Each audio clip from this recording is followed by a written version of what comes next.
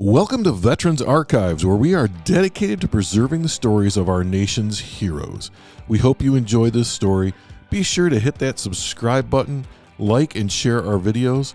Check us out across all social media. Be sure to like and share those pages as well. And for more information, go to www.veteransarchives.org. Today is Friday, April 11th, 2025.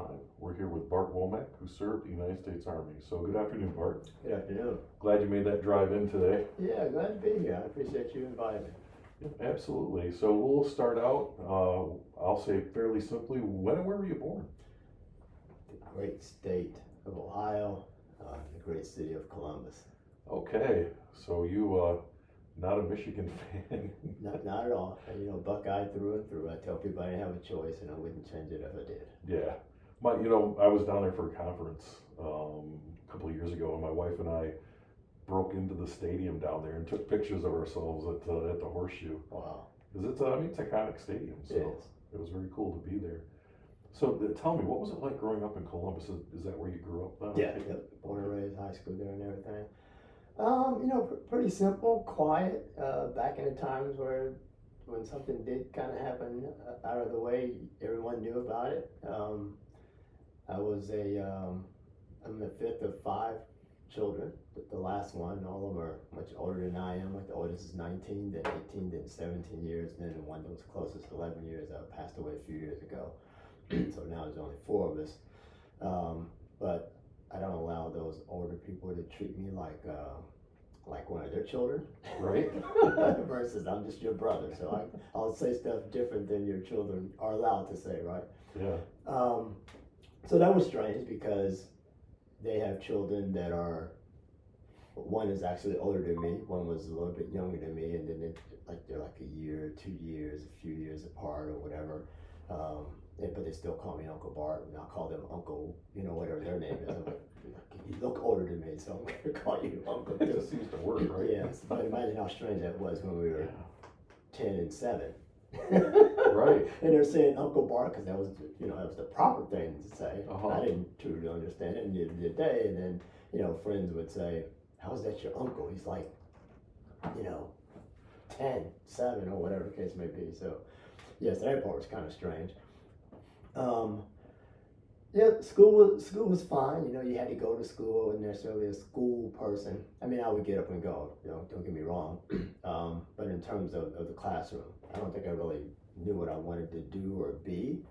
When I think back on it, I can see how that kind of played out in terms of my classroom demeanor, and especially academically, it would go from A's to D's, and then A to D, and then my mother was like, how can you make an A and a D in the same class, just weeks apart? Makes no sense. Yeah. And it didn't make any sense. It was like, okay, that particular time it had my attention, and another time it didn't have my attention. But, as old as I am, that wasn't necessarily truly understood by academians, and to be able to fix it or adjust your course and all those types of things. So I did know that after graduation that I didn't want to go to college right away. I was 17, so I need a year, figure this out. I'll go after that year is up. And I didn't make it to that year. Yeah. Did you get sidetracked? Well, it always worked. I started out with a paper route, so I always had my own money. And it went from there to, I worked in a bingo, made a whole bunch of money at bingos. And somehow they let children in there at 13 years old, sold the little snacks and everything. Yeah. You had to suffer through the smoke, but aside from that, you got tips. You made great money just providing snacks for people at bingo. Well, and I think, Bart, I don't think people today realize, because even when I was in the Navy, in my office, people smoked. Mm-hmm. And I had to wash my clothes every single night because they just smelled so bad. But yeah, you go to a bingo hall. Oh. It was like a smoke chamber. Oh, big time. Big time. And I don't know if I really expected that until you got in there and that was the environment. But when you're 13, the money kind of overrides the smoke. Yeah, we didn't know about secondhand smoke then anyway, right? Right. I would never do it today. You keep your money, it's all right. That's right. But yeah, good money as a kid. Yeah. And then I went from there to, I worked at a Kentucky Fried Chicken. that got robbed, so they want that opportunity. I was like, okay, not gonna do that again. Then I worked at a grocery store, and believe it or not, 1975, 76, I was making $13 an hour in a grocery store. That's a lot of money. That's a lot of money. I mean, it's almost a lot of money now for working at a grocery store, to be honest. And I started out bagging. It wasn't as much when I was bagging, but then I moved on to cashier. But that was a lot of money then. I mean, I bought my own stuff. I used to buy, I wanted to dress nice. So I wore dress shoes, dress shirt, dress pants every day, Monday through Thursday. Friday was, long before it was cloned, casual Friday. That was my sneaker day. Okay. Yeah, I used to work for a guy, Wayne Lynn, who said you had to dress for the job that you wanted, right? So even if you're bagging groceries, you're dressing nice. Well, you had to wear, I don't think we had a company shirt, but you had to wear like some type of bib that had the logo on there, which is Big Bear at the time. But no, I dressed like that for school, not for work. But because I had the money, I mean, I probably bought a few, maybe I had about 3 $60 shirts that I bought, and they cost $60. They're called knickknacks. But most of them I bought on sale. But I had quite a few of them, and everyone knew just that knick-knack shirt that, not that you had money, but they knew that shirt cost a lot. Right. Something was going right for you. Right? Yeah, then from there I graduated high school and still worked. I'm waiting out that time of a year post high school, and my mother had a car that I drove. She had a driver's license but didn't drive, but she would not let me claim it to be my car. It was her car that I just drove. Okay. But while I was working at after high school, there's a place called the Sears Distribution Center, which was, I don't know how many miles away it was, but pretty far. You needed to drive. But then that next oldest brother wrecked that car, and I had to start taking the bus. And it started getting into the colder months, and I remember leaving work and catching the bus, and I would transfer routes downtown to get on a route to take me back home. And one day it was pretty cold, and I said, okay, I'm going just to this recruiter station to get warm. I know they're going to talk my head off. I'm sure they have something hot to drink, go in a coffee drinker, hoping they have cocoa or something, right? And I'll listen to this stuff, and then I'll get warm, and then I'll head back out to the bus stop and go home. Why not? And I was 17, right? So I knew I couldn't join on my own. My mother would have to sign. So it was just listen. So I went in there. I was probably in there for a couple hours, just listening to them. I guess it started sounding a little more doable, although it wasn't my interest. I didn't go in there for that. But I knew when I left that, okay, there's nothing I can do. My mother would have to say yes, and I'm not telling her right now. So yeah, we're free and clear. Yeah. So you listened to them. You got on the bus. You went home. Like then what happened? Yeah. So that was October. My birthday wasn't until December. And they would call the house, and somehow I was the one answering the phone. And, oh, my mother's not home. Well, let me know when she's home. Okay. And she would travel a lot. She had already retired after 35 years, I think, working for the government. And she was always gone. That was her plan, right? Right. So she got home from one of those trips, and I said, okay, I've been talking to a recruiter or whatever. I'm just thinking about it, but you'll have to sign right now. She said, well, why don't you think about it some more, and then you'll be 18 here shortly, and if that's what you want to do, then you sign. So that was the decision at that time. I still kind of let it go for at least another month and a half, I would say. I mean, now we're into the next year in January. And then they called and I said, okay, I guess maybe take a look at this. So went down there again. We talked for a little bit. I said, okay, I'll take the test and everything, and then we'll see. So did that, and then I was gone. Yeah. Well, let me ask you, because you weren't. Some people go to the recruiting office and they're like, "Oh, I'm ready to join and let's go," but it sounds like you were just like, "Yeah, whatever." And so, what was there like something that like happened where you were like, "Oh, well, maybe this is something I should do," or was it just like, "Let's just see what happens"? Well, I took the test, and that wasn't necessarily wasn't binding, Right. you know, because you have the test to figure out what your MS was going to be and all that, right? So finding out what the choices were going to be, I wasn't locked in. So it was kind of a no harm, no foul type of situation.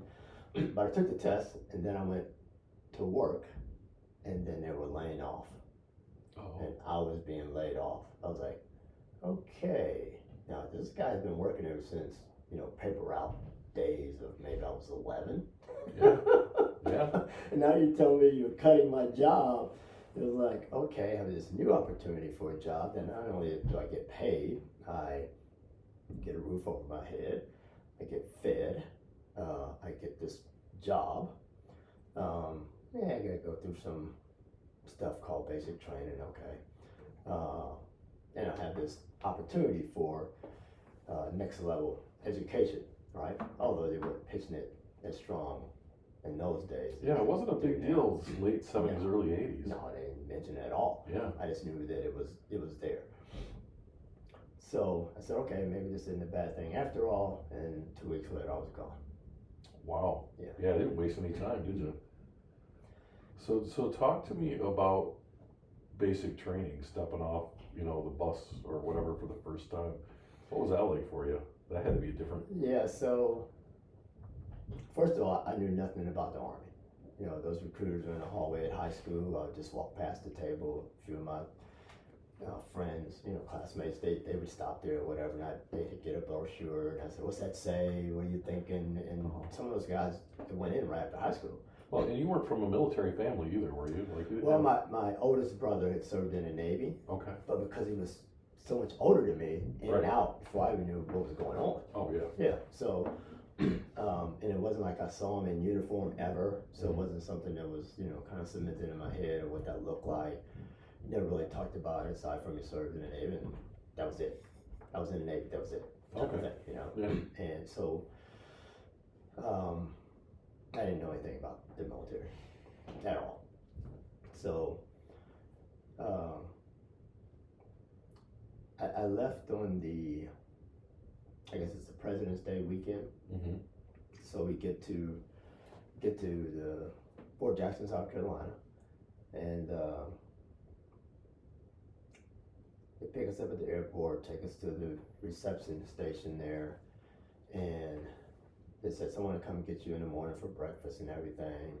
I think I wake up the next day, do the breakfast, come back, and then, you know, kind of doing personal hygiene and everything. I see some guys slapping shaving cream on their face. No, that hadn't happened yet. And also Saturday, nothing's going on. It's just eating. Like there's no instruction. There's no one telling us anything. And then later on that day, we hear this voice over a microphone, or a speaker, I'm sorry. And the guy had inadvertently had the intercom on while he was on a phone call. So we heard everything about his night before, not knowing who it was, because we had seen no one except for they told us what time, child time was going to be, and just come outside. Right. And it was like, once you come outside, you just kind of go over to eat. It wasn't even marching over. You didn't know anything yet. Yeah, I think they tried to lull you into a false sense of, oh, this isn't going to be so bad. Right. Yeah, yeah. So we heard this guy talking or whatever, still didn't know who it was. Then the next day, bam, he burst onto the scene early in the morning. Get up, cursing and everything. Get up, get up. And that was our kind of a rude awakening to go to child. But we're still at the reception stage, not basic training yet. Yeah. But that's our first you know, impression of anyone in the military that's in uniform, that's barking orders and all this type of stuff, to where I thought, okay, this is the start of basic training. But it wasn't. So he starts teaching us some marching and stuff after we eat. We got our formation, and he's like, he has this helmet liner thing that's shined.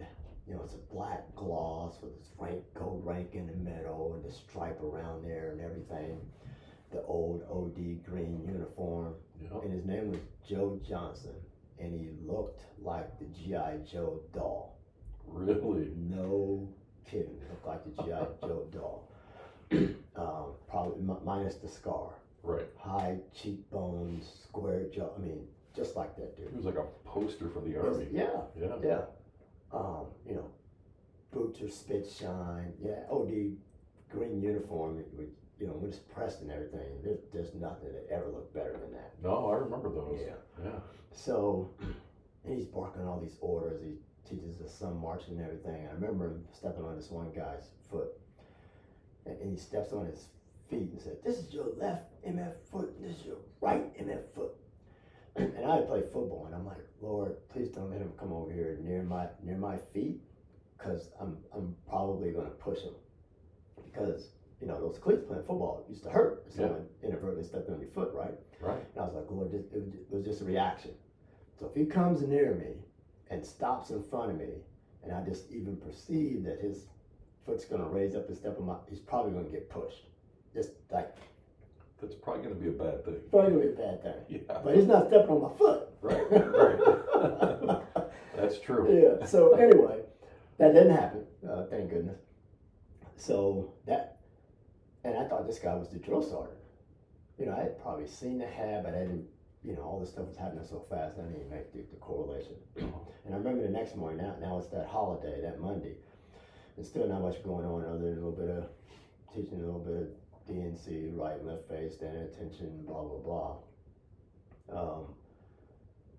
But that time, when we got up, I could hear him on the microphone saying, everyone will MF shave. I think that was his favorite word. Everyone will shave, right? Well, I had peach fuzz. Mm-hmm. I didn't need to shave. And I think they had told us to buy certain things, at the exchange or whatever, which was shaving cream and a razor. All I had never put a razor on my face before, and I'm literally putting the cream on, looking at everyone. What am I supposed to do? I grew up in a house with just a mother, right? There's no one shaving in my house. I didn't have that lesson, nor did I have anything to shave. Right. A little thin mustache, a little very, very thin goatee. What I should have done was slap a little bit on the goatee, slap a little bit under my nose. I'd have been done in 2 minutes. But Right. no, what do? I watch everyone else put it all over my face. And once you start shaving where you haven't shaved, then it will begin to develop hair. Yeah, it all grows back. Yeah. But even where there's nothing there. So I Right. screwed my face up for life by Well, doing that. I want to ask too. So I know that when I was in basic training, a lot of the folks there, people of color, when they shaved, it caused a problem with their skin. Did you have that issue as well? Because a lot of them had to get like special permission not to shave.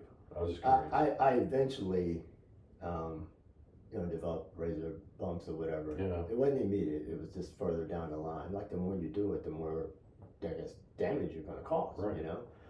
So one thing I told my sons, we'll get to that, but don't ever only put the shaving cream and put the razor where you have hair now. Right. You're going to save yourself a lot of trouble later. Exactly. Especially in an environment where you're required to shave every day. Yeah. Yeah, so that was a big mistake. So then, now I think it's like Tuesday, we started getting our uniforms and all that, and we're starting to wear them. And he says the drill sergeants are coming to pick you up. I'm like, holy cow, like where's this dude? You mean it gets worse? Yeah, you mean someone is worse than him? There's no way. Yeah, here they come and they're hollering and everything.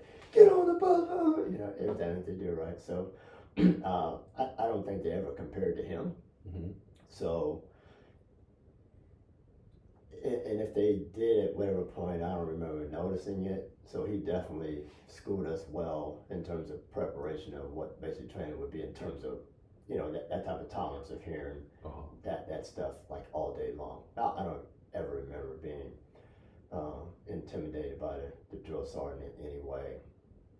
I don't know if people should, but anyway, I don't remember that at all because of, the fear this other guy had put in, actually physically stepping on people's feet and stuff like that. So, yeah. He prepared you well then, it sounds like. Yeah. But basic training was, I want to say different. You have to go through all the stuff.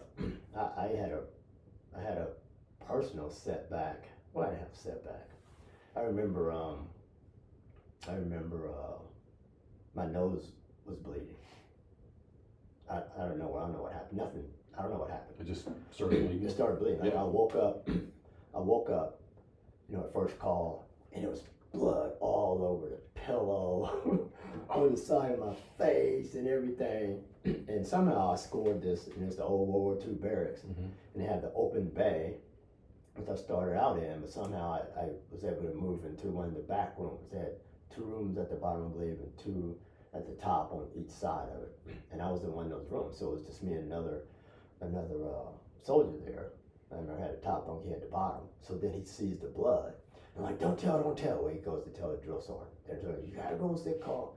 You were afraid to do that because you didn't want to miss days and have to be recycled, all that crap. So I remember I think it was the walk of shame, because when you went on sick call, you had on your fatigues, but you had to wear low quarters. You didn't wear boots. Yep. You wore low quarters. And the trainees always wearing their I think we either wear helmet liners all the time or a helmet. It's kind of rare that you just had your little soft cap thing, right? You got your soft cap. You got your shaving kit that you had to carry because you know if he's going to be put in the hospital, and it was just standard. You could have a tooth coming out, and then you had to take that thing. So it was like a walk of shame. Yeah, you definitely stood out, right? Yeah, it was like 100 years ago, but I just remember that being the walk of shame, man. Yeah. so did they figure out what was going on? I think I just had a bad cold or something, and I think I had tonsillitis. They gave me some stuff for that or whatever. Then it was fine. So no recycle. You got to stay No, where you were at. yeah. There was never any other issues after that. Yeah. I just remember that was it felt like a setback because I had to do that walk of shame, Right. And they didn't know what was causing it. Yeah, that was a pretty low 48 hours. Well, and I remember too, like basic training, when you saw someone in the Navy, when you did that walk of shame, you wore tennis shoes. Mm-hmm. That's how you knew. And I remember the things that we would say about the guys wearing tennis shoes, and then on the off chance that you're the one having to wear the tennis shoes, you remember all the stuff you were saying about other people, and you're like, oh, I'm that guy now. Yeah, it's funny you say tennis shoes because I'm sure that's probably what we would have done. We didn't have tennis shoes. Oh. Yeah. Ran in boots. Everything was in boots. Wow. Yeah, I didn't experience that. I don't know if I would have said that. I don't know if we would have gotten to that or not. Yeah. So you said, that's why I just specifically said the low quarters. Yeah. And then you said tennis shoes. I'm like, tennis shoes? Did I even own tennis shoes? If I did, it was a part of my civilian clothes. It was not a part of my Army makeup. Yeah, we were issued Reeboks for PT. So I think we had some Converse type something, but that did not happen until like 1982. Yeah. Yeah. See, I actually went in the military in '84. Okay. So yeah, you scored. Couple years. Yeah, it was not a bad deal. So yeah, so you kind of make it through. Anything else stick out in your mind about basic training? It was a fun one. Again, I didn't know anything. Like I don't know the first time I saw. We didn't have guns in our family. It was just my mother, right? Right. So my brothers had them or whatever. I never saw it. So we start shooting on the range. They teach you the basic rifle marksmanship and all that. But having not shot one before, okay, I'm learning that. And, tell you how to breathe. Finger pressure and all that stuff. But I couldn't hit nothing. Like I was terrible. And for some reason, I don't know if it was a drill sergeant or the range instructor that got out to just in front of me a little bit, not in my line of sight, right, but just enough to see my face, and I realized that I'm shooting right-handed, but my right eye was closed. Oh, that'll mess things up. They said, "You got the wrong eye." And I think I was always pretty good with my left hand with everything, and not having shot before, I didn't know which side to shoot from, so that was pretty strong. So I think that kind of took over for some reason. But as soon as he said close the other one, then it was easy. And then later on in my career, I would just play around and shoot that hand as well, and I was still pretty almost the equivalent of the right-handed shooter. Yeah. Yeah. And once you figure it out, it's Right. but it's getting there. Yeah. Yeah. It helped me further my career to help others who couldn't shoot. Yeah, and spoiler alert, there's a lot of people in the Army who don't know how to shoot. Oh, that's true. That's true. Yeah. I remember running a range for qualification, and I won't mention his name because he's still a friend of mine, but he was a major and I was a staff sergeant, and he was a ranger. He had the tab and everything, but that guy couldn't hit the broadside of a barn. Mm. And at one point I was trying to help him. I finally said, "Sir, why don't you just take that gun apart and throw it at the target? You'll have better luck." There you go. And he didn't like that very much. Anyway, so yeah, there's plenty of people in the military that know how to shoot, which surprised me. Yeah. So you make it through boot camp, I'm assuming. Mm. Did your mom or any of your family come down for graduation? No. Okay. You know, communication was not like it is now. Yeah. I don't remember even phone calls ever calling back and saying anything, to be honest with you. I can't remember one. I'm sure there may have been, but yeah. That was all cell phone, or not cell phones, it was all pay phones. Oh, yeah. Yeah. Okay. Now, did you come home after base, or did you go right to AIT? No, straight to AIT. It wasn't until after AIT that I came home. That was very briefly, and then after AIT it was straight to airborne school. So what was your MLS then? I wasn't infantry at first. Admin specialist, I think is what it was called. Okay. Yeah. One thing the recruiter told me was, you don't want to be outside shining tanks. And I'm like, I think you're right, I don't. You want to be out in the cold shining tanks. So I was like, nah, I don't want to do that. Right. So you picked a job, and definitely you're not going to be out shining tanks. Not shining tanks, yeah. Yeah. So you headed to airborne school. Yeah. Is that down at in Georgia there? Correct. But one thing about the shining tanks, and maybe it was about the duty of shining tanks that wasn't appealing. Mm-hmm. I think what was appealing was being outside. Okay, I could go back to my high school days, and I would just stare out the window wanting to be outside. Like, wow, we're here, it's a nice day. Like, why am I in here? And I think that truly carried over in the earlier parts of my career, because now I'm working in this office, and it's like, I should be outside doing something. So it wasn't a surprise to me gravitating toward infantry to be outside. Now, like, you're outside all the time, right? Through all kinds of weather, but at least you're outside, So now I'm a nature person, as a result, and I was likely that all along. It took me a while to discover that's what it was. So obviously when you're cold, no one likes to be cold, or soaking wet or anything, but I think I was able to overcome that, pretty quickly. Yeah. And not necessarily complain about it because you couldn't do anything about it, but I think that's the reason why. Yeah. See, I think we're opposite, because I'll take cold all day long. I don't like the heat. Me and the heat don't get along at all. Yeah, we'll get to a story about that. Remember the heat and the cold when we start talking about Ranger School. Yeah, all right. So airborne school was different for me. There was a group of us that showed up at the same time. We knew that when we got there, our class wasn't going to start right away. So they said, well, these guys will probably start next week or so. And they just put you on detail. So you clean up the whole post. Mm-hmm. Cutting grass, picking up trash, all kinds of stuff. So now it's June. I think it's late May, June. And in Columbus, Georgia, so it's smoking hot. Oh, it's smoking hot. Like it's smoking hot. 10 months out of the year down there. Yeah. And we're like the chain gang. Like every day you get up and just do PT, and then it's like, what are we going to do for clean up today? Just what they call a police call or anything that was work.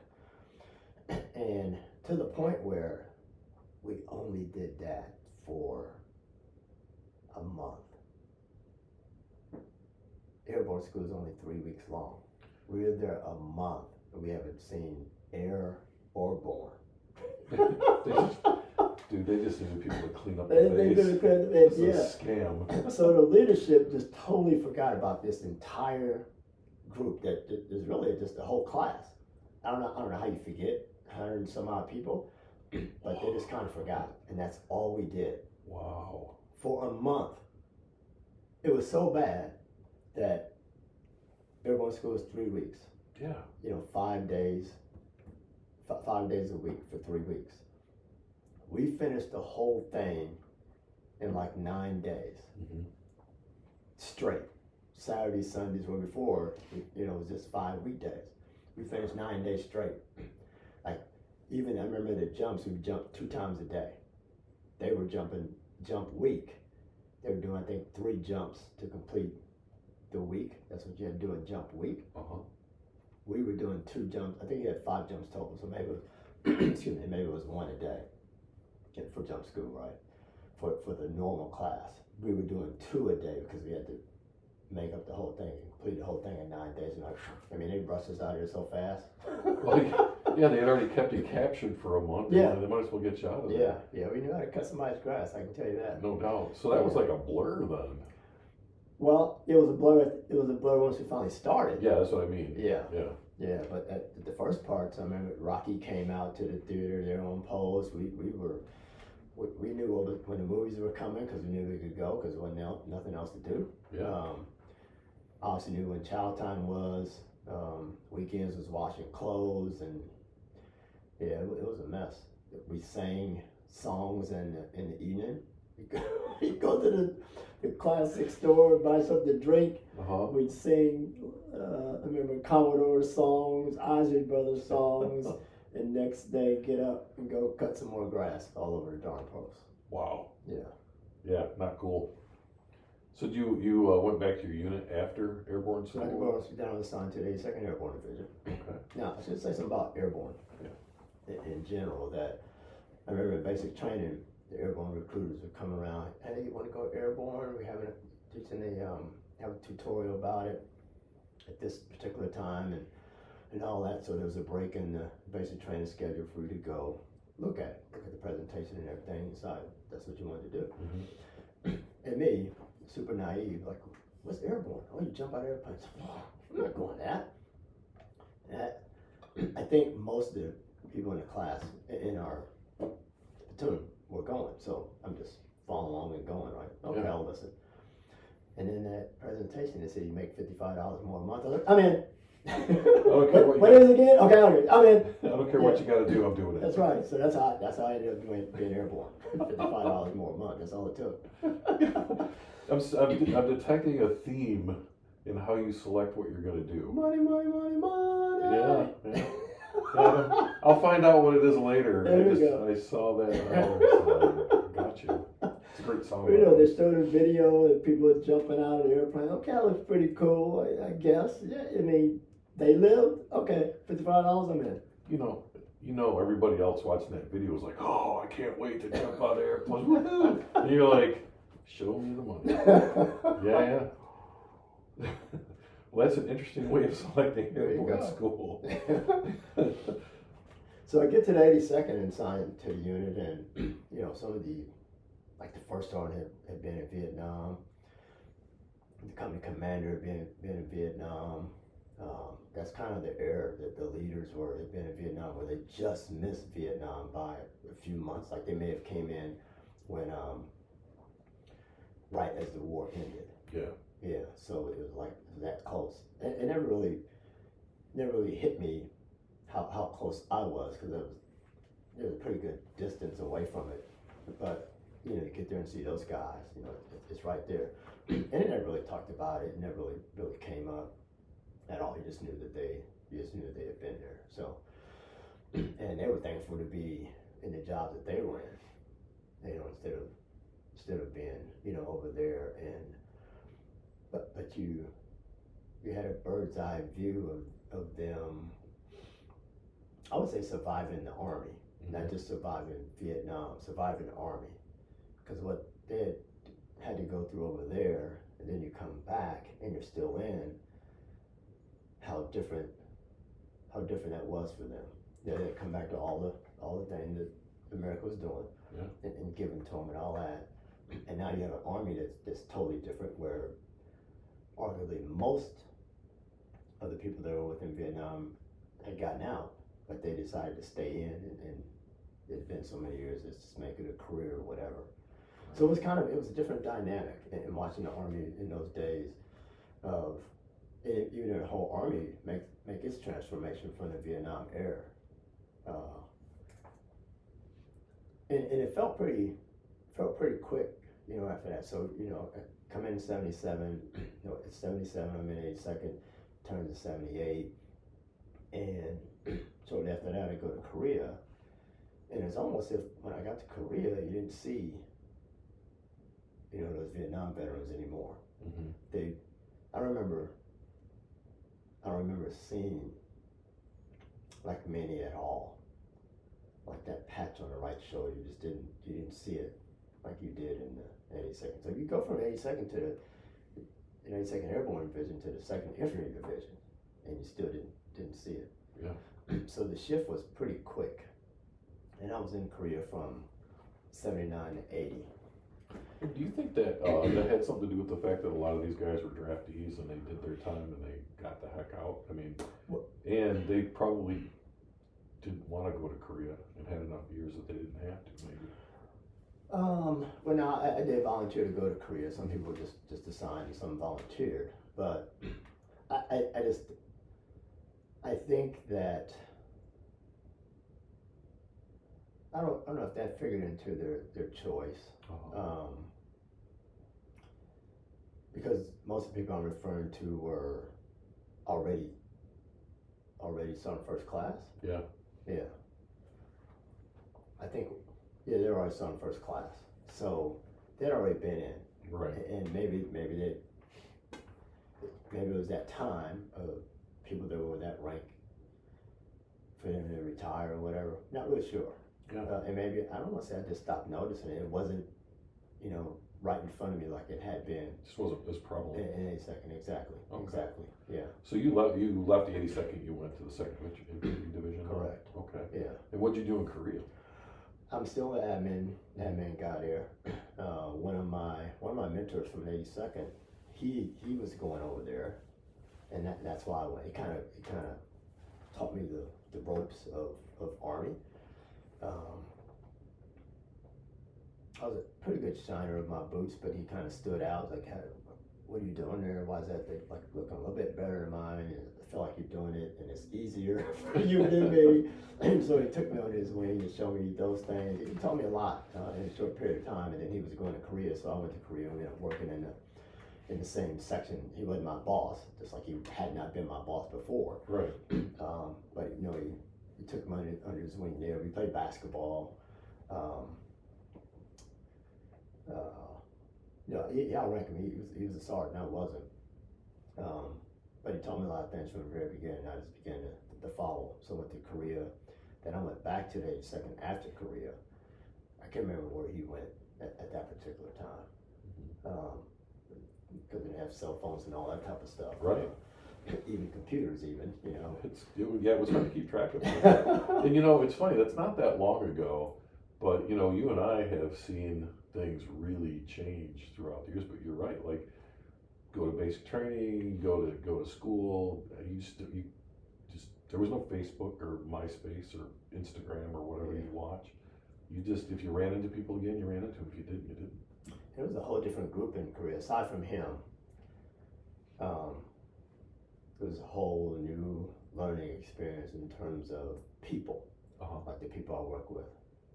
Ironically, I take that back. There was one guy that we worked together in our little small section that I went to basic training with. What was that? He was from the Philippines. Mm-hmm. So imagine that. He's from the Philippines. He ended up basic training with me at that time, and then a few years later, he's in Korea as well. So it became a pretty small world very quickly over there. Then I played basketball over there. I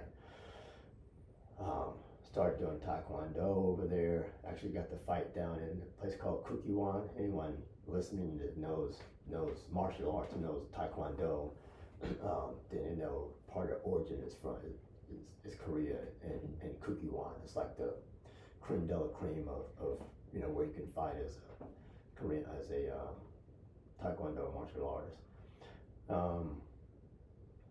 I played football a little bit. It was mostly the basketball and Taekwondo that took up. Taekwondo was like every day. I think except for Sunday.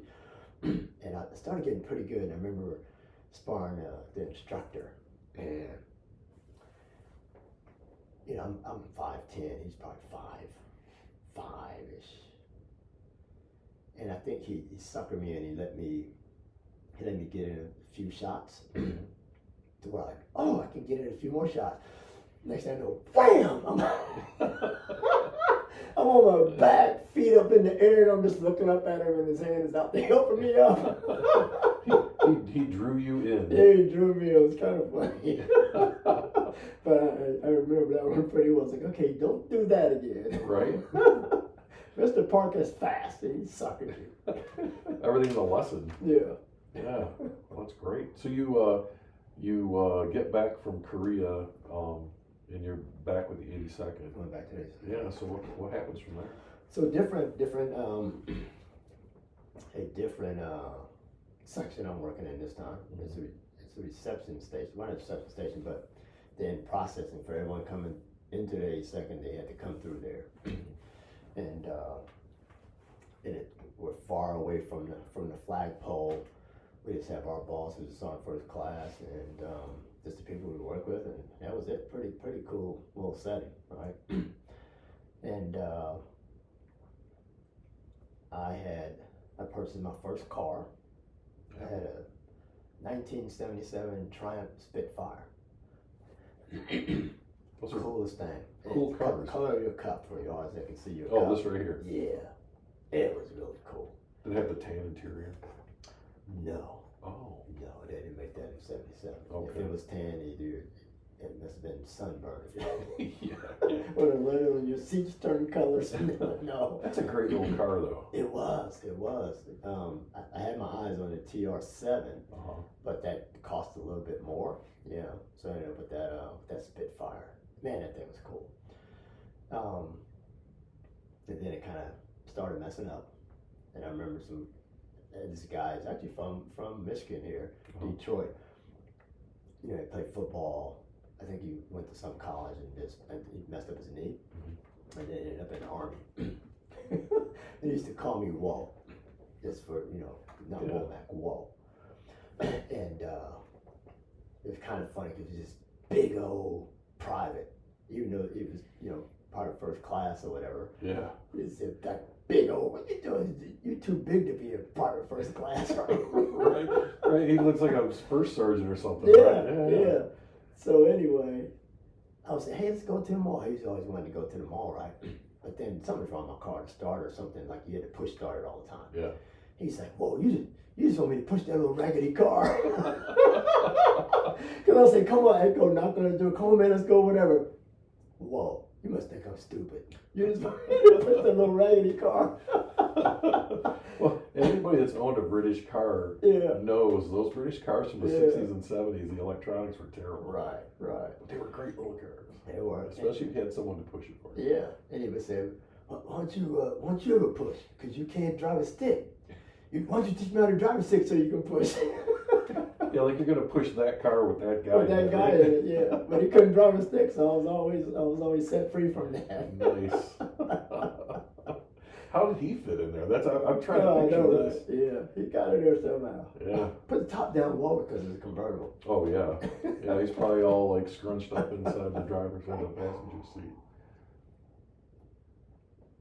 Then I left from there and went to I re-enlisted. So it was never a plan to stay in the military. It was, and I tell people to this day, that the military is a good place to hide while you figure out what you want to do. Again, you're going to get paid, you're going to learn a skill, a job. I tell them now, make sure that job is transferable to something that you think you want to do when you get out. Right. That your test scores can align with that if you do it strategically. You're going to get food, obviously, the roof over your head, all those, and an opportunity to go to school. So you can make serious strides in a 4-year enlistment. if you plan it the right way. So I should mention that as soon as I got to the 82nd, I started taking college classes. Okay. Yeah. And then you end up piecing all those things together from different schools or whatever to get your degree. So that's something people might not know about either too, is that when you are in the military, all that stuff you do can translate into college credits, can help you get your degree. Yeah. Yeah. I didn't do that immediately. I didn't have any experience. Right. When I first, Right, yeah. I mean, as soon as I got to the 82nd, I went to the office there and signed up for my first college class, which was all based at Florida State, but Fayetteville State University. Yeah. Okay. So I took classes there the whole time I was there. That's the first time I was there. Mm-hmm. And then I got to Korea, did the same thing. Got back to the 82nd, did the same thing. Then I re-enlisted, and somewhere in the line I got promoted to sergeant somewhere in there, and then went to Turkey. Okay, I want to stop you there though. Okay. Why did you re-enlist? Oh. Because you weren't planning on it. I'm just, did they offer you some money? Appreciate I'm just curious. No money. Okay. No money. I thought I was going to do those 4 years, and my thing was, my mother had worked for the government for 35 years. My sister worked for the government for a total of 32. My other sister worked for another major company for 30 plus years. And not that I was planning to do that, but I thought I was going to work at the post office. So bottom line, government, right?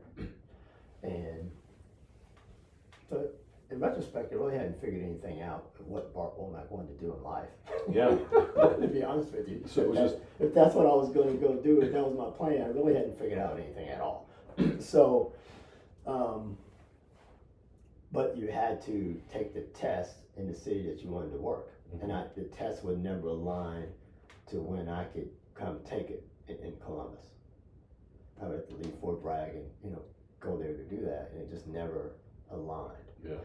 So it didn't happen. So I re-enlisted. So okay, let's try this again. And I was having fun. Yeah. Yeah. So, and although the recruiter didn't necessarily say join the Army and see the world, there were opportunities to go different places that I never would have gone. Right. Yeah. So now I'm in Turkey. You get there and they have a little Head Start class of Turkish and everything. So I'm learning basic Turkish. Bottom line, I spent the whole year there with my broken Turkish, my little book, and I went all over Turkey, like all over. I could take every mode of transportation that they had. I could speak enough to go, anywhere, eat anything, order any food. So it was fabulous in that aspect. Our teacher in that class he taught a female volleyball team. Mm-hmm. So we started following them around as they played. So that's another opportunity. It was another opportunity to go throughout the country as well. It was a great experience. I think by that Head Start class, I dove into the culture of all things. I remember when we first got there, so now it's 1983. Yeah. And so whatever was happening in the world of 83. It was pretty quiet. Like there was like some small stuff going on. The small stuff was big enough to where when they picked us up from the airport, they took us to this hotel and said, "Don't come out. We'll come get you to come out." And you were told, don't wear shirts with USA on them or anything on your T-shirt or anything like that. No cowboy hats, none of that stuff. Yeah, I remember that. Yeah. And so that was enough to scare you into staying inside. That was for sure. I remember they picked us up, and this is long before we went up to the unit, which was about 40-some kilometers away. So we were in Istanbul, and they had to pick us up to take us to where we were going to be stationed, a place called Çakmaklı, Turkey. And I forget what day we arrived, but they took us down to the bazaar. Mm-hmm. And that was a pretty cool experience of seeing that. You can buy whatever, and you can barter. Like, what's barter? Okay, you can negotiate. Okay, got it. And it was me, and there's probably about 6 of us. Mhm. And one guy, this other black guy, was tall. I mean, he's probably 6'3". And we're walking through the mall, and we hear, Kunta Kinte! So by that time, the movie Roots had been on television. Oh, yeah. Right. So we hear someone holler that. Everybody looks, and then all of us look. Just to realize that everyone's looking at us. You're like, who are they talking about? Yeah, right? Hey, LeVar Burton's here somewhere. Gotta be. Right. We're all looking around, and everyone's looking at us. Oh, no. Wow. Because, you know, they, I won't say they were gradually becoming westernized, but they finally come on television over there. Yeah. It's 83, so what, 7 years later? So we realized we were the butt of that joke. It was kind of funny, right? And then we go into this one little shop, and we're talking to the guy, and he says, White Shadow. Well, there was a television series, remember that? Yeah. Basketball. I used to watch White Because Shadow. there was 6 of us, so we're like, hey, it's the starting 5, this is the center, whatever the tall guy was. He had a name for all of us. I think I was the Kevin Hooks character. But it's just funny how our country becomes westernized, and they start getting TV shows and all that type of stuff, how they just, you know, automatically would take people and put them into those characters right away. Yeah, because I remember watching those shows, and as part of being an American, it's you react to it differently than people who are learning about America through those shows, right? Yeah. They think that's Yeah. how it is. Right. So in Turkey, were there not a lot of black people, a lot of African American people? Was it just really much? Because it sounds to me like they hadn't seen a lot of black people there. Yeah, I'm going to say yes. I don't know that. I don't remember seeing any outside of the ones that I ended up working with on that base. Okay. So that would mean that I never saw any African people. Yeah. That's what that would mean. Right. You're Right, in yeah. Europe at the end of the day. But no, not in those years. I don't remember one. And So this is new to the people that you're meeting too, really. yeah. Not in Istanbul. I just don't remember. I don't remember seeing it. Yeah. And I went all over Turkey and didn't see it. I remember going to, I think it was Ankara. Was at Air Force Base there. Mm-hmm. I didn't go to Incirlik when I was there, which has an Air Force Base, but in Ankara they did. Pretty big one. So aside from, you know, black people on that base, you didn't see them, Right. you know, out in public. And I took the trains.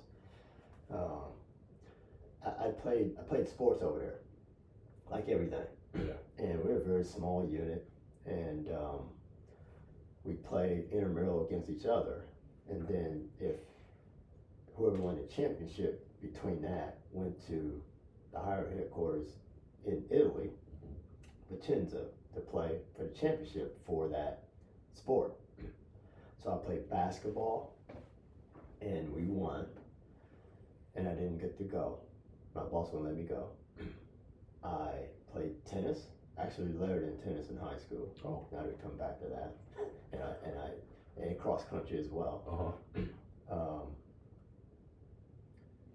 So I went to Italy to play tennis. I finished tennis, and there might have been a week in between. I finished tennis in Italy, went back to Turkey. I was there a week to get right back on the plane and go back to Italy for track. Wow. So I was running, what did I run? 10,000? 5,000? I think that. So the 6K, Mm-hmm. and I can't remember the other thing. So 6 can be about 5 miles, right? Yeah. Yeah. I can't remember the other thing I ran. But I had two or three events. And then I came back from that, and we had one in football. My boss said, You're not going. No more traveling. Yeah, to and Italy for it's you. like you spent more time in Italy than you have in Turkey, so they won't let me go for that. But then I end up going later for volleyball. Yeah, well. I played everything. That's what happens when you're a multi-sport athlete, Yeah, right? I played All that everything. stuff. It was a lot of fun, and all those championships were in Italy. So What a great adventure. yeah, That's just amazing. that's really my Turkish tour was sports. Yeah. And my boss not wanting me. He let me go to some, so I guess we'll say he's in favor of that. But and that's when I volunteered to be a drill sergeant, post sergeant. He wanted me to do something else. Like, you make a great warrant officer. I'm like, that's what you are, and that's what you want. But Bart Womack wants to do something different. Yeah. Yeah, so I put in to be a drill sergeant. So my assignment from Turkey was a drill sergeant. Okay. Where'd you go to? Fort Jackson? Fort Dix. Oh, Fort Dix. Yeah. You know, I deployed out of Fort Dix after it was condemned. We were living in those old barracks. Okay. Yeah. There was a guy that, so two influences. Well, one influence in Turkey proper, and then another one I went to, was called PLDC while I was signed in Turkey, but PLDC was in Germany. Mm-hmm. So I had trained in Turkey to run the Greek marathon, and I was running 60 miles a week. I run 6 in the morning, 4 in the evening, and then 10 straight on Saturdays, and then took Sunday off. And I think that was coming up in the fall. I think it was in October, the Greek marathon, and then September or late August. I guess September. No, in September, I'm notified that I'm going to PLDC. Like, I was on the wait list, and I mean they tell me on like a Monday morning that you're going to PLDC. The person in front of you can't go. We need to fill this slot. You're on the wait list. You can go if you want to go, or you have to wait. So I said, I'm going. They tell me Monday morning. I'll leave Tuesday morning. Wow. That's fast. Yeah. That was kind of late September or whatever, so I spent the whole month of October at PLDC and didn't get an opportunity to do the Greek marathon. All that training. All that training. Wow. I just never attempted to carve out 60 miles a week for the rest of my life. I just didn't do it again. It's like, that's a lot of time. Yeah, that's a lot of miles. Yeah. For sure. So I just never even tried again. Yeah. Yeah. So you, how long were you in Turkey then? A year. Okay, so you were based in Turkey. You weren't really in Turkey. You were every place else, it sounds like. So you're there for a year, then you opt for drill instructor school. Yeah. Yeah. Yeah. So let's talk about that. Yeah, just to close out the Turkey-Italy thing, some would say that I was based in Italy, based in Turkey, worked in Italy, Yeah. played sports in Italy. I got to see Pisa because of the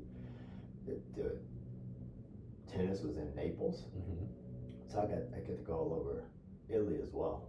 Not just Vicenza. I think Vicenza have hosted the volleyball, but all the rest of those things were in a different part of Italy, so it was one experience. By this time, I'm only in the Army just over, no, take that back. I got the years mixed up, I apologize. Oh, no worries. I went to Italy in I went to Turkey in 81, not 83. Okay. Yeah. So by the time I left Turkey, it just reached 5 years. Like just a matter of days. But in that 5-year span, it was in Korea and Turkey and a lot of Italy. Yeah. Yeah. And Germany at some point too, right? In Germany at some point, yeah. So I was seeing the world, I didn't know that was going to happen. Yeah. That's kind of a happy surprise, right? Yeah, yeah. Okay. So now I'm at Fort Dix, New Jersey, for drill sergeant school. My instructor at PLDC, he was on first class, really, really sharp guy. He was going through drill sergeant school at the same time I was. So I thought that was ironic. I was like, hey, I was watching this guy. He looks sharp. I came here to kind of be like him, not really paying much attention to him, having not been a drill sergeant. Right. You know, he's our first class. I'm a sergeant, and now he's just now going to drill sergeant school. So anyway, which I'm sure is going to be a breeze for him since he's already been this great PODC instructor, right? Right. And there's another influence in Turkey. This guy was a ranger, and his background was commo, but you know he was the only ranger, aside from the commander and the sergeant major. Yeah. And I was pretty close to the sergeant major because he played tennis, so we trying to beat each other's brains out in tennis, which is pretty fun. The sergeant major and the chaplain were good tennis players. Oh, okay. That's not a fair team. You got the big guy and you got the guy with God on the side. Yeah, the sergeant major. Yeah, man, we would battle. They'd be cursing at me. What the little tennis thing was like a little wall there. Because it kind of fell in between like some barracks. And you hit a shot that would spin over because he had to. You're gonna eat that wall if you want to get this. That's right. You're gonna eat that concrete when you get that wall back. At least some pain hitting this one. Yeah, but I wanted to mention the influence of the ranger, and it was just a quiet professional. And I remember saying, "Can I get some of your time? I want to talk to you about being a ranger." And he just told me everything. But that was so inspiring. You know, something to do. And he was a drill sergeant as well, post drill sergeant. So that was already, you know, in my vision after that drill sergeant thing. Right? So I get there. And you know, finish the drill sergeant school and get assigned to the company. And we have females. And I remember like my first day, it's like, get up, go wake up the recruits, target. Oh, and yeah. I remember like this, hold up, you can't go through yet. They get from first call or whatever, they get like 30 minutes to get dressed and everything. Like, oh, Come on. yeah, right. We go throw some trash cans or something, right? Flip some beds or whatever, right? Yeah, wait. Yeah, it's kind of funny. I was like, oh, ready to go. It's like, oh, hold up. Can't go through yet. So of 2 years, I had 5 cycles of females and 5 cycles of males. Yeah. So this was before they integrated males and females then? Correct. Okay, so there was females, but it was all female units. Correct. Okay. Yeah. All right. Yeah. But my first cycle, so that first cycle, I fell in on a cycle that was already in progress, and they probably had 2 weeks before they graduated. Okay. Yeah. And then we picked up, and it was males. So I had very little experience in training females in those 2 weeks. I was kind of learning and watching and all this stuff, right? But then when we picked up the males, I was in full bloom. So it was interesting. Because the very next cycle after that, then we get females again and have them, you know, the whole basic training period. Yeah. And you had to flip and learn quickly what females were good at and weren't. Because you already learned what males were good at and were not. So instruction, females thrive. Like you can tell them one time and they can do it. You may have to tell them again because they're just new at it. But Right. you know, they were just smarter, bottom line. They were smart, especially as a group. Where the males, not as much. Yeah. They can do a lot of things physically, of course, and upper body strength and all those types of things, but that was the difference with the females. They couldn't. So you had to allocate your time towards strengths and weaknesses. Right. You learn that very quickly. So with the females, for example, in week 6, they're throwing their hand grenade for qualification. They can't throw. They have no upper body strength. And you know the hand grenade is just a fake body. It's not a real. Well, they throw a real one as well, but even the body of the grenade is too heavy for them. I mean, we're talking like some just 3 feet. I mean, wind up. Yeah. 3 feet. Yeah. You want to get a little bit further away.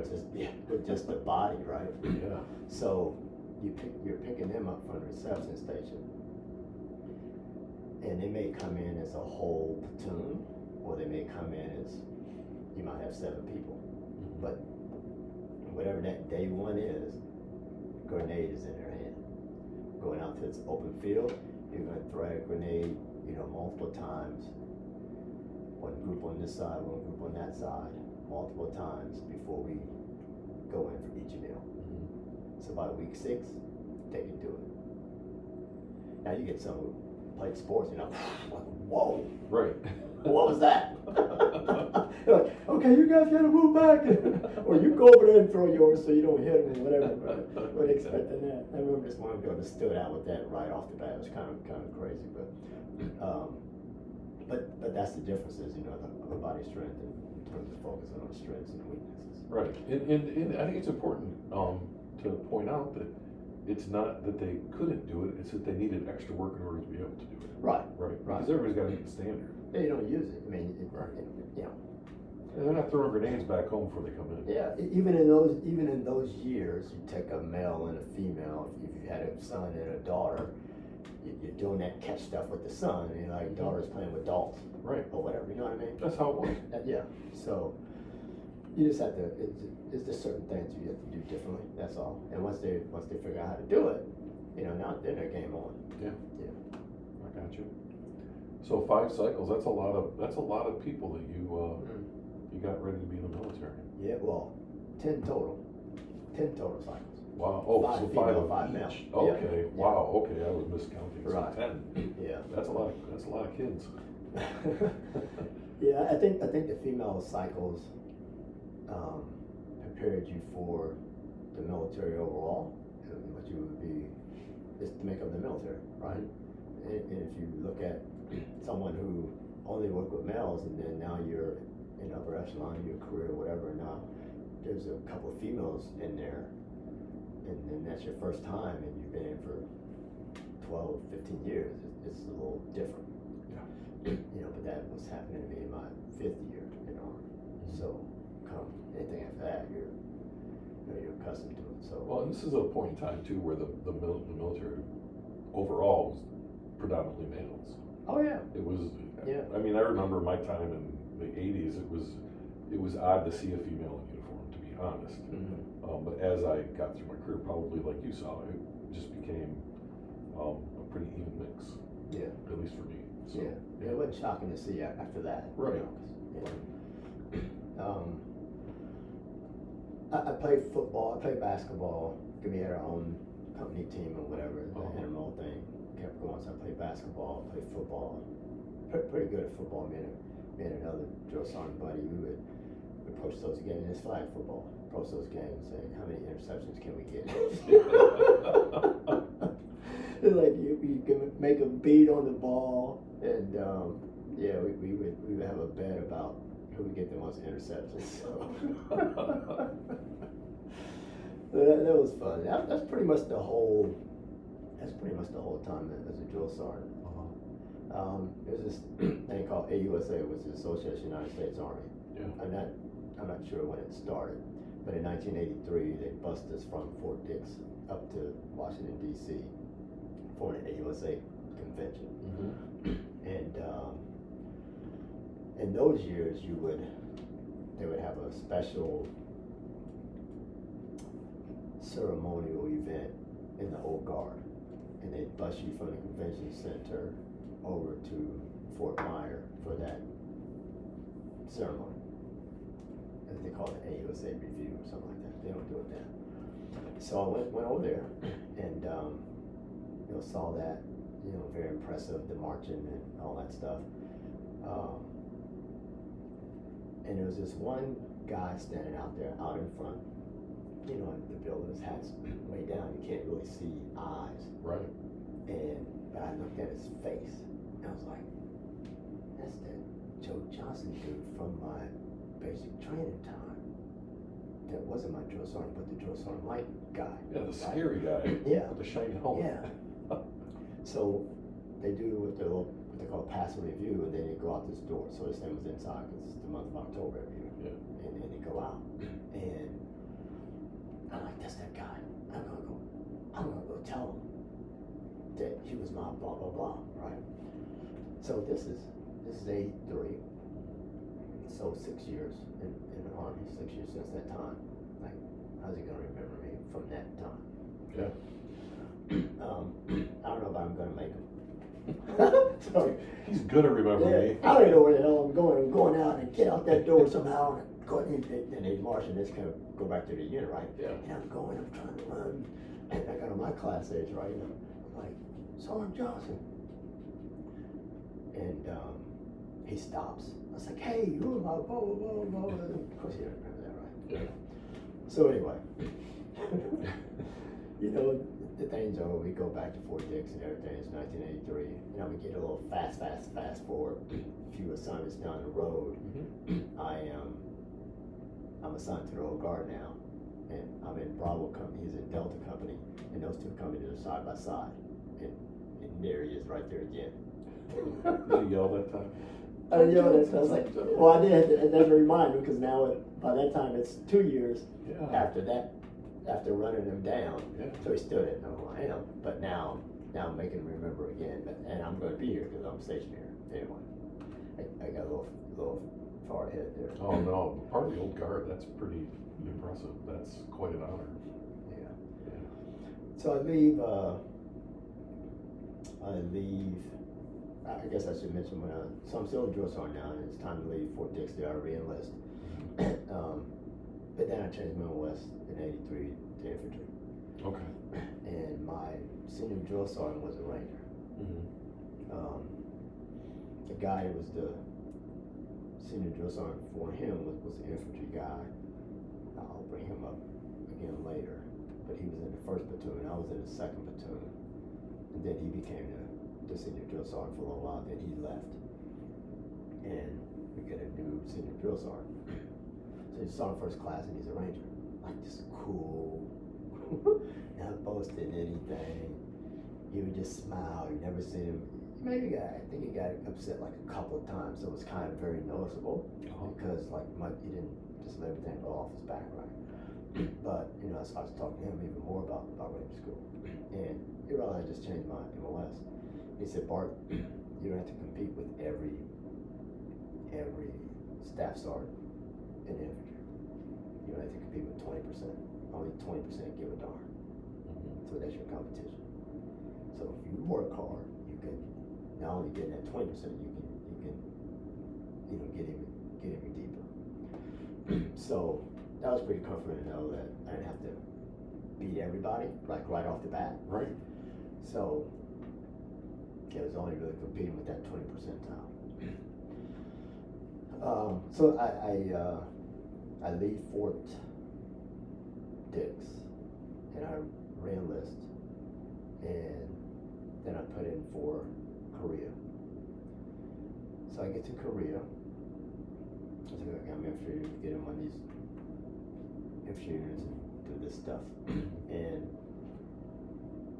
I'm at the reception station, and they see I just come from being a drill sergeant, and then there's this unit that wants all the best of the best people. You know, so the drill sergeant's supposed to be one of the best of the best. Yeah. So they put my records in that pile. This guy calls me and talks to me, hey, we like what you've done in your career so far. We want to take you to this special unit, and we take you up there. You stay for 7 days. If you like it, we'll assign you there. If you don't like it, we'll assign you to 2nd Infantry Division. Okay, let's go. So I go up there, and it's in the JSA, Joint Security Area. And when you get up there, they explain a little bit more about what the Joint Security Area is, and you know the KPA in North Korea is like right there. We'll take you up. They call that north. We'll take you up north, show you all that stuff, and you'll be assigned to a platoon, and you'll do the whole rotation with the platoon. After that rotation, you decide if you want to stay or not.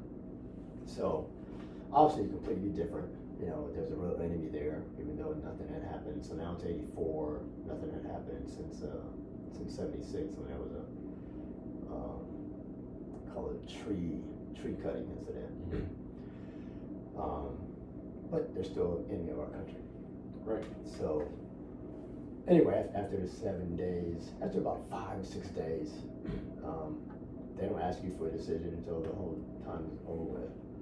But I made my decision. And as soon as I made my decision, the staff sergeant comes to my room in the barracks and talked to me. He's like, hey, we need you over here in this platoon.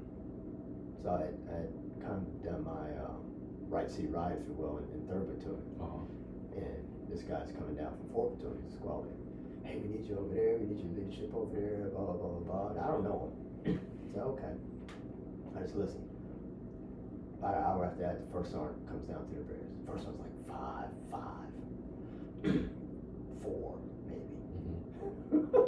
Not a tall guy. Yeah, it's a ranger, right? Yeah. And you know, he's barking. So he's like, Womack, I'm gonna put you in 4th platoon. I was like, why you put him in 4th platoon? You don't ask me why. I'm gonna tell you why. I'm the first sergeant. So I call it the little big person disease. Right? He's a little Napoleon. Yeah. I'm gonna tell you why I'm the first sergeant. I'm thinking like, okay, we already know that. Like, there's a reason why. Yeah. Yeah, why can't you just tell me the reason why? And so anyway, so I'll tell you, they need your leadership over. But why don't you just leave with that? Why didn't you like stroke my ego first instead of like, you know, I'm dead. Anyway, so I move and all that stuff. I'm over here in 4th platoon, right? And anyway, that guy that came and told me that, he told me something else. I can't remember, but it wasn't true. Aside from, we need your leadership over here. He said something else. So I always mess with him to this day. That, let me tell you how I met this guy. He started out by telling me a lie. Right? And now we're friends. Yeah, now we're best friends. Yeah. So it's kind of funny how it all started out. But and then I'm there for, well, obviously a year in the platoon, but it's July, and then he had already been there. He left in November. And right after he leaves, we have our normal routine. So this is how it works. Everyone's in this JSF, Joint Security Force Company. There's 4 platoons, and those platoons rotate. There's a platoon that's off. There's a platoon that's QRF. There's a platoon that's north, which means you're working in the JSA itself, and there's a platoon that's training, and you just rotate. So when you go from off to QRF, in the morning of that changeover, you're assuming the role of QRF. That platoon is assuming the role of north. So you're getting the ammo and everything from them, and you're signing for it. It goes from their trucks to your truck. When you're QRF, you're on call 24/7. Monday through Friday, in the daytime, you're staged at a place that's probably 3 miles from the barracks area, which is Camp Kitty Hawk, but about a mile from the JSA itself. And it's just a QRF building, so that's where you are all day. You may be doing some training or some map reading or some stuff that you can do kind of locally there in that area, because you're just on call for QRF. So that's what QRF is like. Then you change over from QRF to north. Then you go up north, same kind of handover, kind of relief in place. There's ammo and stuff already up there. And they come out, you come in. Then you're up north in the JSA, so now you're the guards that are outside on the tours when those happen. When we have a tour, they're out. We're out. And then when they have a tour, we'll send a small presence out when the north has a tour. And that's how that works. Then you transition from north to training. So ammo changeover, and then whatever training you're going to do. Sometimes it's local, but most of the time they'll plan for something in some training area or whatever for you to go do. Then after that, you're off. That was kind of the rotation. Okay. So one day we're north. It's Thanksgiving, 1984. It's Thanksgiving over there in about 13 hours ahead of Eastern time zone, and we had just finished his squad leader meeting, and then we hear kind of sound like that, but it's a gunshot, and you hear a couple of them, and you know right away it's a gunshot. So we go through our drill to arm ourselves. Now, I should mention that our platoon is half GIs and half Koreans. Okay. And they would call them Katusas, which is Korean augmented to United States Army. It is, they are kind of the elite of elite in Korean society. Like, parents have money. Okay. You must join the military if you are 21 in Korea. Mm-hmm. I think maybe, I forget what the age is now, up to the age, but you're gonna have to wait until 21. But you have to serve the military for 2 years. Like, still to this day, you must serve the military for 2 years. Yeah. So, but if you are the elite of the elite, then you have an opportunity to be a Katusa and serve with the United States Army versus being a ROK soldier, because of a Korean soldier. So this is like a prime assignment for them. For them, yeah. Yeah. Privilege. Yes. And ROK Army is much tougher on them Mm-hmm. coming in there, so they really don't want that. Not these kids. But they would always say, "No, we're ROK soldier." Like, you're not a ROK soldier, dude. Shut up. So anyway, gunshot happens, and I mentioned them because even though our total force of the platoon, strength of the platoon is 36 people, Mm-hmm. well, about half, 18 or so, are fighting the KPA, Korean People's Army, that are assigned in that JSA on the north side. Okay. Each guard post that we have has a U.S. soldier, ROK soldier. That's the way it kind of works. You're paired with them. Yeah. So that was probably the only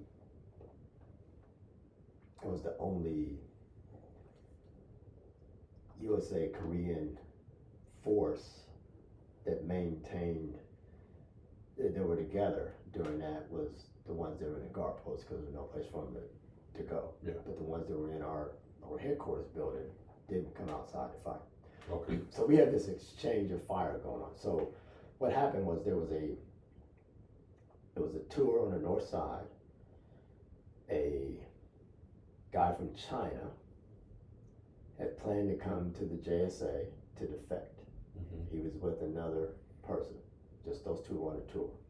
And they had a Korean guard that was accompanying them on the tour on their side. He asked the guard to take a picture, asked his buddy to take a picture of him with the guard. As soon as his buddy took the picture, he took off running to the south. And then eventually the guard chased after him, shooting. Right. And that started a whole firefight. Oof.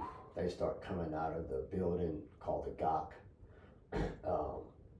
And we start coming out where we are, and now there's exchange of fire going back and forth. You couldn't really safely maneuver from the area of that building.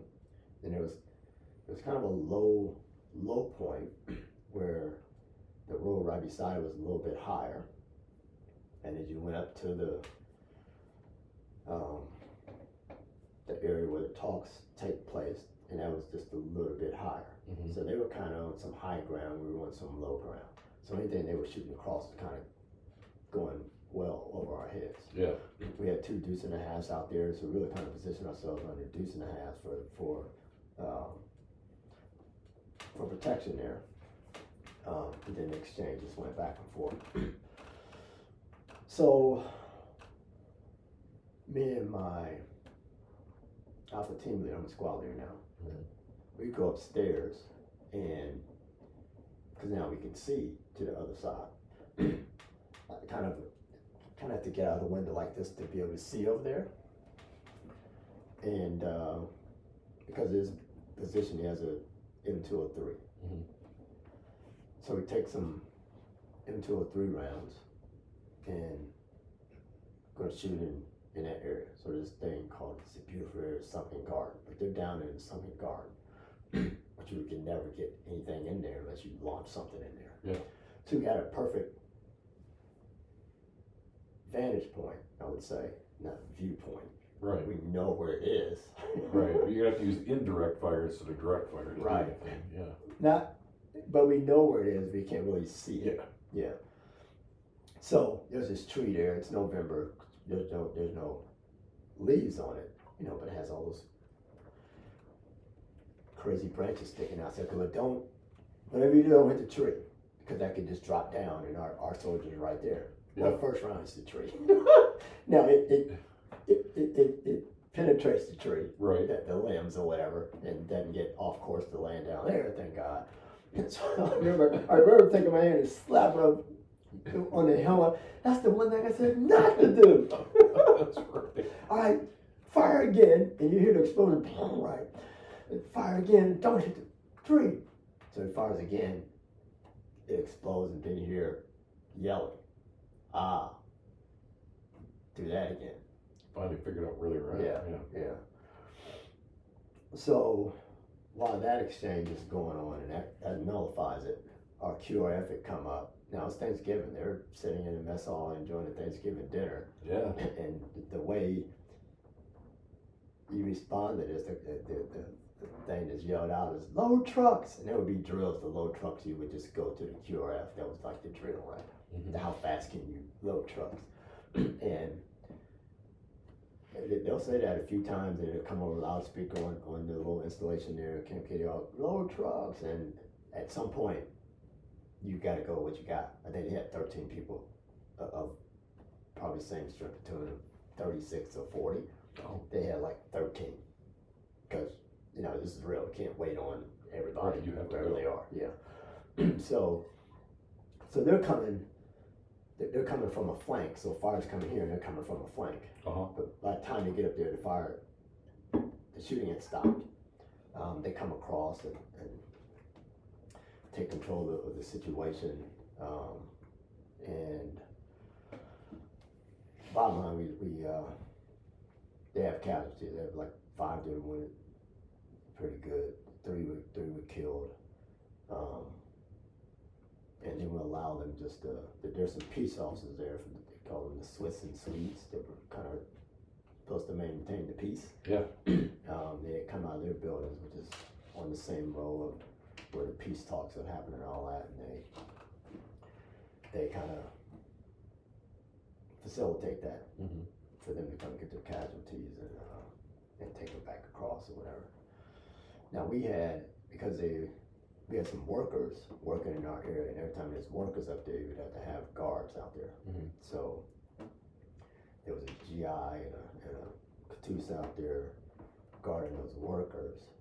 And when the shooting first started, and then one of the Catuses got shot, like right in the face. Oh. Yeah, killed him. Because when the shooting happened, he ran to some high ground, and like I said, they were always higher than us. Yeah. And because he went to the high ground that was behind us, he caught it right in the face. And then the guy that he was with, the GI that he was with, got shot in the neck, but he had one of those kind of fatty, meaty necks, and it just went straight through. Well, not his neck, but the meaty part. Oh yeah, just the little part right there. Right. Wow. Right. So he was. He made it through that. Yeah. Yeah, so you never know. Like nothing had happened for 7+ years. Right. And this thing comes out of nowhere. And the defector had ran all the way, he just followed the road and ended up at checkpoint 1, which is just checkpoint 1 might have been half a mile away from the headquarters-ish. Mm-hmm. Of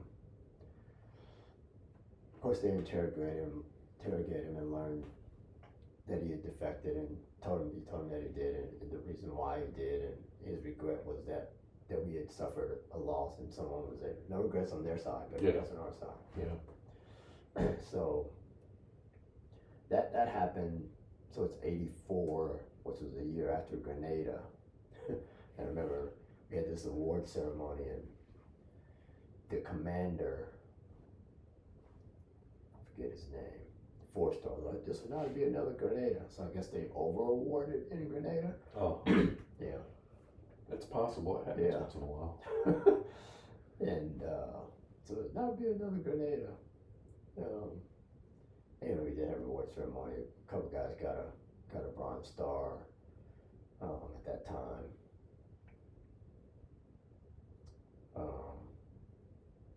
Some Archon with V devices. Yeah. Yeah. Kind of the usual. Yeah. No CIBs. Right. Yeah. So that was that experience. And I want to ask you something Yeah. about that though. So they didn't get CIBs because it wasn't a declared like combat zone, or they just get them because I'm not going to award these things because it's not going to be Grenada again. I was just curious why they wouldn't get a CIB. I would say the latter. Yeah. Yeah, I mean, if you start the whole process with that attitude, are you going to go through the same, like Korea's been our enemy for how long? Yeah, long time. Thank you, yeah. Long Yeah, time. they've been enemy for a long time, right? You had a war because of it. And now you have a firefight, and you're going to make a stance off of something else that's not going to be that. Yeah. Like, Those guys should have gotten their CIBs Yeah. for sure. that's not how you approach things. No, you approach each Yeah. situation That's right. based on that Yeah, situation. they're all independent. Yeah, I Yeah. agree. So, I agree. that was that. I'll be honest with you, the days afterwards, even immediately after, I should say, first and foremost, because in the building we were in, there was this little hole. So upstairs where we slept, while I was sleeping, and I try to get the same spot to sleep in all the time. You could look through and look at one of their guard towers, Mhm. and then see some of the GOC.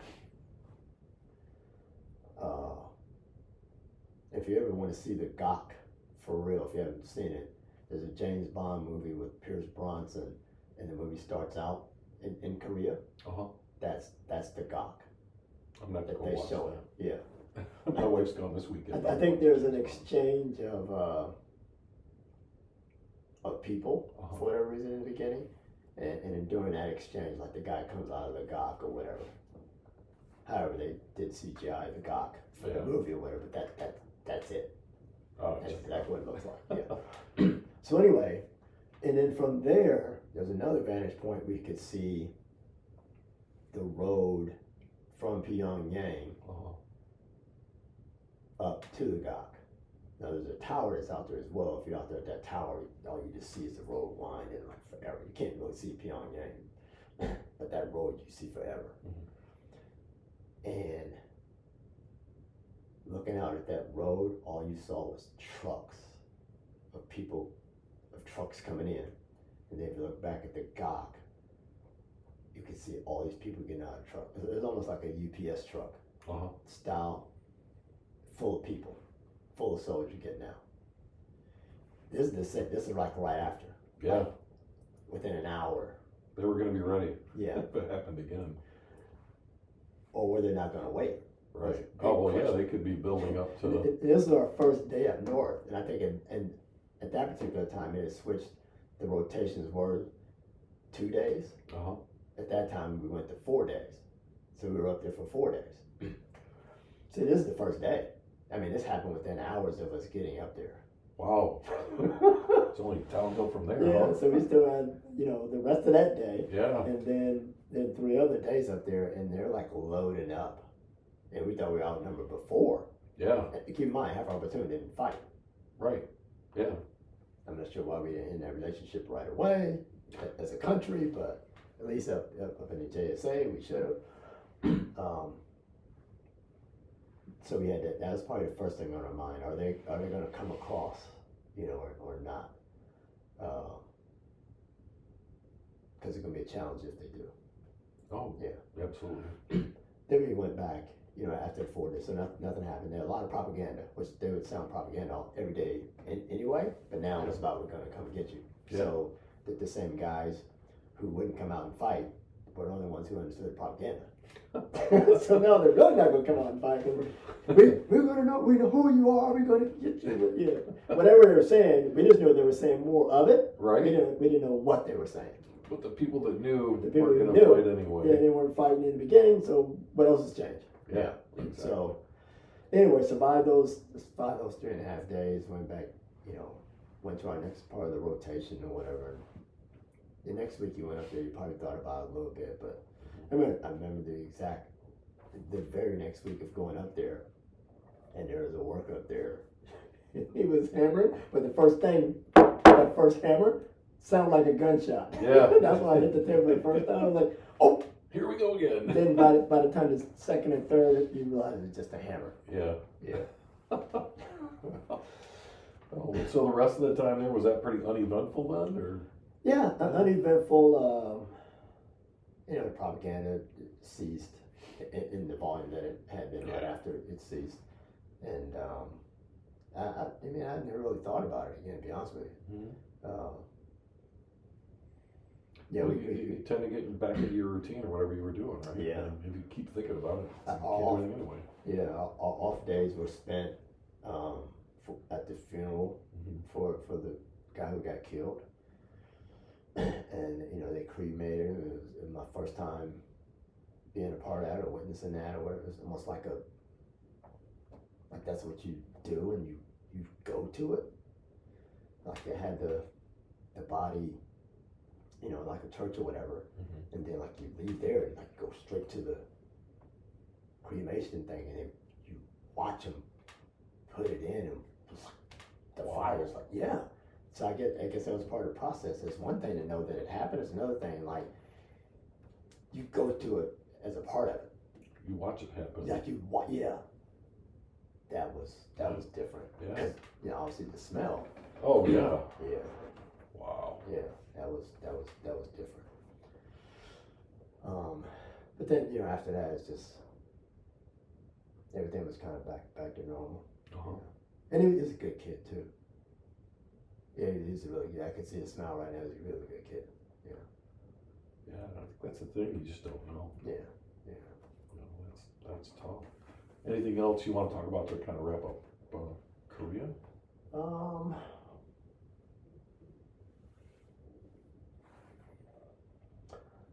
I don't think there's much else there. I continue to go to school. I was still going to school there, in between all that. The guy that lied to me about coming in at platoon, excuse me, influenced me enough to go to the old guard, which ended up being my next That assignment. was your next assignment? Yeah. Yeah, how was that?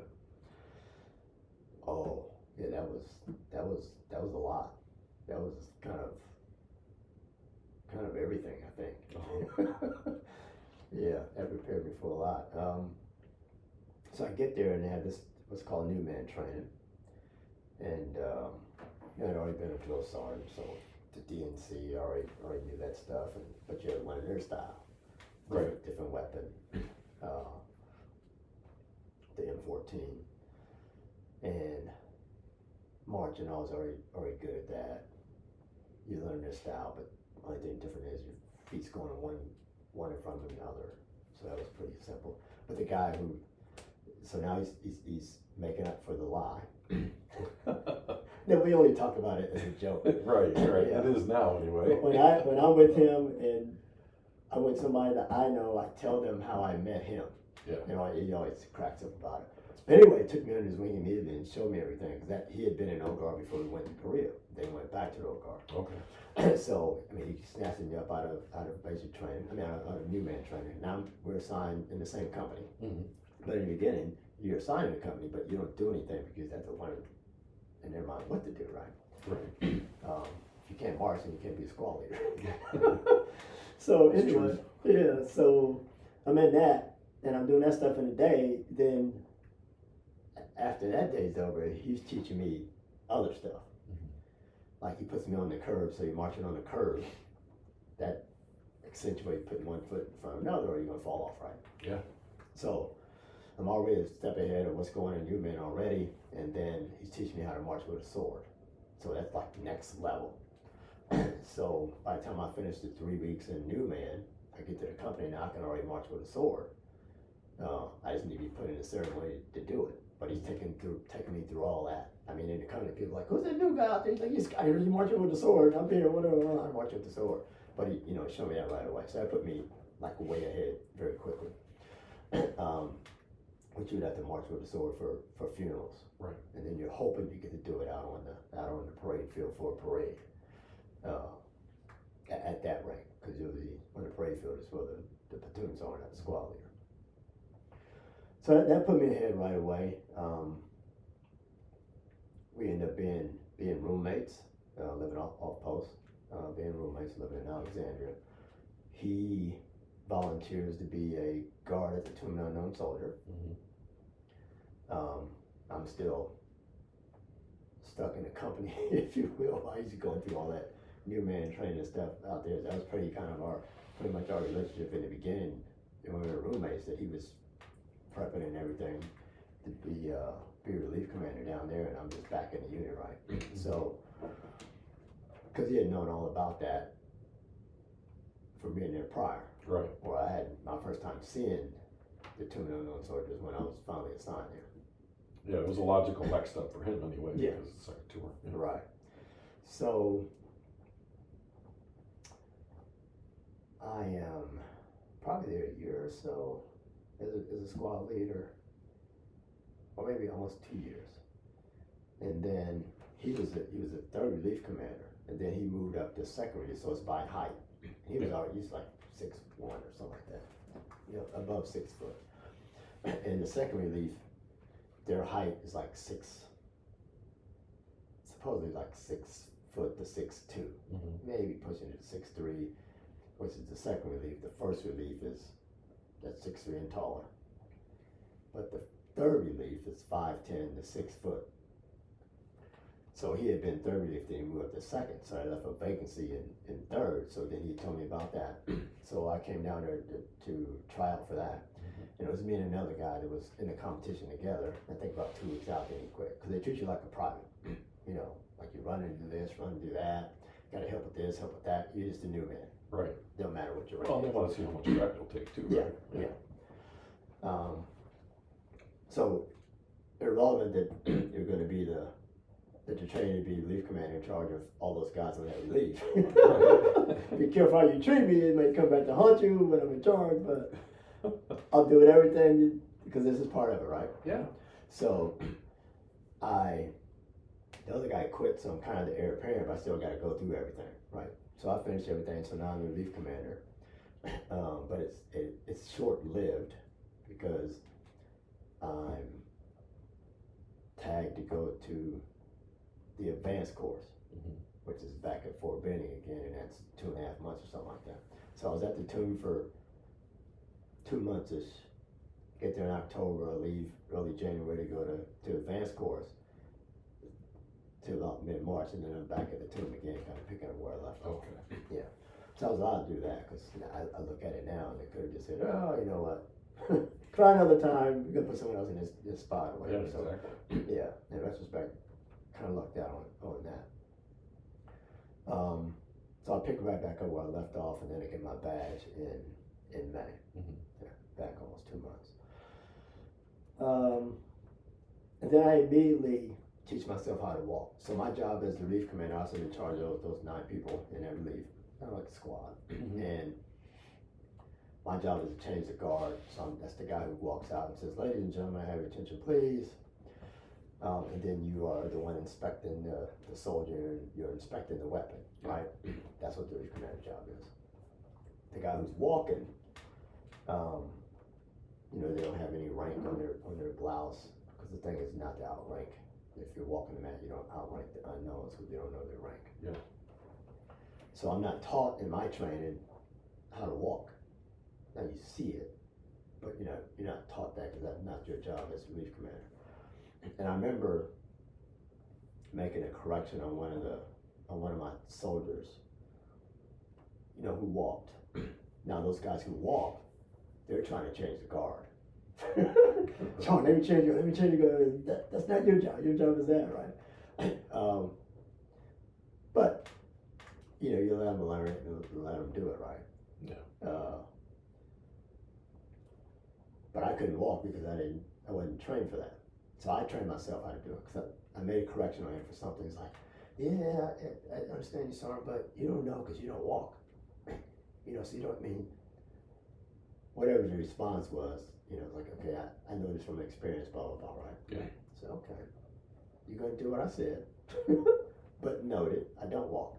So then I taught myself how to walk. So that way, because every other job in the Army, for the most part, wherever you start, you move up, you've done that job. Right. So when I'm telling you, it's not because I say to do it, it's because I've done it. Mm-hmm. And you've done it to standard, you know how to do it. Right. Yeah. That wasn't the case at the time with that. Right. So he was right. I hadn't walked. I didn't personally know. That's not going to change. Right. You're still going to take this correction. That's right. Exactly. So I taught myself how to walk. Yeah. So now, and what I was telling him to do when I walked, it was right of what I was telling him to do. Yeah. He was lying or trying not to do what I was saying to do. Right. But I taught myself to walk. So it was the people who were trained to walk always wanted to change the guard. It was never the person who was trained to change the guard trying to walk. Right. So it was kind of, I would say not heard of. It wasn't something that the relief commander did. Yeah, it wasn't the usual thing. Right. Yeah. Right. So I did that for, and the timing of me teaching myself how to walk was super critical. Our relief was supposed to be 9 people total, but people were leaving, you know, time was up in the Army, they were getting out of the Army, and it was hard to get people down there. I mean, we were doing all kinds of stuff as experiments to try to get people. We took one guy who ended up being a stellar person, not to mention tomb guard. We took him out of new man training. Like he did his new man, and then we pulled him straight to the tomb. So it was an experiment. Let's see if this will work. Because if it worked, then maybe we can repeat it. Yeah. I don't think we were able to repeat it. He was just an anomaly. But it worked for him. Yeah. That way he didn't go to the unit and learn all that other stuff that we would have to change anyway. It was just straight to this. And it was super stud. But instead of having 9 people on the relief, we had 5. So from April 1st to September 30th, the guard changes every 30 minutes. From October 1st to March 31st, it's every hour. So the person walking on the mat is out there for an hour. And those other months are out there for a half hour.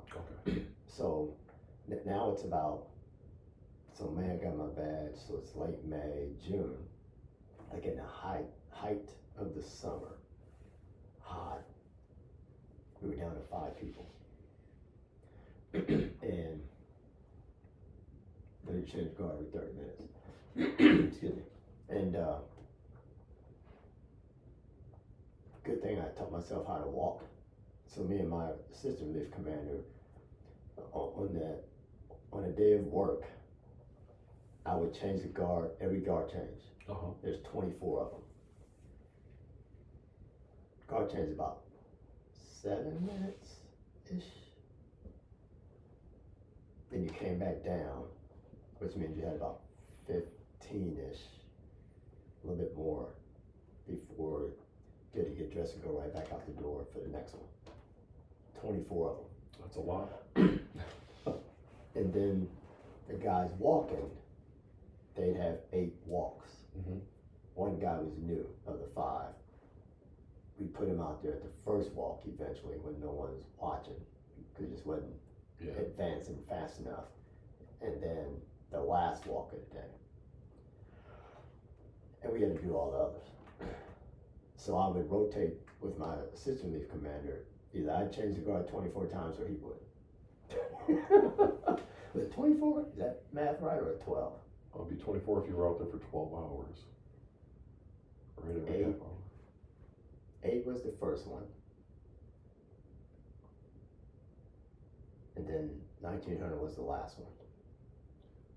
So. Yeah, because it was 24 guard changes, but I think it was 8 walks or 12 walks. I can't remember. Yeah. Because I think we went from 5 to 4 people with the same situation of putting that guy up once or whatever. It was a lot.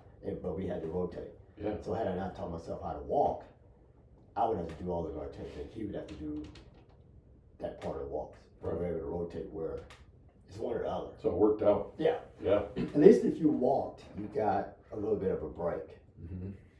Because you couldn't come down and go right back up. Right. You'd be third in the rotation. But Well, if the guard change, you get so good at getting dressed fast. Now you know what they wear. So you think about putting all that on in a short period of time. Yeah. And then if you had a reef ceremony in between, then you just never got it dressed. Yeah. But the times you didn't have to have the reef ceremonies, if the guard change was, I can't remember how many minutes. Like you were up there on an hour to say, ladies and gentlemen, have attention please, like on the hour. And maybe it's 9 minutes, 8 or 9 minutes total before you're back inside the quarters. Mm-hmm. And then I would take shoes off, pants off. I'd start the day, shoes off, pants off, so I could sit down. Mm-hmm. And not shirt, even though like we have tape in these collars, so whatever reinforced collar you buying the best shirt you have today, Yeah. and you have a tie on, just think about that look. But we have tape in these collars, like the tape is probably on there 5 deep.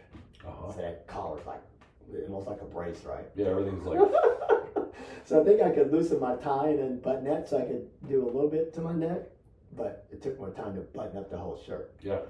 So you may get to do that and sit down for, you might get 10 minutes in. Mm-hmm. And I'd push the envelope to get dressed further and further to like 6 minutes before I have to be out the door. Normally you start 15 minutes, like 15 minutes prior Yeah. to that guard change. They would say a quarter till. And that's when everyone gets up, start getting dressed or whatever, right? I push that to at least 20 after, 22 after. It's just a little bit more. A little bit more, right? Yeah. Yeah. But I know I could get the pants on fast, tie my shoes up fast. Oh, Then yeah. you get the blouse on, you button it. Now you kind of button it and they tape you off and everything, help you get your belt on, make sure, and you have to do all this fine tuning and everything. It's like getting ready for the Oscars. Yeah. Yeah. For every guard change or whatever. That's a couple of years worth of doing that. So that's a lot of work. Yeah. How long were you there total? So, as relief commander, I was there for 18 months total. Uh-huh. Now, there was some breaks in there. So I had 2 months in advanced course. And then after that long summer stretch, in the fall, I went to Ranger School. Okay. So I had 2 opportunities while I was there and left to go to schools and come back. Then came back up to Ranger School, I think Ranger School was 60 days, something like that. Yeah. And then after Ranger School, how much Then I was longer? there for 5 more months, I Okay. believe. Yeah. I think I left in like May. Now it's 1988. Left in May to go be a platoon sergeant in the old guard. I was a platoon sergeant for 3 years. And then went back to the platoon to be the sergeant of the guard. So now I'm in charge of the whole thing. Yeah. Yeah. You know, something I didn't ask is, at this point, are you a staff sergeant by now, or I'm a sergeant first class. Yes. Okay. I was a actually when I left the platoon as relief commander, I was promoted to sergeant first class. Okay. So when I went up to the unit there, I was a platoon sergeant. Okay. Yeah. All right, I got you. Platoon sergeant's important. Now, I spent 14 years enlisted and then went to OCS. Okay. But I remember coming out as a lieutenant and getting my first platoon. Mm-hmm. And Sergeant First Class Lucas was my very first platoon sergeant. That guy trained me and kept me out of trouble. That's all I can say, man. I just owe him my career. But, ironic, when I was a platoon sergeant, I had a guy named, my first platoon leader there was a guy named Carson. uh-huh. And then he left to go be an executive officer. The next guy came in, his name was Carson. They're just cycling the Carsons through. Yeah. And like the first Carson knew he was going to be a career guy. The next Carson knew that he was only going to do his time. Yeah. He's a West Point guy. And then I got a guy named Sabai. And he had gone OCS. I think he, like you, had been 14 years. Yeah. He was SF, and now he was a brand new platoon leader. So my message to him was, I'm the platoon sergeant. You're the lieutenant. Go do lieutenant stuff. Yeah. You don't know what to do, and I know you don't know what to do. You have 2 platoon leader brothers right around the corner. Go talk to them. Yeah. Yeah. So So I think the thing too is, if you think about the way it's structured, is that the platoon leaders come and go, like officers come and go. right. But that platoon sergeant, he's been there for a while. Right. Everyone knows him. That's who they rely on. Yeah. And then as you move up into sergeant major and all that stuff, it's kind of the same. Like the officers rotate pretty quickly, but the enlisted part of it, at least from my experience, I mean, Yeah. we were the guys that held it together and kept the officers from hurting themselves and other. That's the continuity. Yeah, exactly. I remember the first platoon leader, it was like, okay, because he was already there. Mm-hmm. It was like, okay, this is your platoon now, just for a minute. I'll be taking this. I'll be taking this in a matter of weeks. Right. I feel good about that. It's yours now. They know you. You've been here for however long. It doesn't really matter. It's going to be a wash here in a few weeks. Then, of course, the new guy coming in knows it's not his. Yeah. But it was a very important to tell the guy who'd been in Sergeant First Class, because that's all he knows is, I'm the guy in charge or whatever. Yeah. You are of your desk over there. You are or you were. Yeah, dude, you got to fall in right here. You don't know how to march. That's the first thing you need to concentrate on in this particular unit. Yeah. Yeah. Yep. Well, and I think too that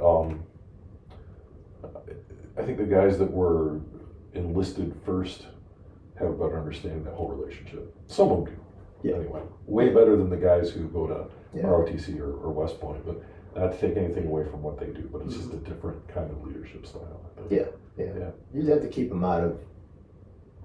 You have to remind them that they are not that rank anymore. Right. Once you have that part down there, they're going to be all right. Right. If they're smart, they already know it. Right. Yeah. Right. No, I got you. So, anything else we want to cover, like from that time with the old guard? Is there anything? Well, like I this? mean, so I met a young lady and got married. Okay. By the time I left there, we had a son. Now, where was she from? Was she from that area? From that area. Yes. Okay. Yeah. I met her at I ended up buying a house, and we had a house party, and my friend knew her. My friend's girlfriend was her friend. That's Okay. how she ended up at the party. That's a great way to get in trouble. Yeah. She came with a guy, then he overdrank, and then that relationship was over. He overdrank. I've never heard it put that way. That's a very nice way to say it. I'm going to use that.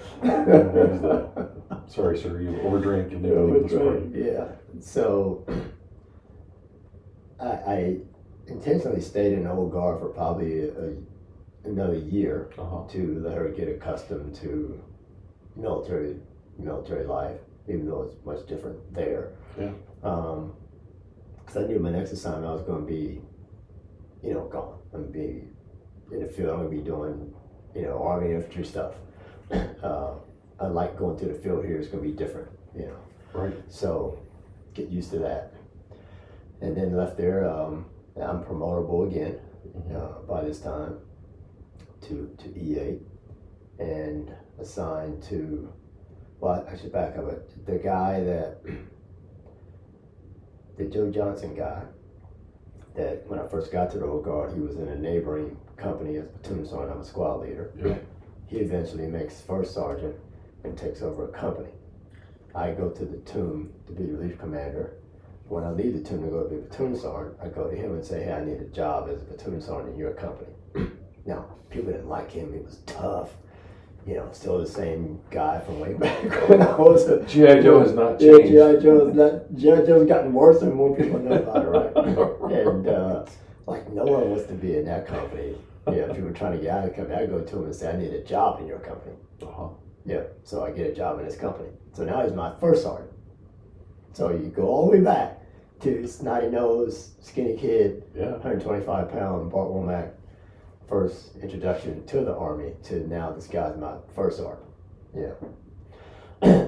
Anyway, so now I'm Whatever you say after this, you did this to yourself. I just Yeah. want to say that. Yeah. Okay. So I wasn't afraid of him. Yeah. You know, so so now I'm first sergeant, and I go while I'm waiting to go for that job and where I'm going to go. He's promotable to Sergeant Major, Mm-hmm. and consulting him about where I should go. I said, just wait, let me see where I'm going to be assigned. So he ended up being assigned in Hawaii to a battalion. So I go to Hawaii. So now he's Command Sergeant Major and I'm first sergeant in the Okay. same battalion. Okay. So here's now yet another assignment with him, right? Yeah. Yeah. You guys are getting to know each other pretty well. Yeah. So that's how I ended up in Hawaii. That was a start off, and I get there, and the unit I'm going to is going to be deployed to Malaysia. Mhm. So I'm in Hawaii 2 weeks, and then boom, I'm going to Malaysia. Now remember I told my wife at the time, hey, this is going to be fast and furious with me. Yeah. Here it comes, because you're not M anymore. You're Right. on Bravo. We get there to Hawaii. I got a 9-month-old son. I'm there 2 weeks, and then I'm gone. 30 days in Malaysia. That's got to be tough for her. Yeah, so I spent more time in Malaysia than I had in Hawaii. Yeah. Yeah, I had enough time just to pick a house and pack and go. Mm-hmm. Yeah. Then I come back and it's like the field all the time. The weather's always nice. The other places you have excuse about the weather, or they might not plan training as a result, or cut training short, or whatever. Not in Hawaii, so you're in the field all the time. The first 2 years, I didn't sleep in my. The first 2 years, I slept in my bed for 13 months. Wow. Yeah. Now, part of that was a 6-month deployment to Haiti, but Yeah. it still counts as a time. Yeah. Yeah. Right off the bat, it was 30 days deployed. Well, it's interesting you say that. My son was in Hawaii. He was in the infantry, and he was there for a little while. But then he deployed right to Iraq, Mhm. and then he got back, and then he went back to Georgia. But yeah, Hawaii, you're not really stationed there, which I hear is good because it's an island. Like, it's really cool, but it's an island. Oh, yeah, but it's really cool. Yeah. It's paradise. This is true. No doubt about it. It is complete and utter paradise. So when you're not in the field or deployed, Mhm. it is a beautiful place to be stuck. I'll be honest with you. Yeah. Yeah. How's your wife handling all this? At the time, okay, I guess. I don't know. We ended up getting divorced, so maybe not okay. Yeah. She realized maybe that just wasn't the life for her. Yeah. Had another son, and so now there's two, and I think I ended that last year on just a 1 month deployment to a training center, JRTC. Mhm. But so the 6 month in Haiti. Yeah, I was going to ask about that. Yeah, we spent 6 months in Haiti. This is when Aristide was ousted as the president, and the coup takes over. Military coup takes over. That guy, I forget his name off the top of my head, and we have to kind of put Aristide back in position. Mm-hmm. But that's a different place. I'd never been to a place like that. They would just kill people and it's like, it's nothing. Yeah. It's just like, let me go out to the car and open the door and shut the door, like just so. Yeah. Just part of life there. Yeah, it was really wild. But while I'm in Haiti, our brigade sergeant major decides he's going to retire. At the time, the decision was made that the brigade headquarters would stay in Haiti for an additional 3 months, Mm-hmm. which ended up being 6 total. The battalion I was in was being deactivated. So as soon as I got back to Hawaii, it was going to deactivate. So, and then the first sergeant of HAC Brigade was retiring. So him and the and the Brigade Sergeant Major retired. So they didn't stay in Haiti, they went back to Hawaii to retire. So my battalion Sergeant Major, he takes over as the Brigade Sergeant Major. I take over as the Brigade HAC First Sergeant. So it's another tour together, if you will. Yeah, wow.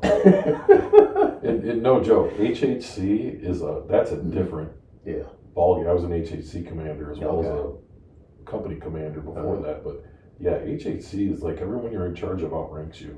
Yeah, and now it's HHC Brigade. Yeah, even worse. Right, even worse. If that's, I looked at it as even better. Yeah. What I knew was that at HHC Brigade, I would learn everything.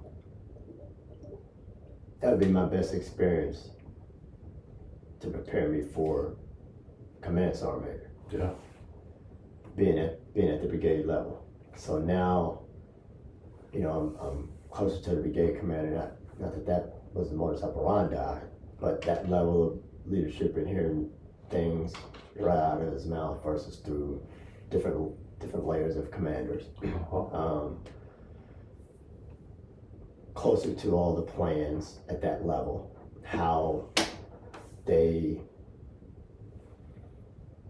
did what they did to get it to the battalion level, which helped you understand what the battalion was doing after they received it. Just opened my eyes to that big level of planning that, of course, the next level is division, right? So it was intentional, to get the job, but more importantly, the experience. And then we went to JRTC. So this probably was a marriage ender because I was set to PCS from Hawaii, but I extended to go to JRTC because I wanted that deployment, even though it's not traditional deployment, I wanted that JRTC experience at brigade level. Yeah. And that was really the kicker of preparing you for Command Sergeant Major at the battalion level and beyond. Was you got the garrison part, but more importantly you have the field part when you're going locally, but you have that JRTC part, which is really, really instrumental in my opinion. Because you got to see it all. Yeah, from the command and control perspective, and not just at the company level with squads and platoons, but you're looking at the whole battlefield. But you're not, because of your position, you're not in charge yet. Exactly. Yeah, it's beautiful. It's perfect. And you knew what battalions needed, and you knew how to get it to them. Right. Because there's a lot of constraints at JRTC. You can't just here. It didn't work like that. So that it was a perfect setup to be able to see all of it, and then communicate with those other first sergeants that were at the battalion level in their various positions, whether it be line or even their HHCs, of what they needed and how. You know what I mean? Yeah. It was perfect. So I leave there, and then I go to I'm still a first sergeant. I go to the 6th Ranger Training Battalion, which is the Florida phase of Ranger School. And I'm a first sergeant there, and then my duties are you take the big board of when the students come from the mountains to the Florida phase. You map out their grades, who needs the patrols next, and what their grade. Of course, you get their grade on their patrol, but more importantly, you're managing their patrols. You're making sure they're checking all the boxes that they need to check. Yeah, so you have to have a certain number of patrols to graduate. Yeah. So you're looking at the big board, how many have they had thus far, who needs them next, which ones they're going to be doing next, etc. It's a bigger board you're filling out for that for each and every patrol. In addition to that, you walk. You have to go grade a patrol as well, or patrols, I should say. And then either myself or the commander had to be out there on the patrol during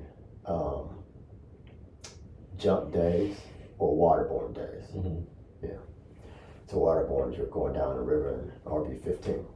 And then there was one jump maybe 2 jumps in the Florida phase. There would be one you jump from the mountains. So after the mountain phase that's in Dahlonega, Georgia, Mhm. they bus you back to Fort Benning. You do airborne prep, which is not the right word for you airborne people out there. I know that. That's what Somebody's gonna comment. Yeah. Trying to make me think of it, but take It's too much okay. time. Anyway, you're getting ready for the jump. Yes. To jump from Fort Benning into Florida. Uh-huh. Now we prepped for that many a times, but we never did it. We'd always be weather out. So it never happened for the year. I was only there for 10 months, but we never jumped into Florida because of weather. But then there was one that happened while you were in Florida. Mhm. Yeah. That would always happen though. Yeah, it's just that Yeah. transition, right? So that was a fun time. Uh-huh. Kind of full circle. You were one, now you're back in it. In a different way, unlike basic training or some other things you may have done. It was.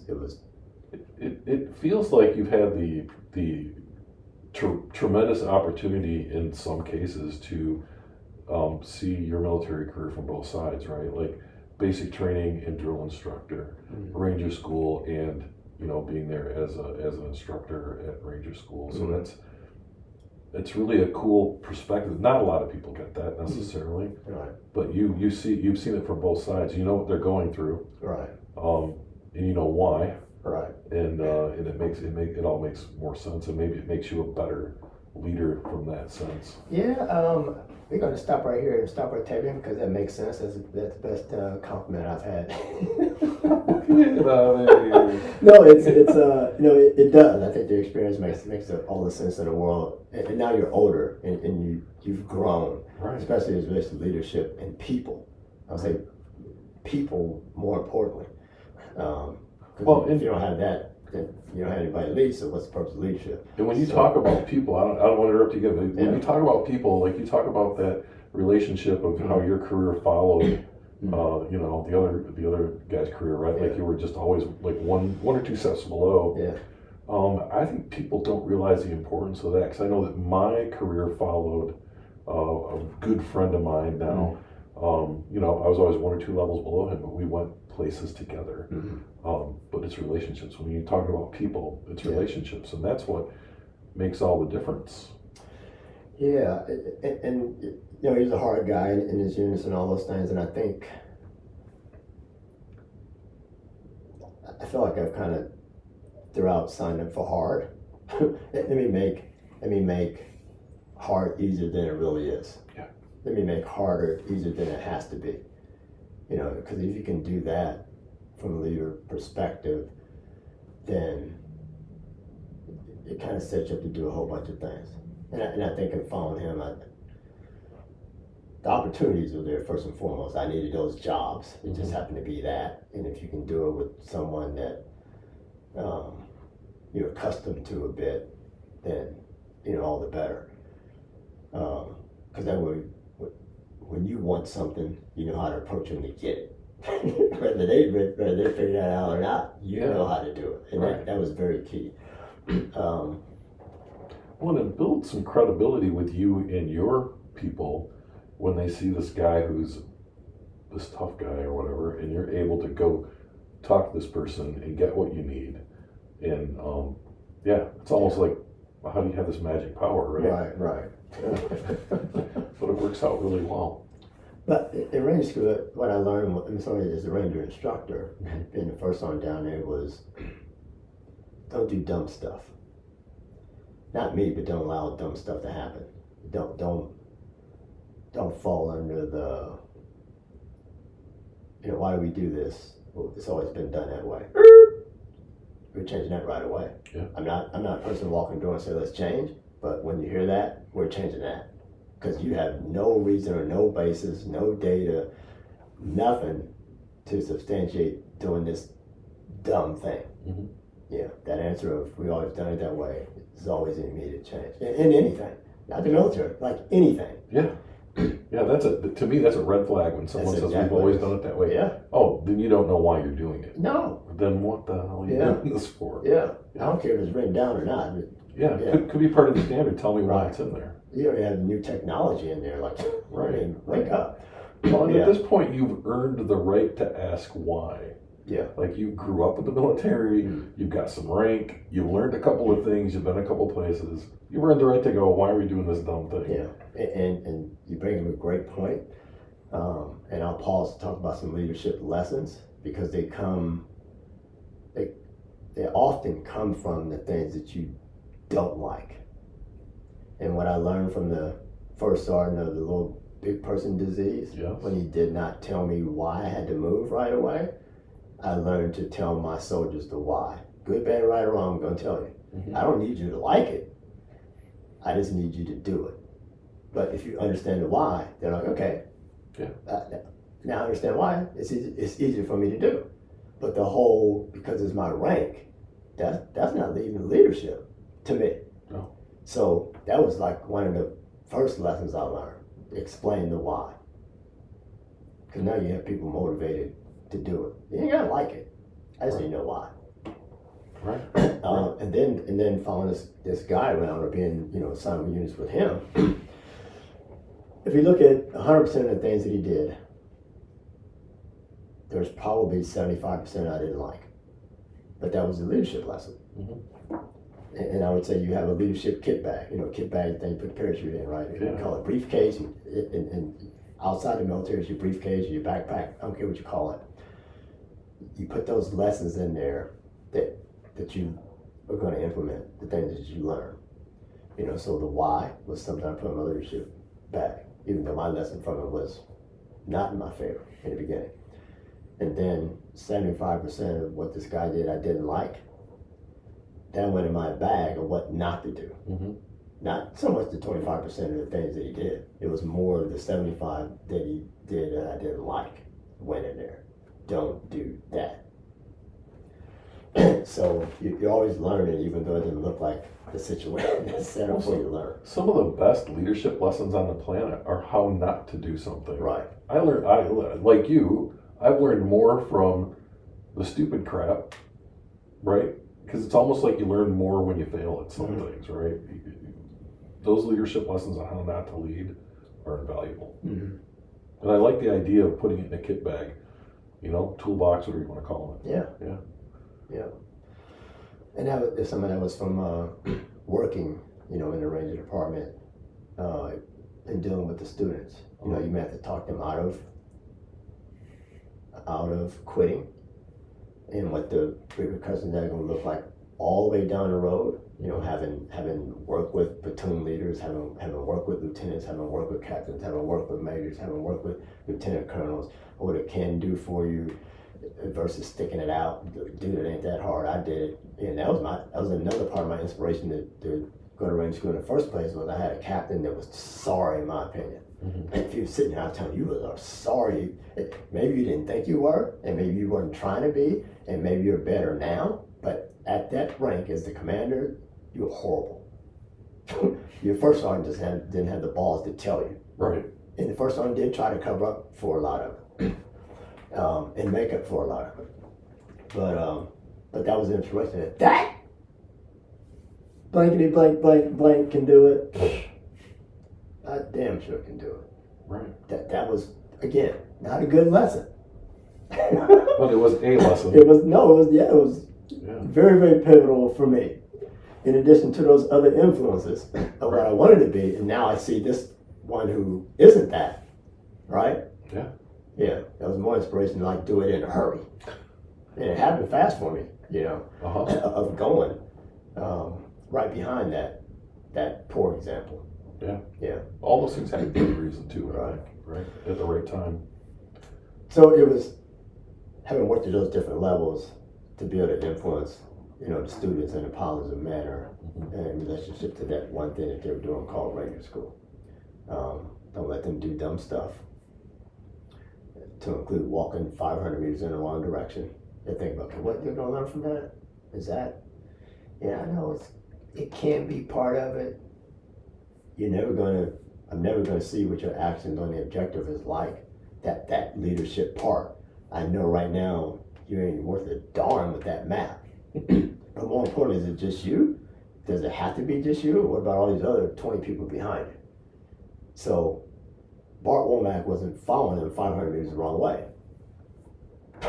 Just to walk back to the right way and never get to actions on the objective. I'm halting. You need to check it.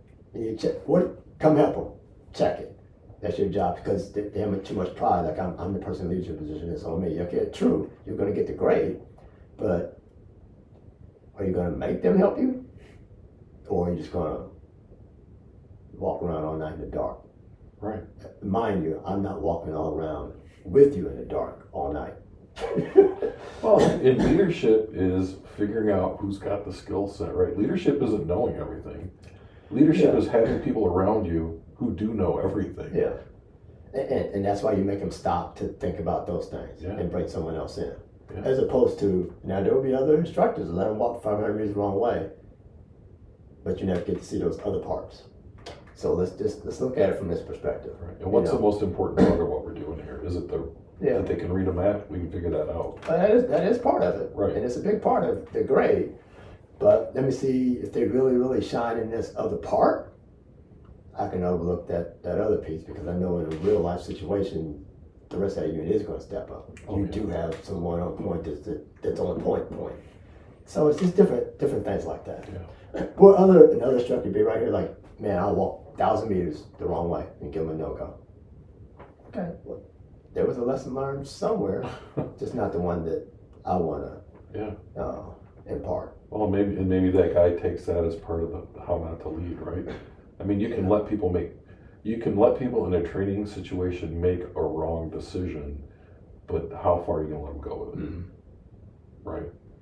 Yeah, and I like the approach of, are you sure that's, why don't you double check it? And that goes back to my Sergeant First Class Lucas, who, when I was about to make a dumb decision, and I'll admit there were some dumb decisions, he would say something like, "Are you sure you want to do that, sir?" And that meant he and I need to go talk someplace not in front of the platoon. Right. Yep. So it was like I was going the wrong way, and he was going to help me get back on track. Now, we didn't always agree on the solution, Right. but we did when we walked out of that office. That's right.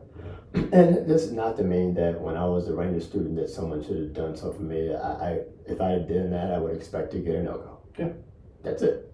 Right. That's just how it works. Right. Yeah. So you really weren't there for that long, then. Yeah. So I had been 3 years as the first sergeant in Hawaii, and I get down there in September of 1996, and I make this first Sergeant Major Academy and the Sergeant Major list in December. So then I'm gone that summer. I'm there through July, and then I'm in the Sergeant Major Academy in August. And you're divorced by this time? Not yet. Okay. We're getting there. But what happened? I'm not pushing you into it. Yeah, well, I mean, you're right into it, because I finally had left Hawaii before I did, because I stayed an extra month to go to GRTC and all that experience, right? And then we were trying to be assigned to Fort Benning while she worked in Atlanta. She was doing corporate America stuff right now. It was the closest big city, etc. Would have been nothing in Columbus at that time. There's still nothing cool. My son lives in Phoenix City. Okay. So it's a beautiful area. I'm just saying there's not a lot of jobs. Oh, I know. But the company she had worked for was putting her someplace else. I mean, to the point where we left Hawaii, the also goods were going to Maryland first, and then they were changed to New Jersey. No, I'm sorry. They were going to Maryland first, and then they were changed to California. Okay. Yeah. So once we knew that, then it didn't make any sense for me to be at Benning. I didn't have to be there, so I ended up in Florida for Florida Federal Range Group. Yeah. So I leave there, then we make the decision that Sergeant Major Academy is only going to be, it's not even a whole year, right? Whole calendar year. So you just stay where you are. I'll finish school 10 months from now, wherever it was. I got there, I think school officially started in August, graduated in May. So instead of doing more moves, just stay there, I'll go to school, and then after school, we figure out what the next assignment's going to be, because I won't know until close to graduation time, right? So we're trying to prevent from moving like 3 times in 18 months or something like that, if it was even that much. So that kind of led to the demise of that. So in the middle of Sergeant Major's Academy, her company moved her from California to New Jersey. So the moves happened anyway, Right. just not the military. Right, wasn't your fault this time. Right, yeah. So I remember I had to get like an extra day out of school to do the move from California to New Jersey. And then I leave Sergeant Major Academy, assigned to 101st Airborne Division. I trade assignments with a guy. He had 101st, and I had 3rd Brigade, 3rd ID, was at Fort Benning. And he wanted to go back to Fort Benning, so we switched. And that job at Fort Benning was mech. And I didn't want that. Yeah, so we switched. Sound a little bit like Shining Tanks. Shining Tanks. I'm just gonna say. Except they're Bradleys, right? Yeah. I love them Bradleys. No, I guess they were Bradley. They did have a combination of both, I believe. Yeah. So you guys switch assignments? Yeah, they were Bradley, yeah. I'm sorry, they were Bradleys. Yeah. So we switched assignments. I go to 101st. I'm in 101st for, I don't even know, like 3 months-ish. And then they changed her job from New Jersey to Northern Virginia. So there's another one. They're happening anyway. Right. And then that was the straw. Yeah. So yeah, so we divorced. I got Fort Campbell in June of '98, and then divorced in January '99. So when I get there, you have to be air assault qualified. I used to say A, the A in Ranger, that's air assault. Okay, That's not how that works. I already know how to do that. No, you have to go, like, soldiers are going to be looking at you as the leader of going, how you're going to influence them to go if you don't go. Right. So the commander was adamant, that's the first thing you do. Now, this unit, which is 2nd to 327th Infantry, 2nd to 327th Infantry, which is in 1st Brigade, and the battalion's nickname is No Slack. One company is in Kuwait, one company is in Saudi, one company is in Haiti. Yeah, I told you about the Haiti experience. Right. So right there, I left there, I was like, I'll never come back here again. Never say never. I didn't learn that then. Right. Maybe it was a saying, I had never said it, so it didn't apply. But I said it about Haiti, and then as soon as I get to the 101st, where am I going? Haiti. Oh. To see that company. Yeah. Then also with the Saudi and with the Kuwait to see those companies. And then after that, I came back, then it was straight to air assault school. I couldn't get a slot before going over to see those companies. So. You know, it's funny, I never thought about that at that level, you know, the CSM. If you got, like every place I've ever been, the companies have been at least geographically somewhat near each other, but I never thought about it from that perspective, that you had companies all over the place. Yeah. Yeah. Yeah. Only parts of HHC was with all of them. Yeah. There was a very, very small skeleton left in the rear. And then our Delta company, they were a tow platoon, they had tow platoons. Yeah. So they didn't go. So it was only Delta company and this small part of HHC that was there. Okay. When I got there. So how was air assault school? I heard that's no fun. It's fun, but it's no joke. What are your thoughts on that? Well, it was logistically, that was always my thing. Okay, first you got to conceive that I can assign here, couldn't wait to my first battalion, they're all over the place, which is fine, but I'm not even there. I mean, I get to go visit them so they can see the new guy on the block, but it's been a week, then that's it. I got to come back and do this thing. So that wasn't, I thought that could wait, but no. That wasn't ideal. Yeah, they wouldn't let the units come back, let me get in the flow, no. So from that perspective, I wasn't necessarily happy about that way. And then it was, you have to get up, go there, in between PT, starting out there in the first class. You know, it's summer. There's no time to go shower anywhere and come back. Right. There's what time. So I got to bring this stuff to change. Or just wear that stuff, let it dry eventually. That's what I ended up doing. Like, okay, those BDUs can get to do it. The PTUs and BDUs. Uh-huh. It'll dry. And then it's going to get wet again because it's summer. Right. And I sweat a lot. Which a point I wanted to make earlier. When I did finally go to Ranger School, I wanted to go in the wintertime because I sweat a lot. It was like, I'd be laying down here with the bugs are going to be on you, all this stuff, because I would never dry off in the summertime running. I just sweat all the time. Yeah. I didn't want that, so I went in the winter.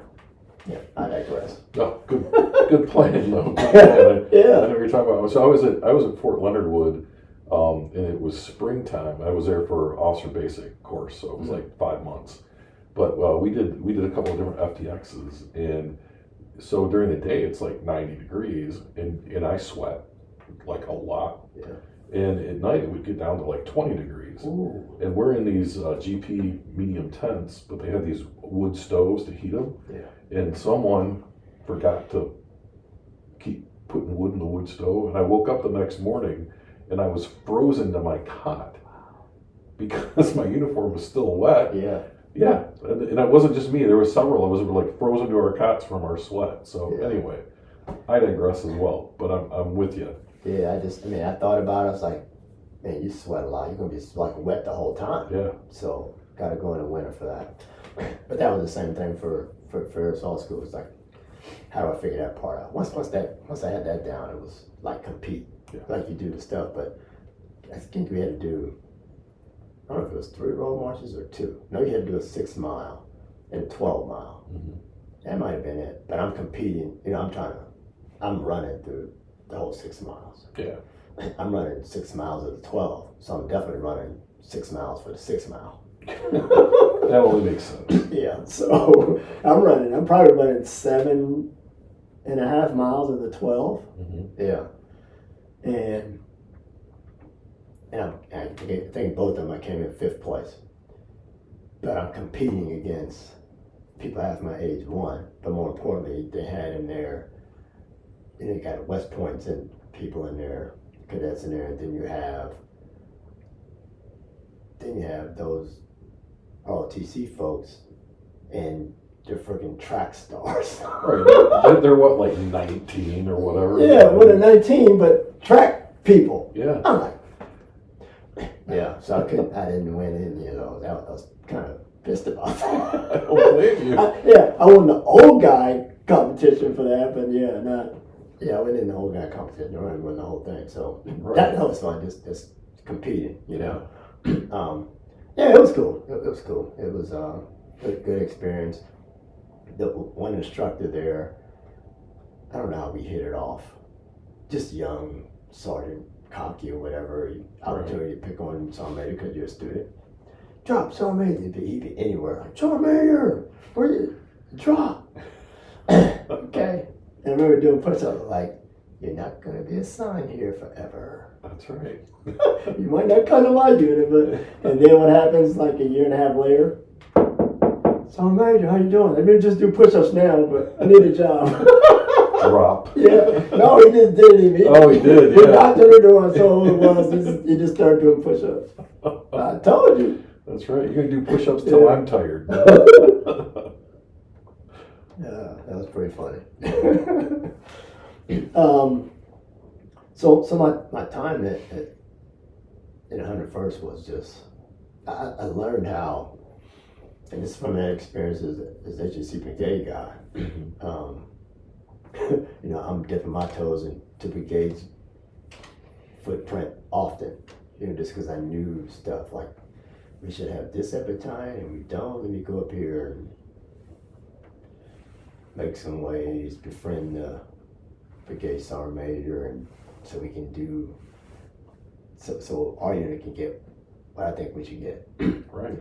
You know, this is the days of the cycle system. Mm-hmm. I don't know if you remember that. So the Army is what it's green, amber, and red. You know, green is deployment status. Amber is in the field, and red is, you know, you're on leave or you're doing details or school or whatever, right? Right. In the 101st, it's white, gold, and black. So I think black was the green.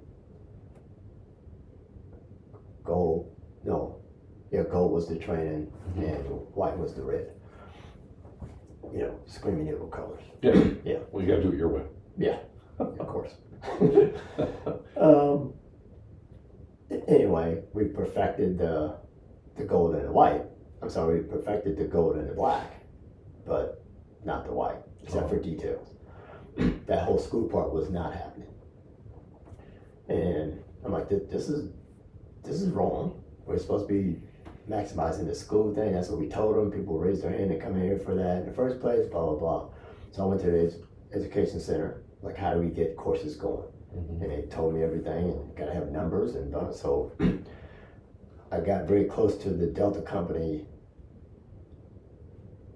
first sergeant and platoon sergeant, more importantly, platoon sergeant, who had a master's degree.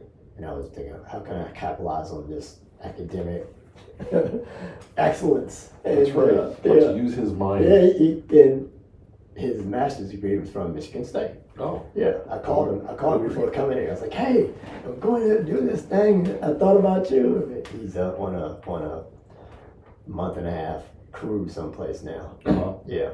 Anyway, we became, you know, really good comrades. So I developed this education system where we start out as, you know, doing the basics, English, math, you know, all those things. And I don't have enough participation of people wanting to go in just my battalion, so I solicited the other two infantry battalions, as well as the entire brigade combat team, so I can have enough butts and seats to substantiate an instructor. Right. So now in life cycle, when the brigade saying that we need certain numbers from you to do, we're like, I don't have this many. Where's the rest? They're in school. And where they're supposed so to. they're supposed to be, right? Yeah. And the soldiers loved it. They're like, finally, this is a priority, you know what I mean? And you know, you get chewed out for doing something wrong. Mm-hmm. I'm chewing you out because you're not in school. Right. And like, why? It's not costing you nothing. Like, why? Yeah, you have no excuse. So I had that going on, and then as a battalion sergeant major, I would look at every NCOER before it goes to brigade. You know, they got to be in on time, and they have to say the right things. Because if they're not saying the things that they should, you kick it back and get it fixed, right? But then you learn people can't write, people can't talk, not write, just physically write. Right. They don't know how to talk. Yeah, they can't Which tell means the they can't story. write. Yeah. So, being that same guy, his name is Ron Gregg. I just say that in case some of your audience is close by.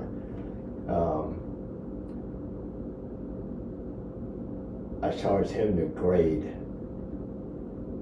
So we set up mock counseling sessions. Uh-huh. And where they would do a counseling session based on a particular scenario, and then they had to turn those in, and then we grade them. So he was the red pen. I got to be the bad guy. You got to be the bad guy, and then he gave them to me, and then I look at him, and then we'd have a session with leadership. Uh-huh. Now we're talking sergeant team leaders and staff sergeant squad leaders. I think I probably let the platoon sergeants go. But we're able to fix a whole bunch of things that you know, they're not taught that. Right. They just said, this is your rank, so this is what you do. They didn't go back and look at aptitude or intellect or that figure into it. Yeah. You know, but to be this not only elite fighting force when we go to the field, we need smart, intuitive people all around. As technology begins to come into the military more and more, we got to shape this, right? And that's part of it. Not only have to be able to talk, we got to be able to write. We got to be able to counsel. Otherwise, who's wrong when the soldier goes off course? I counsel them with that. Hell, I don't even understand that. Oh, by the way, the person counseling is much smarter than you. So if you come off like this, they're not in. Right. They don't understand what the hell you said. And if they proceed to be much, you know, that their intellect is much higher than yours, you've lost their attention. Right. You can't even fake it, other than do it because I said to do it, Yeah. which is faking. Well, and some of those, you know, if you think about it too, when you look at an NCOER, a lot of times that's the only thing people know about you when it comes time for promotion or for a special assignment. Yeah. And if someone didn't write that correctly, you're screwing your soldiers. Right. Yeah. Yeah, but also don't come to me and say that from a disciplinary standpoint or a corrective measure standpoint, you counsel them on it, but it's not effective if it's not written the right way. Right. We can't do anything to anybody punitive. It starts with that counseling. So if that's wrong, we can't do anything. Well, and what's the purpose of counseling? To help that Right. soldier be better. Yeah. And if you can't figure out what the hell someone's trying to tell you to do to be better, Yeah. it's not an effective tool. Yeah. And I think people get it wrong too. They think that counseling is a tool to punish someone. It can be, but really the purpose of it is to help them be better. And then if they're not better, I can show you how many times I've tried to help you be better. And if you're not getting it, you're just not getting it. Right. But if I'm not doing it right, you're absolutely right. Like, Yeah. So that was I think that was a fun process. yeah, But you can see right away what people didn't know. Okay, what I suspected, and now we're gonna fix it. We're gonna use this white cycle to fix all this stuff. That's what we did. So they all appreciate it in the end. No one's gonna come to you and say thank you for helping me the right. No. Thank you for teaching me the right, but it meant the Army never taught them in the first place. That's what it meant. yeah, Not how to do it effectively. So that was a huge highlight of creating an educational system that the Army would tell society we're doing all along, but it was not happening. So, but if you take care of people, then they'll do things for you. You know. that's true. Yeah.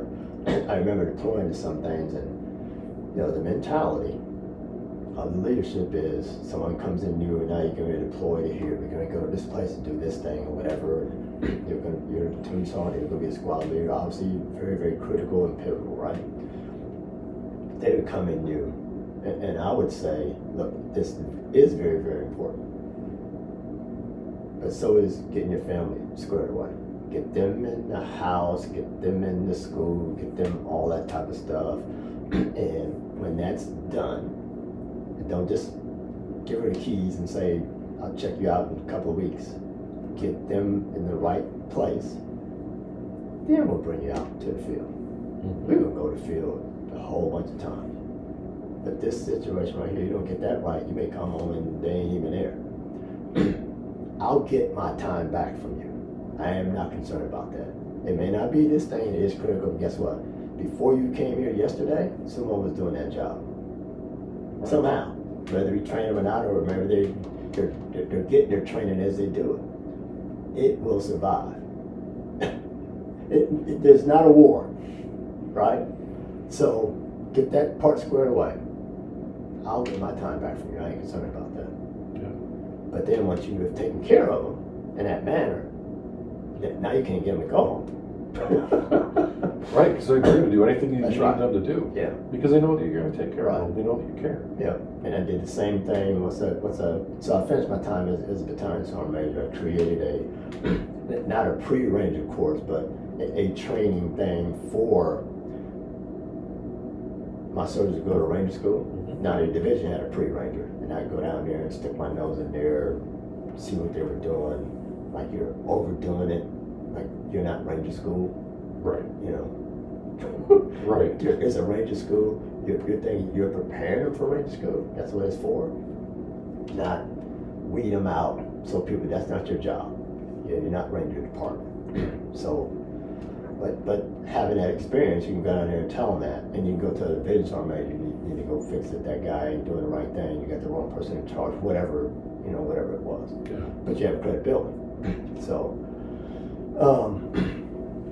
but you have to take care of people in every single way in their families, and that's, that to me, that's what the military is about. You do that well, you got them forever. Mm-hmm. And it's not a trick. It's just, you don't just say we take care of soldiers and families when you're at the podium. Right. Like you either do it or you don't do it. Right. Well, just like the Army values, right? It can be a poster, or it can be how you live your life. Right. Either it means something or it doesn't mean something. Right. Yeah, absolutely. And I would tell soldiers that the decisions I make, for this unit and for soldiers, that you may not personally agree with, but guess what? When I go to the ATM, I don't see your face. Right. Exactly. I would tell them when I go to the ATM, I don't see your face, and I sleep at night. Mm-hmm. I sleep at night. I'm not tossing and turning about that decision thing. Yeah, I sleep well at night. So once they hear that, they know I guess they ain't gonna bother in that manner at all. Darn it. So I spent 3 years as a battalion guy, which is kind of more than normal. But I was loving my job, and time was going by so fast I didn't realize it. We deployed to Kosovo as a battalion. That was pretty fun. We got a real enemy over there that's blowing up houses, trying to get the Albanians, are trying to get rid of the Serbs. That's what it was. We were in the Serbian area. When you have those explosions happening nearby, that's different. Not something you get every day. Yes, that's a little different. Especially when it's close, but you're not being targeted. Right. Yeah. Right. But you're in this Serbian town, and their technique was, or what they would do is if the building wasn't occupied, they'd blow that up. I remember they were pissed at something. They were pissed at us for some decision. So right across the street from where our headquarters was located, they blew up this empty warehouse right across the street. So I knew it shook the hell out of our headquarters. It was just a message. Like, this came off the wall. I was like, whoa! That's too close. Yeah. But they would, when the Serbians there was like a weekly convoy to go to Serbia. Mm-hmm. And Albanians would wait till certain families left and then blow up their house. So they had nothing to come back to. That was a way to kind of get rid of one family at a time. Wow. Yeah. What a life, right? That's awful. Yeah. I remember we were patrolling in one town, and this house blew up, and everybody runs toward the house as if the people who blew it up are going to be there or whatever, right? Or you can catch them leaving the area or whatever. And this is 2000. This is 2001. Okay. So you've been in the military for 24 years at that point? 21, I guess, by that time. So you came in the 78? Oh, yeah, I got my math wrong. I was doing my birthday. Sorry. Yeah, I was doing my birthday. Let's see. Yeah, 24. Yeah. Yeah. And then they changed the technique to where they would blow it up. We would go toward it, and then there'd be a second explosion, which was key. Learning that was key when we finally went to Iraq. Yeah, there's always the ambush after the explosion. Yeah. They didn't have an attempt to get us in the kill zone.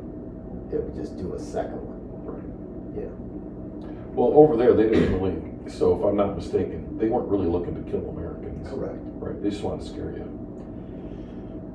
I don't even know if it was us. They knew that we were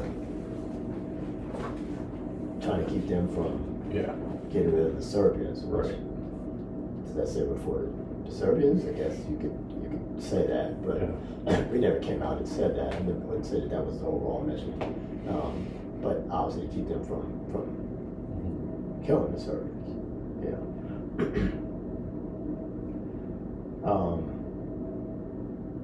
So we come back from Kosovo.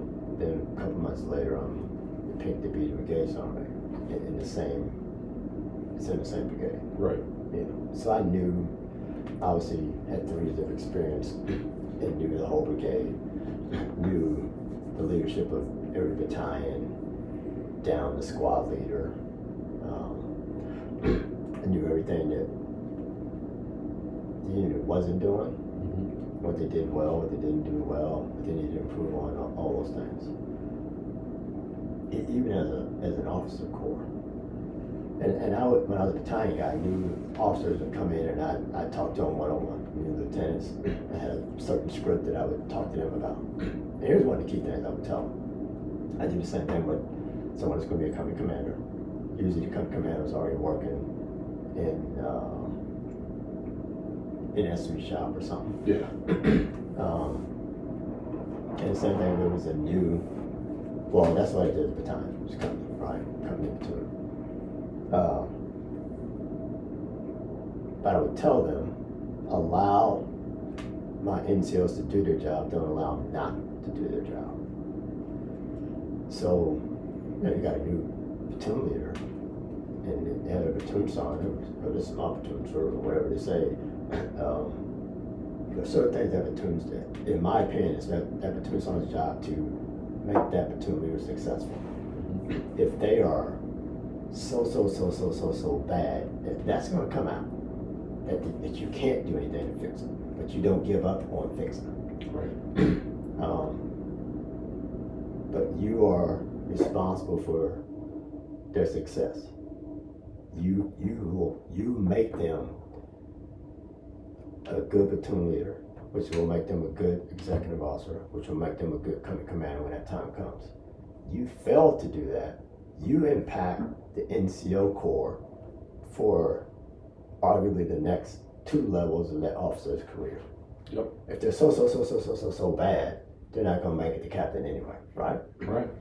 But if you fail to do your job in making them successful as the platoon sergeant, now they go become XO in a different company. They leave, go to their advanced course, to come back and they're coming commander someplace. Guess what doesn't happen? That NCO Corps doesn't get to do jack.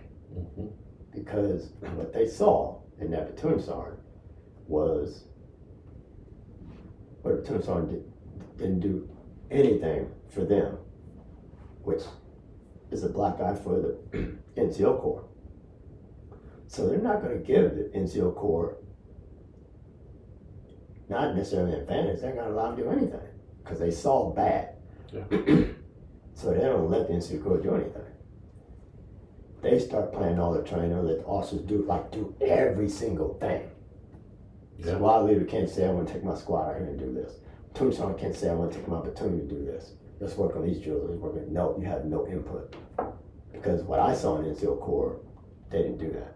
Yeah. And after they finished that, after a year or 18 months, or having a brigade as second command, as a company commander, because they didn't allow it, they don't get to see it. Then they do it as a battalion commander. So now we've just technically ruined 2 commands. And I've seen it with my own eyes.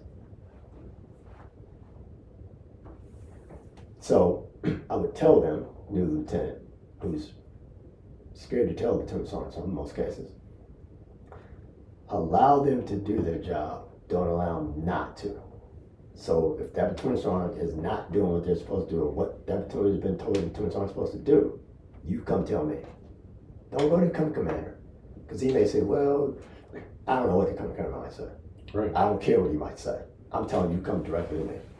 Sergeant so-and-so isn't doing whatever. Then I'm going to go fix it. And I'm telling the platoon sergeant when he come in, you do not allow your platoon leader to fail. So you see the message. Yeah. I'm doubling down on both of them. Right. It's a double-sided message. That's right. And I'm telling the first sergeant when they come in new, I'm telling the come to commander the same thing. Yeah. And I might have talked to them when they were a captain coming in working in a 3-shot, but now you're going to become a commander. Come on back. Got another meeting. Yeah. Different job. Same thing. Don't allow your, same thing.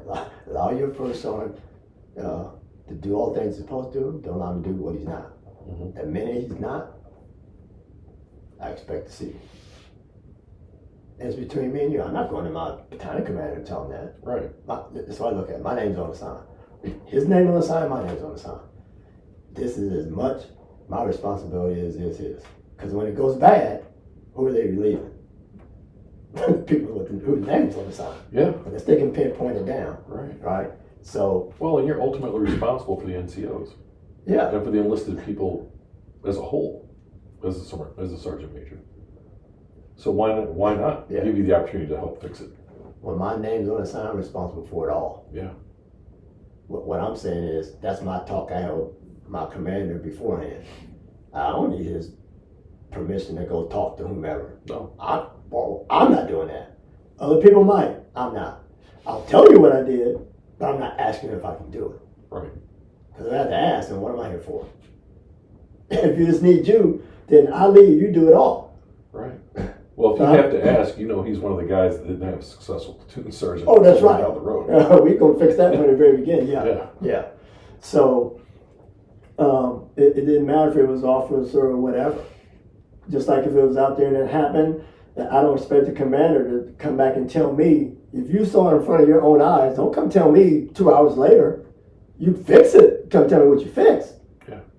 But don't let it go or whatever, and then come tell me because it was an NCO who did it. Because it was an officer doing it, I'm telling them. Mm-hmm. Yeah. So when I got the brigade, it's the same thing. When the 05 came in, he's taking over, Lieutenant Colonel came in and he's taking over the battalion, having the same talk. Allow your sergeant major to do their job, don't allow them not to. When the sergeant major came in new, same thing. But you got to do it all the way across the board. Right. Then they all had the same message, and then they all can police up each other. Yeah. Put them all on the same page. Right. And that, I would tell you, was a lot of fun, because you're creating this one unit, one standard. Again, now I just said it when you're at the microphone, when you're at the podium. I'm telling you, we doing this. This is how we do it. Uh-huh. Period. And then you get to see without,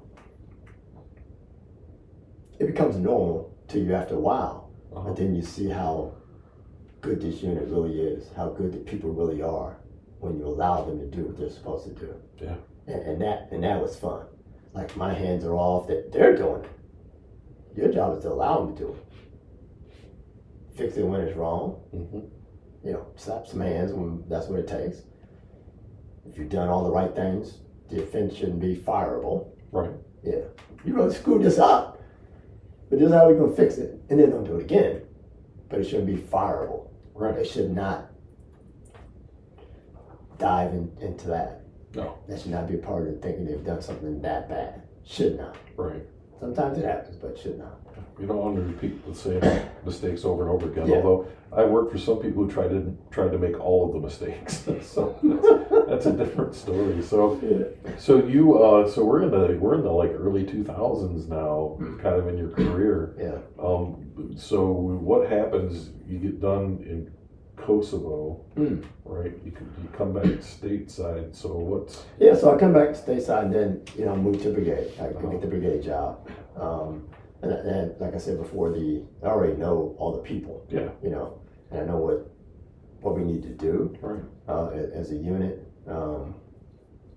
I ended up working with that brigade commander for a little over a year. I think it's about 14 months. 14 months-ish before a new commander comes in. But now, so this is 2001, so obviously September is when 911 happens. And obviously we're ready to go. We're ready to go do our part, like now. As the Army tries to figure out, or the Department of Defense tries to figure out who responds to this call and all that, it's not our brigade, ends up being another brigade. We get to deploy, but it's not to Afghanistan, it's go to JRTC. Like, we're already trained, we've done this like already, like what? Wind us up and let us go. Yeah. So, each one of those commanders has to get their grade, So here we are, we're off to JRTC. And by the time we come back is when a brigade from the 101st goes to Afghanistan. Yeah. But we still think that we're next for something, or we're gonna go there and anyway. Yeah, like everybody's gonna get their turn, right? Everybody's get their turn. Yeah. And that never happens. Huh. So that brigade commander leaves, you do a change of command, new one comes in. Now the new brigade commander had been a battalion commander in the division prior. He was actually one of our OCs when we went to JRTC as a brigade. He's the brigade, OC trainer or whatever, right? Which is kind of funny. He's grading the brigade that you're going to take over. Yeah. So he couldn't have any influence on one of the battalion commanders, or he can only have influence on, how did it work? He can only have influence on one of the battalion commanders. I think that's how it worked, because the other two would have been gone when he got there. Something like that. Yeah. There didn't no pre-command, is it undue influence? Yeah. Is that the word? Yeah, I think that's the word you're looking for. I'm familiar with that. Yeah, so they omitted that by putting in that clause, if you will. Yeah. So he comes and takes over, so he already knew, I already knew who he was. We would talk, prior. We would talk long before he knew he was coming to be brigade commander, when he was his battalion guy. And so that was good, him coming in, but here was the dynamic of him coming in versus his predecessor. His predecessor, when we sat down and had that first talk, it was his brigade, right? Yeah. I had to get my foot in and make it mine. And after the change of command, we had to sit down. It's my brigade. I remember in my slides, I'm flipping whatever, and I'm briefing them or whatever, and I'm telling them that, like, and it went exactly like this. On my slides, it had my rank. Mm-hmm. I said, you see that right there? You listen to what I tell you, you'll get one of those. So, Command Sergeant Major has a star in the middle. Yes. He's an 06, right? You listen to me, you'll get one of those. You don't listen to me, no bueno.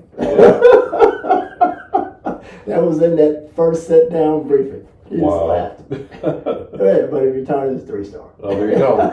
He must have listened to you somewhere along the line. Oh, man. But I think, unbeknownst to one another, he was a great team builder. Mm-hmm. Now you don't get to pick every officer that comes into your unit, but you get to groom them like you picked them. Yeah. I don't get to pick every NCO, but I get to groom them like I picked them. That's what we did as a team. And I say unbeknownst, I didn't know that he was a team builder like that. I didn't even know I was a team builder like that until the new division commander comes in, which is General Petraeus, and the division sergeant major introduces me to him and says he's the best team builder in the division. That's what he said about me. I never thought about it. I'm not sitting by admiring. Right. I don't have like a name tape that says it says that, right. team builder. Yeah. But what I was doing, the same thing I'm telling you, with those leaders when they come in the door. And when I got to brigade, I extended that to the BCT.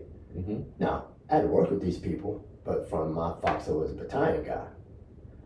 And I knew them, but I wasn't in a position of influence like I was when I got to brigade. Right. And once I got to brigade, I did the same thing. Come on in. This is how we're going to do it. No disrespect to what had happened beforehand. That's irrelevant. This is how we're doing it now. Yeah. But again, that made all the difference in the world, to the point where we wish we were 100% in the brigade, which later, like now, that's what it is. Uh-huh. That's what it works now. They wish that before it was like that, because we treat them just like they were in 327 Infantry Regiment. Yeah. But that was, it's almost like the Army is watching our unit and saying, we should do this everywhere. Oh yeah. Yeah. So it was somebody's idea somewhere to do that. Yeah. Right. But we lived it. Even when we got into garrison, we brought them in, playing reindeer games. No matter what we did all the time, they were always a part of it. Yeah. But that was the team building process. But we also had to bring in their parent commanders. So if it was Federal Artillery Battalion, they got a colonel, got their own colonel. But we had to bring a colonel in, to make them a part of it all, so they didn't feel like they were left out there. Hey, that's my battalion at the end of the day. We omitted that by befriending them. Right. And this, I did the same with the Sergeant Major. Yeah, it's a unity of command. Yeah. Again, everyone's on the same page. Right. But yeah, I think if you force it on somebody, it's different than if you bring them in. Yeah. And make it their idea. Yeah. Yeah. It was very separate before I got the brigade. Right. Not that I did. I'm talking about together. Yeah. We were able to make it an all around team. No silos. Yeah. Everyone's kind of working towards the same. I call those guys today, and they say Bastogne. They won't say their parent battalion or their parent, like the Vardy thing, whatever it was, for example, or the support battalion, whatever their thing was. Discom, they wouldn't say that.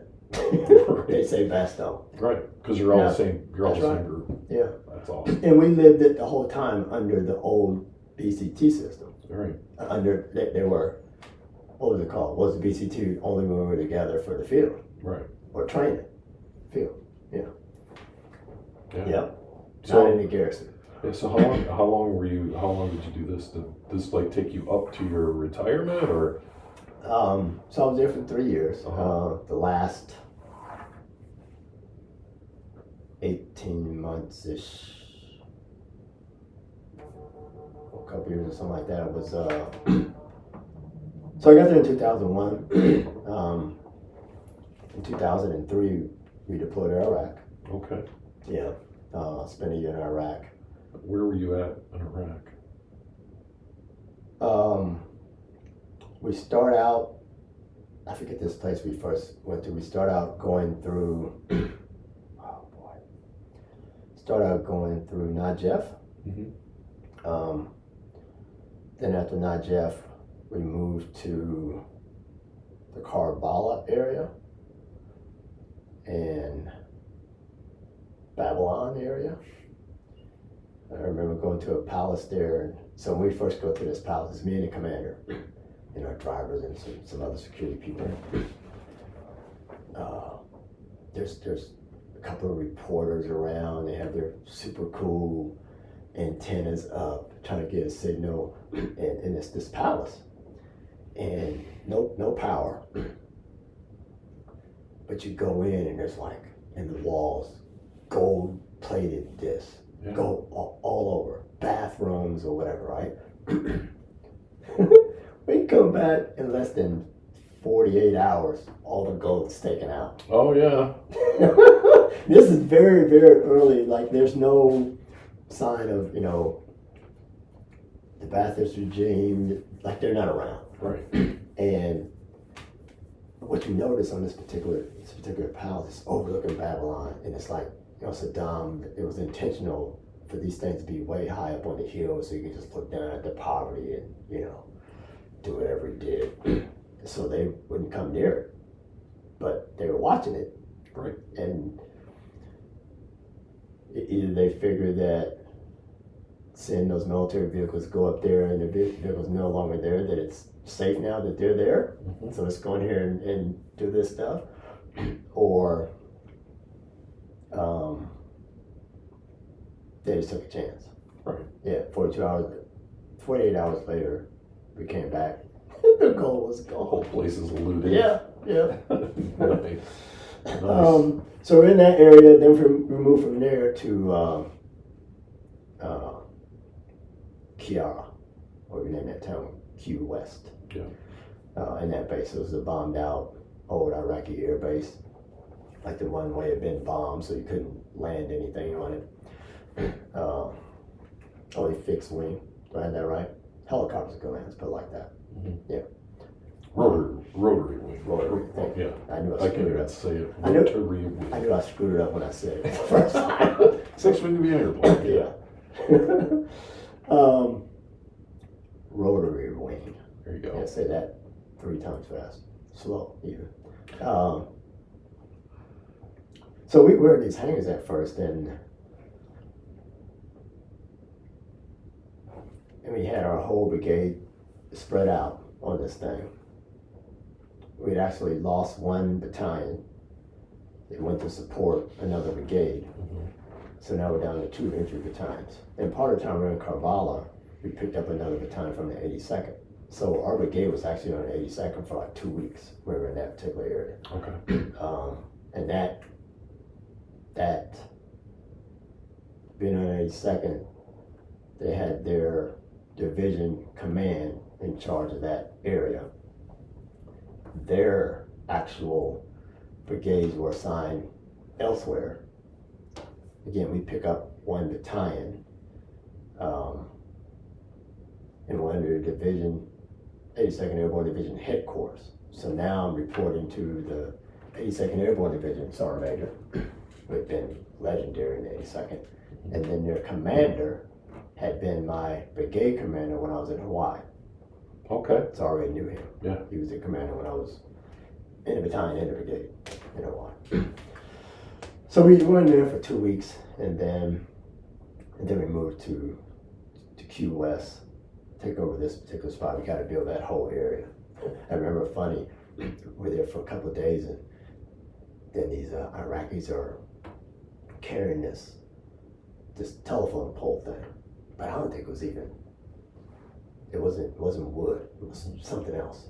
I was like, what are you guys doing with that thing? Where are you going? And he's like, oh, we have electric. All they had was the pole. Now we have electric. You don't have electric. You can carry with it.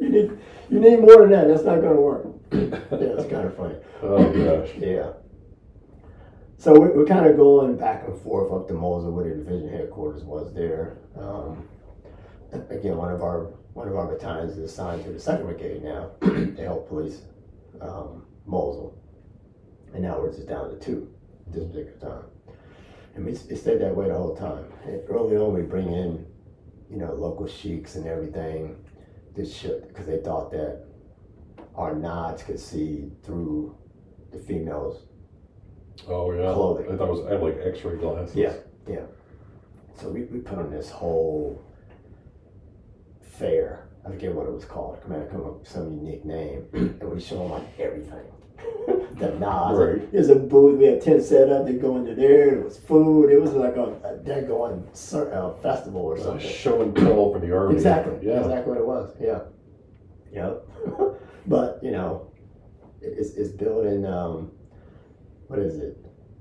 Building hearts and minds. Yeah. Yeah. Trust and understanding. Right. Yeah.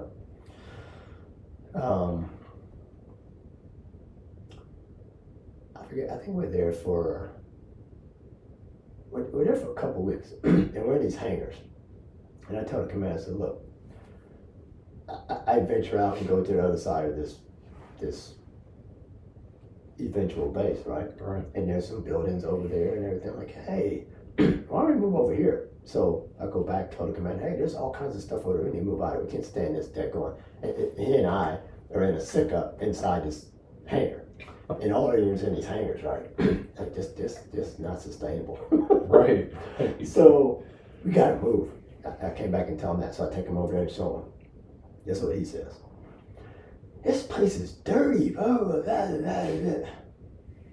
I'm like, this big old building, and all you see is dirt on the floor, it's dirt and broken glass. So, okay. I let another 7 days go by. I take someone back over there to clean up that building. Then I take them back over there. Mm-hmm. Oh, okay, we can move this. Yeah, this is nice. Yeah, his priorities messed up. That's what I I'm think. like, holy cow. So I used to kid him. Dad's like, it's up to you. We'd still be in the damn hangar. Right. Yeah. So now we put out this whole thing. The whole, because there's a place for everybody to live inside a building. We eventually get water put on the roof and I won't say running water, but you have something going on. Right. Build some showers outside, like a little outhouse, but it says shower. We would put down we get this dirt area near this big old building, which ended up being our headquarters, where we could sleep in, like the headquarters people slept in there. Not the headquarters people, I say like me, the commander, XO3, assistant 3s. There were some rooms for that, drivers. And then if there weren't in that, like there's all kinds of places right around it. But there's a big old area out there. We get gravel laid down. We get I don't know what you call them, but they steel pad things to create a landing pad for the helicopters. Oh yeah. Yeah. I know you're talking That's about out there. cold, but yeah. And now we're hosting, like the division would have their commander, the brigade commander office call, but their meetings, like everybody wanted to come up there. Yeah. Everybody wanted to come to that. So it's kind of funny picking with everybody. Yeah, it's up to you. We still be in the hangar. Right. No one would want to come visit you. So, painted the headquarters, put our 101st Screaming Eagle in there, Bastogne all across the building. You gotta make it home one Yeah, we made it home for sure. That's for sure. I think before we moved, we take our first casualties. It's at night, and like an RPG, they were here at RPG. Took out 4 people. So that hit hard, because that was our first casualties. And I don't remember it was the first casualties in a division. I don't think it was that. I can't remember. But definitely the first for us. Then we lost a kid, brand new out of AIT, just on a run, and passed away. Then we lost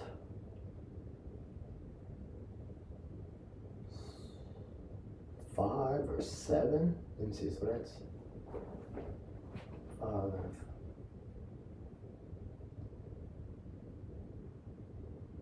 I think we lost 4 or 5 in a helicopter that was shot down.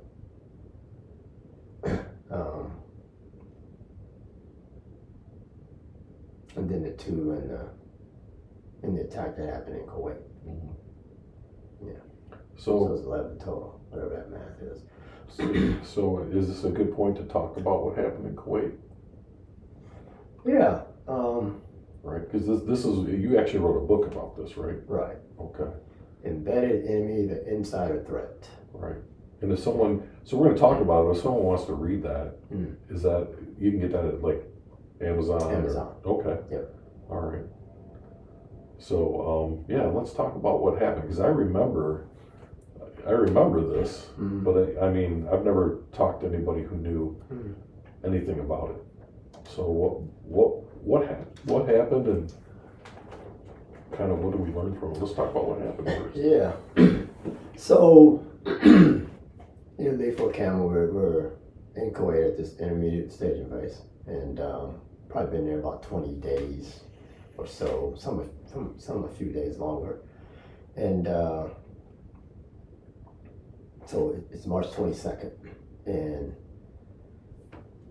the unit that was there before us had a television, and it was in the command tent where myself, the executive officer, slept. So I had watched golf. I figured out how to get American golf. So I had watched the golf the 2 previous days. It's the the week of the Honor Palmer Invitational, which I think was called it was something else at that time, different name. Anyway, so the Thursday night I watched, I'm a big Tiger Woods fan, I watched him play that night. And then Friday night I was watching, but I fell asleep in a chair like right in front of me. So now it's Saturday. So we had finished putting the final touches on our plans to cross the border, to invade Iraq. And at that particular time we were scheduled to go on that Thursday, so about 5 days away. And but the plans are done unless something changes or we get an update, have to augment or whatever. It's done.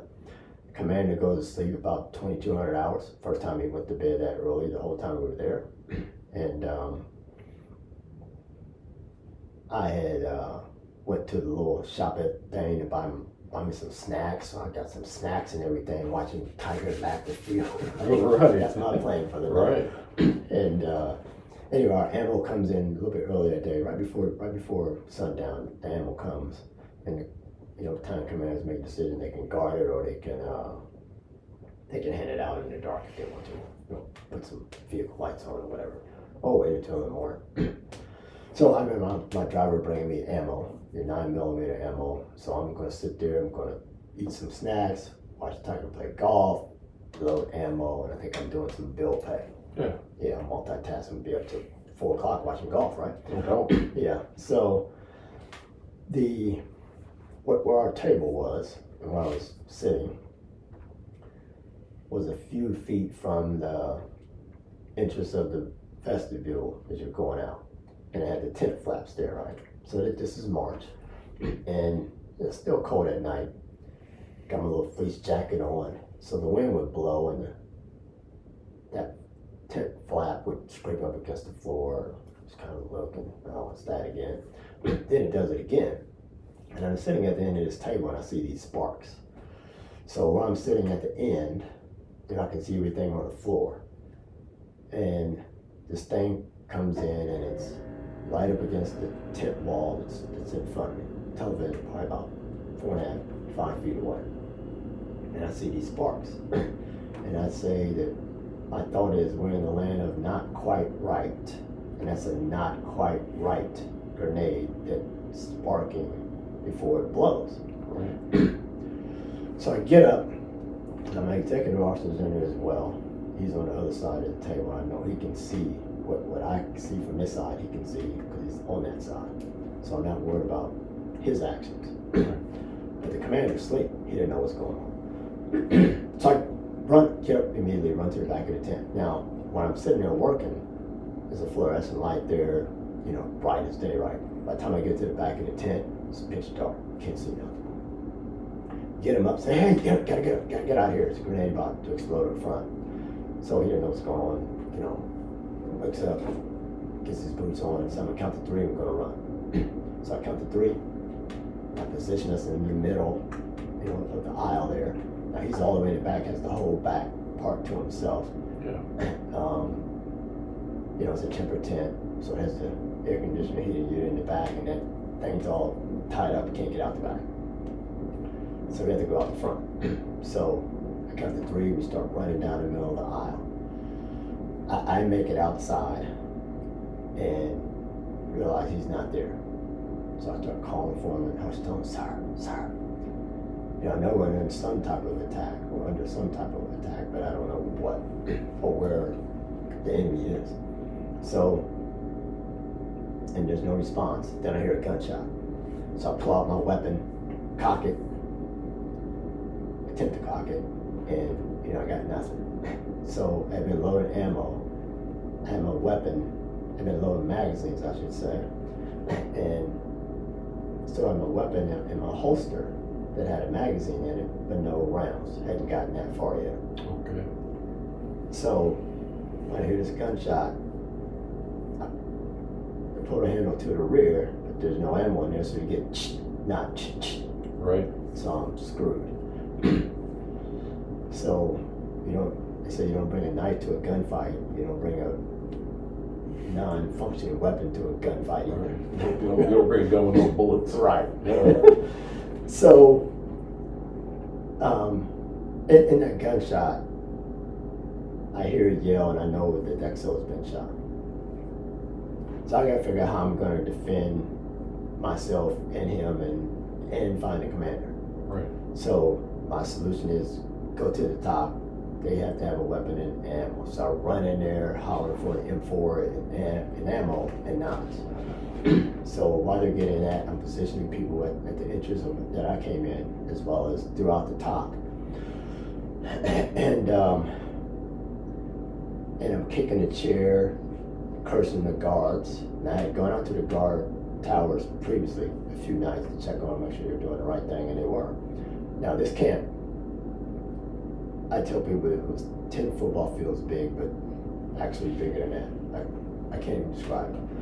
And all around it is a 12 foot berm of sand, and then concertina wire above that. So anyone trying to infiltrate would have to come up that sand somehow without sinking all the way in, then climb the wire somehow without the guards seeing them. Right.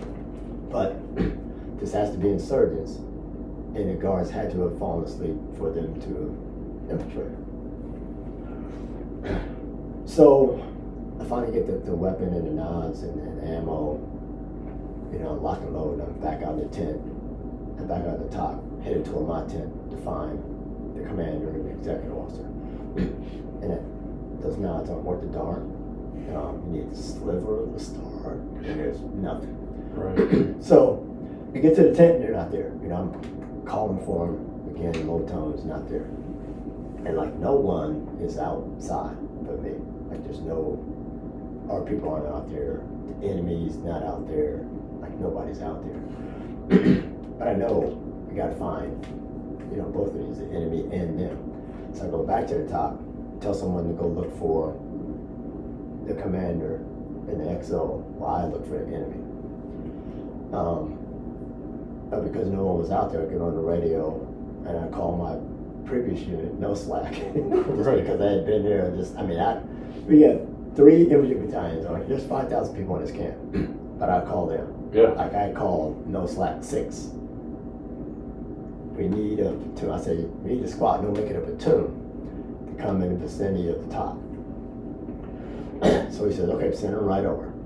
And then I walk away from the radios to go back out, and then someone comes over the radio and says, hey, do you need an FLA?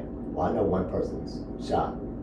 So I say, yes, send it in the vicinity of the top. And I go back out, but then I'm challenged immediately, halt, who's there? And I recognize the voice of the guy I had served with for 14 years prior. And he says, Sergeant Major, what's going on? So I don't know. Major Romaine has been shot. He said, well, so has Captain Seifert.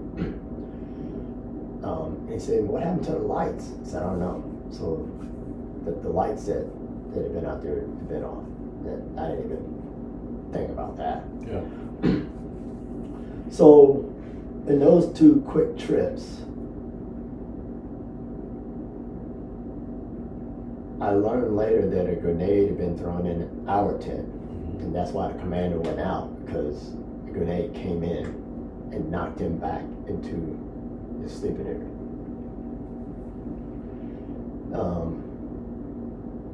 And now he's out somewhere.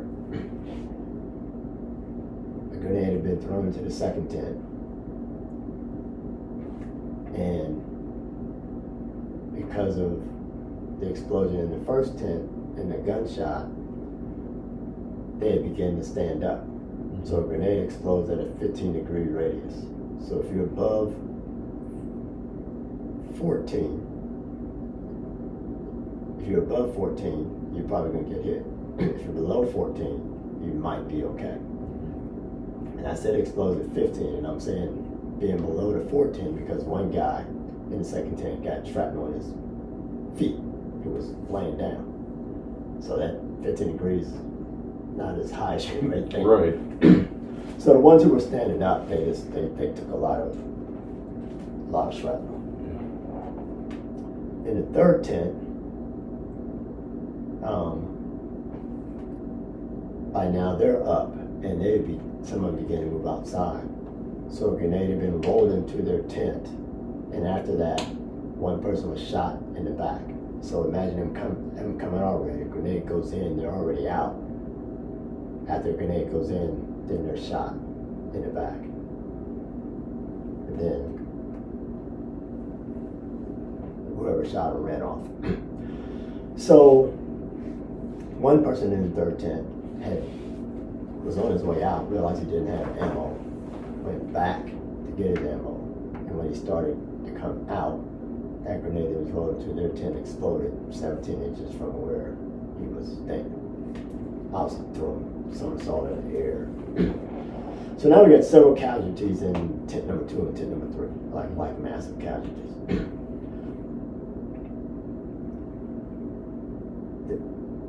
The fourth tent was the NCO. It was the first tent, myself, commander, and executive officer.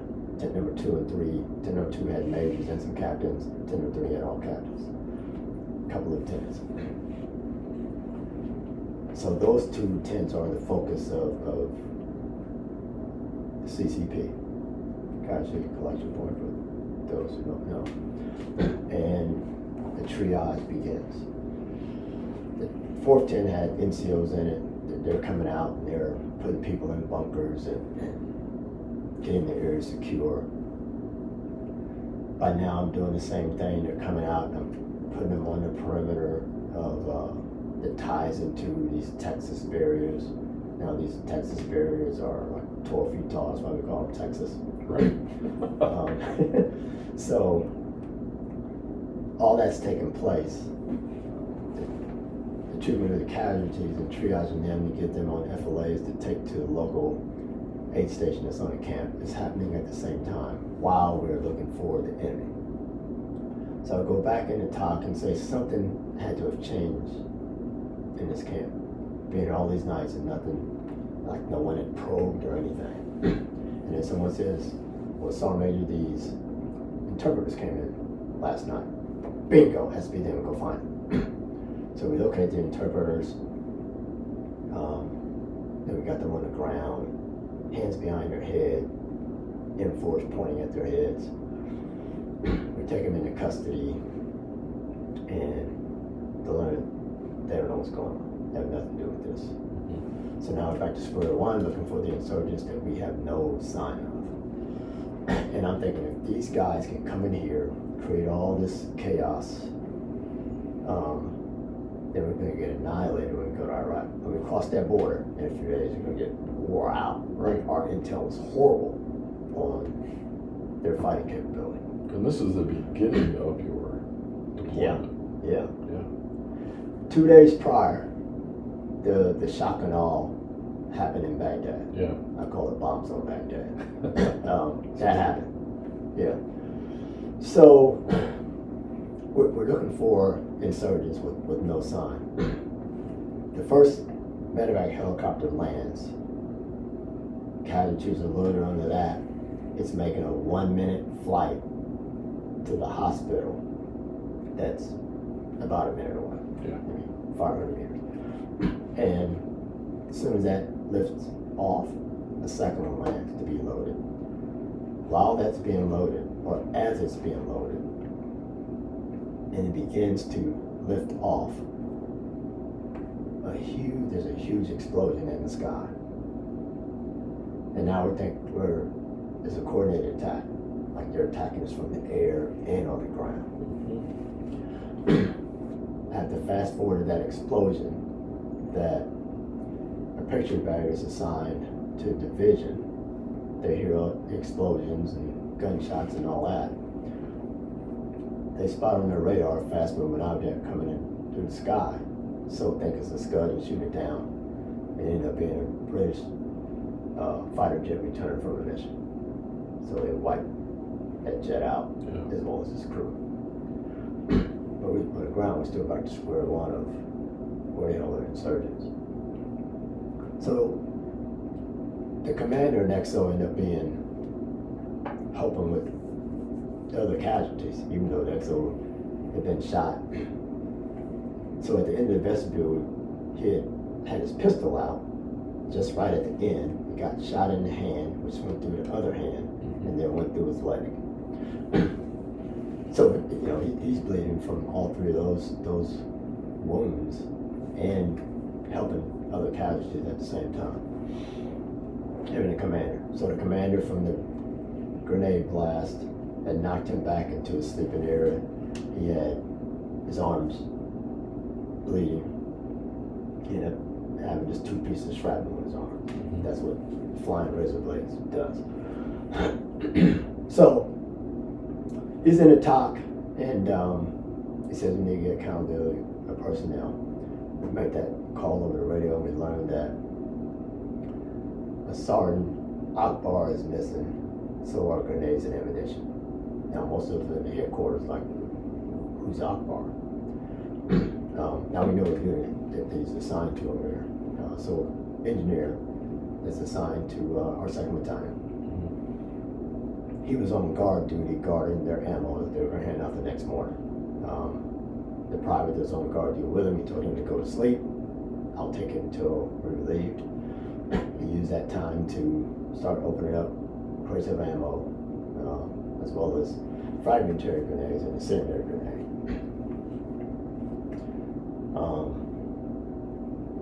Now, where that battalion was located on the camp was at least 300 meters from the brigade headquarters. So, what he had done was open up those crates, take out ammo and grenades, come all the way across the desert, 300 meters, to attack the headquarters. Not the 800 plus people that was in that battalion. There would have been slim, easy pickings. But he had the mentality to take out the head, the body will follow. Take out the headquarters, and then the disposition, demeanor, attitude of the soldiers assigned to the overall unit, will falter. So once we learned that it's him, myself and the intel officer come out of brigade headquarters out of the talk at the same time. He'd been going around all night, going to bunkers, checking on people. Who do we have here? Walking around with his pistol in his hand. Who's in the bunker? Giving him some instructions. Moving to the next one.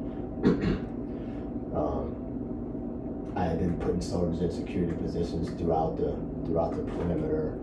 Checking back and forth inside, etc. Looking for the enemy at the same time, trying to prevent friendly fire. But we come out of the talk once we learned it's Sergeant Akbar at the same time. He realized there's a bunker that he hadn't gone to.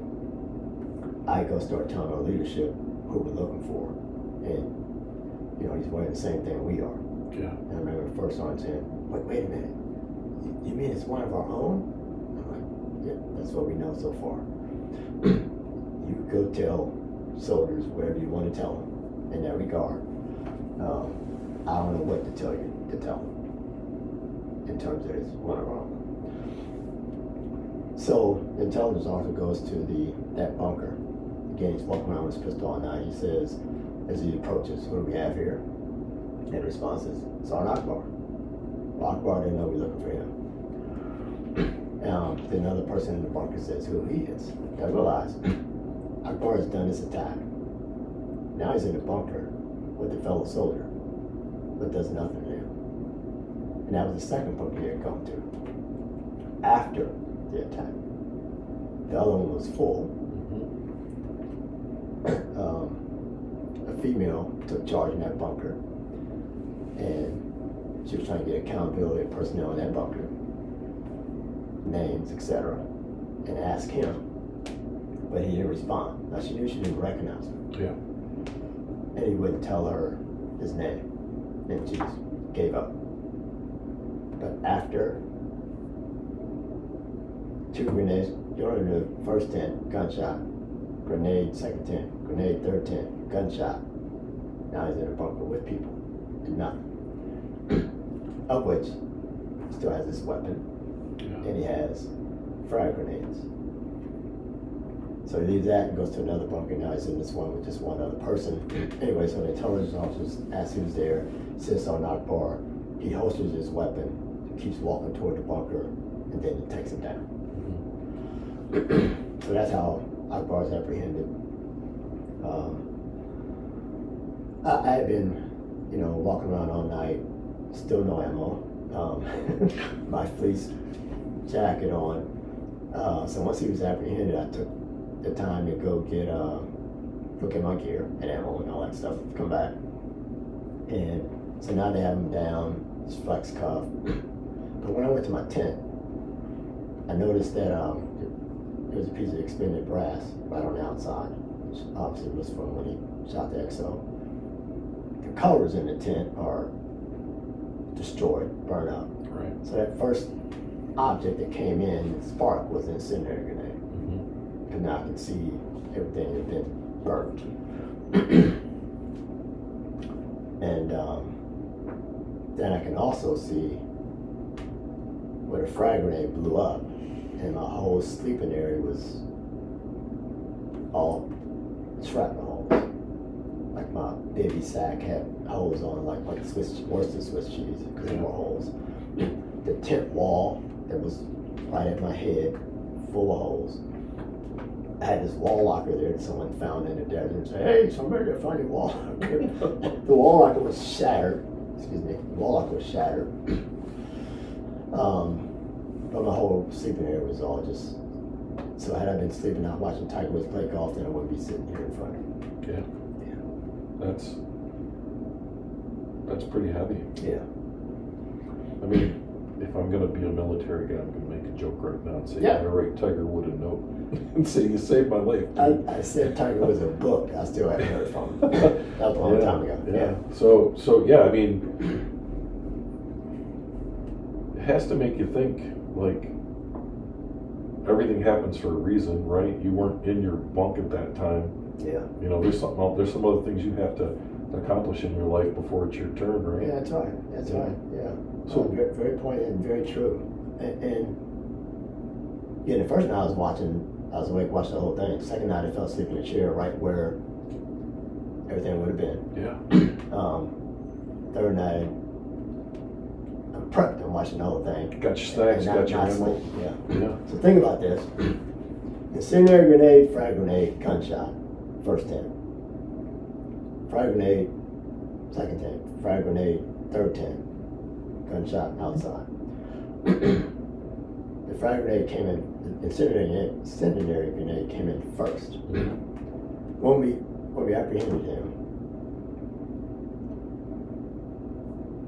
he had in his protective mask carrier 5 more grenades, 3 frag, 2 incendiary.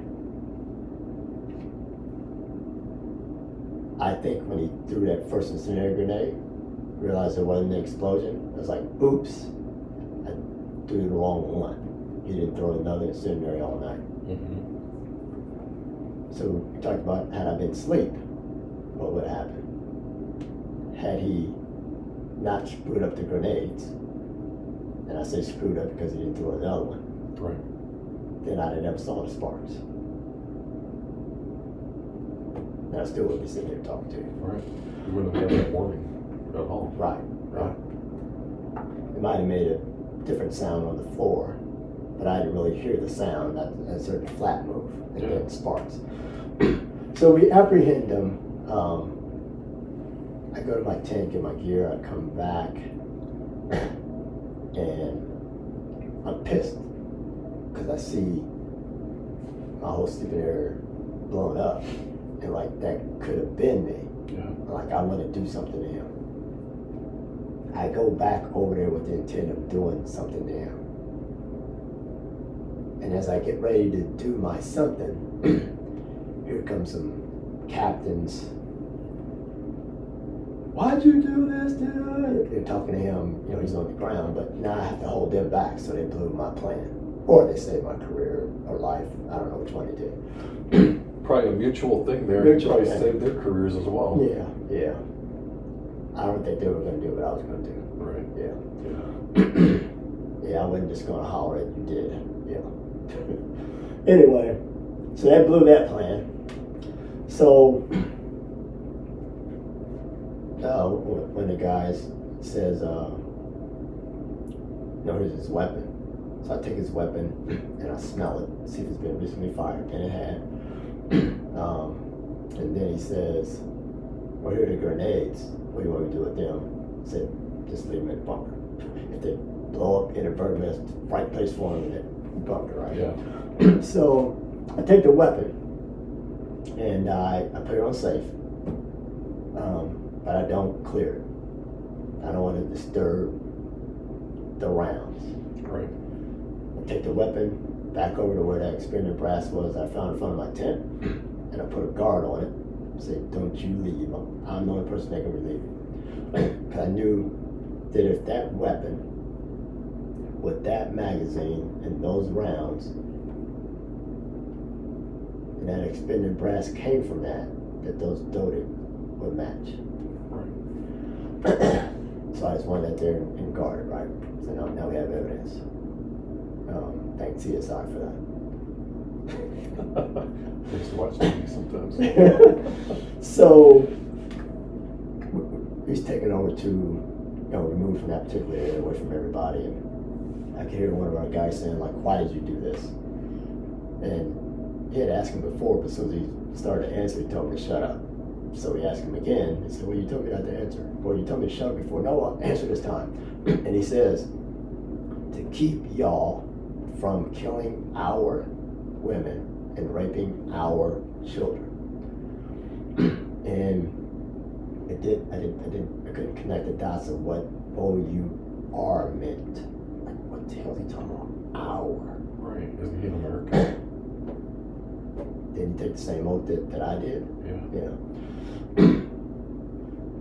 So, what he meant was he was of Muslim faith, and that's what he meant by OUR, our. Yeah. Unbeknownst to us. And he had been asked prior to deploying, was he going to be okay with that? Which he replied, yes. So, what we learned 2 years after the fact at the trial, they had kept a diary. And his diary, I have to read this because it's his diary entries and I never wanted to mess it up. Yeah. So these are actually his words? These are actually his words. Okay.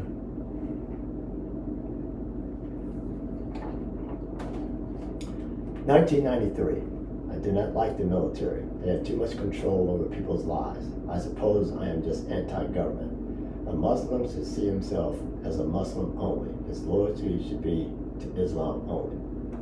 Now, before I read the next one, it's important for me to point out that religion doesn't pull the trigger. People do. When they become radicalized, they become extremists, and then they take action. That's just how it works, no matter what it is. Right. It doesn't have to be a religious belief or religious ideologies. It's whatever they feel that theirs is. But religion doesn't pull the trigger. The actions, I just want to be clear, the actions of one Muslim person does not mean that that's how every Muslim person is. Correct. This is the actions of one person Right. based on what he believes. Right. 1996. Anyone who stands in front of me shall be considered the enemy and dealt with accordingly. 1996. Destroying America was my plan as a child and as a juvenile and in college. My life will not be complete unless America is destroyed. Destroying America is my greatest goal. 1998, he joins the Army. So, a plan. In February 2003, remember we go over there late February, early March. Right. I'm not going to do anything as long as I stay here, which is Fort Campbell. But as soon as I am in Iraq, I'm going to try to kill as many of them as possible. So there was nothing that happened that night that we had a clue to. Right. Social media wasn't like it is today, although he did post it on there. So it wouldn't have been nothing that we would have seen ahead of time. Yeah. If he didn't verbally say any of these things ever, there was no clue. So because, so it bothered me was that, like, what was the sign? there was no sign there was going to be, as soon as the ammo comes, I'm going to kill him. We didn't know that last entry at all. So what was present? Now we know he wasn't the best soldier, substandard. He was still a sergeant, wasn't demoted as a result of it. Not performing in a position as a sergeant. So what was there? So that always bothered me. Was it him not playing in reindeer games, as I call it? So if all the platoons over here doing whatever, the squad or the sections over here doing whatever, football, whatever, and he's not in that environment in Kuwait, you know, that's something. Mm-hmm. I'm not saying it happened, but I'm saying if it did happen, it was something. And in an environment like that, that young leadership that was closest to him sort of saw it as a problem, but is it a problem at home? Mother could be sick, mother could have just been diagnosed, wife could have been or whatever, okay, wasn't married, so it would have been that. Something along those lines. That should be the first thought of a leader that's closest to him. Or, I'm just scared as hell to go fight this war. Right. My point is, that happening begs a question. Someone exhibiting this behavior that's a little odd, that you're not joining in reindeer games, it begs a question. Why? What's wrong? And he might have said, or let's just say in a situation like that, the person could say, I'm scared to go fight. This is happening at home. Whatever. But if that's being presented and the young leadership ignores it and it doesn't go ask, you missed an opportunity to fix something, maybe save someone's life or whatever. So it always bothered me that there had to be some sign. The sign wasn't going to be, I'm going to try to kill him as soon as ammo was coming. He didn't know when ammo was coming. Right. But what was there? So that always bothered me. So that's part of the reason why I wrote the book. Mm-hmm. I knew the world didn't know about this story. I thought the world should know about this story, not just because it's my soldiers. That's a huge part of it. I wanted the world to know that this happened. Right. That someone can actually use the military to create an attack like this. And this is way back, long before, school shootings was routine, long before people in the military were trying to do this. Right. So he set a precedence that the military in the end still haven't really fixed. As a result, continues to happen. 6 years later, the attack happened in Fort Hood, Texas. Right. Same ideology, same reason for being radicalized, same reason for being extremist. He saw someone do it and complete it.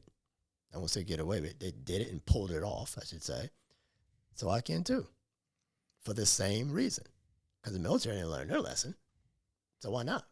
Well, let me play devil's advocate here, right? Because in listening to this, because I haven't read the book yet, but just in listening to this, and then when we look at what happened on 9/11, and when I look at what happened when I was deployed, the one thing I can say is that our enemies are very patient. They're so patient, in fact, that there might not be a sign, because if you look at these two soldiers in particular, they had been in the military for a while and had assimilated, you know what I mean? Like, not assimilated because they hadn't lost their beliefs and they knew what they wanted to do. But when you look at that diary, I mean, we're talking years. Like, this guy was so patient that maybe there just wasn't a sign. And I equate it really to my experience with veteran suicide, that so many times we sit back and go, well, gosh, we should have seen something. The problem is there's not always a sign. Like, there's not always something to see, right? I think that we could do a better job in both arenas, especially the veteran suicide arena. But my point is that we always want to think that there was something we could have done or something we could have seen. And I would argue that sometimes there's not. I mean, we look at back at 9/11. Yeah, there's some things we should have seen. Some guys overstayed their visas or whatever, but that's just how it was. Like, there wasn't like this giant warning flashing that this is going to happen, and I don't think that that's what happened here. I think this guy was so patient and had planned it so well that even if someone would ask him that question, he'd had a reason. You know what I mean? Yeah. That's just my Yeah, my viewpoint. I just you know. Now he didn't play in reindeer games. Some of them. Yeah. I guess my point about the reindeer games is it begs a question. Yes. Now he wasn't going to say that I'm going to kill you in a couple of days. That's why. But this consistency of not playing in the reindeer games has to be inquired about. Absolutely. And an attempt to mitigate it. Or more importantly, watch him. Not for this. No. Just watch him. Something's going on with him. Something's going on with him. Right. That's what I mean. But if you're not experienced as a leader, just young or whatever, maybe you didn't want him in the reindeer games in the first place, so you didn't inquire about it. You really didn't want him over there, so you never even asked. But that's a problem too. That's a problem too. That's a leadership problem. That's a definite leadership right, problem. because maybe this guy doesn't go and throw grenades and shoot up his own unit, but maybe it's something else going on and something else happens, right? And to the point where if that was the case with that leadership with him, he didn't try to hurt them. Right. He knew who he wanted to he hurt. Barely, he knew my name by virtue of hell. It's on your wall right. in your company, so you know, right? And you know the commander, you didn't know the executive. The people you hurt, aside from the commander, you didn't know them. Right. You've walked 300 yards across a desert floor to hurt them, but the people you may not like for whatever reason, even though you already said you're going to kill as many as possible, you didn't even start with them. Right. Oh, it's easier to kill people you don't know. Right? Yeah. You know? And the attacker at Fort Hood, Adel Hassan, he had applauded the acts of 911. Right. People who he served with at Walter Reed said that. But that didn't. That was a sign that they didn't do anything about. Right. You think about that at that time, in that day. Yeah. On that day, the days to follow, even now, that someone applauded that and you told nobody until after you killed people, 6 years, I'm sorry, I didn't do my math right, 8 years later. Right. Now you want to tell somebody? Yeah. Would have been nice to know before. Yeah. Yeah. So it always bugged me there was a sign, and I wanted people to know about the story. But the key thing in the book, you get a twofer. It's not just this story that I want people to know about, and that he set the groundwork for this to happen again and again, not just in the military, but a whole bunch of places. Yeah. That I came up with these strategies to mitigate an attack like this from happening again. When I was sitting down writing the book, I contacted a publisher who said they wanted a book proposal. I had to quickly Google that to figure that out. Emailed them back, said, give me a week.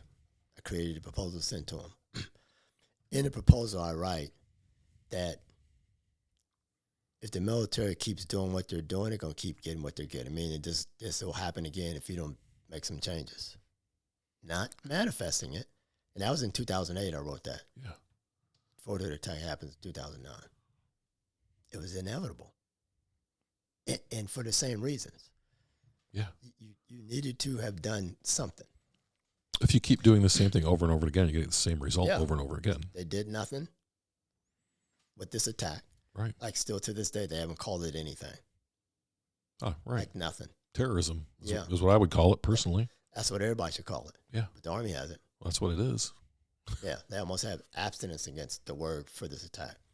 Well, and you see that in, I just want to bring this point out, is that in New Orleans, when there was a terrorist attack, the FBI was very reluctant to call it a terrorist attack until way later in the investigation. When it was clear to me sitting on my couch, that's a terrorist attack. I know one when I see one. Yeah, it's. I agree with you. I think some entities, they are breaking down the word for what they want it to be versus what Webster says. It's very simple what Webster says. And you look at that and say this attack is that. If people are terrorized, it's pretty simple. Right. I think we're afraid to put labels on people today. And I don't know, you don't want to label people, but when it's a terrorist attack, man, if it walks like a duck and it quacks like a duck, that's right. It's a duck. Yeah. And if I look at the military alone, where they allow that word to be used for something that they want it to be, in 2021, a Coast Guard officer disliked the Democratic Party so much that he made a hit list. And I mean, he was taking out Nancy Pelosi, ACO, I can't remember all the names.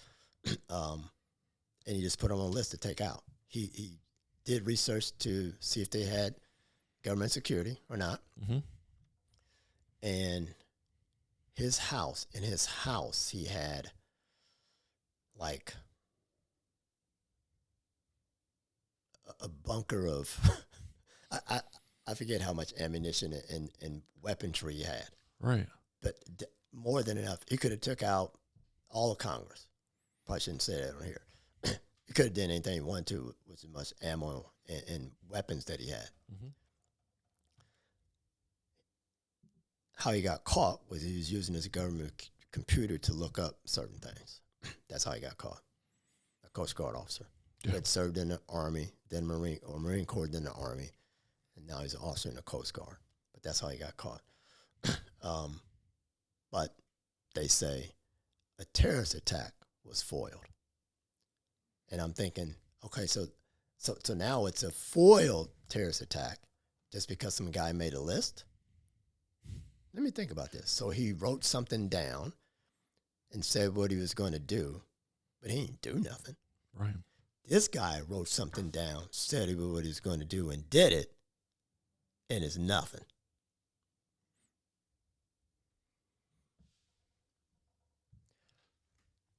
So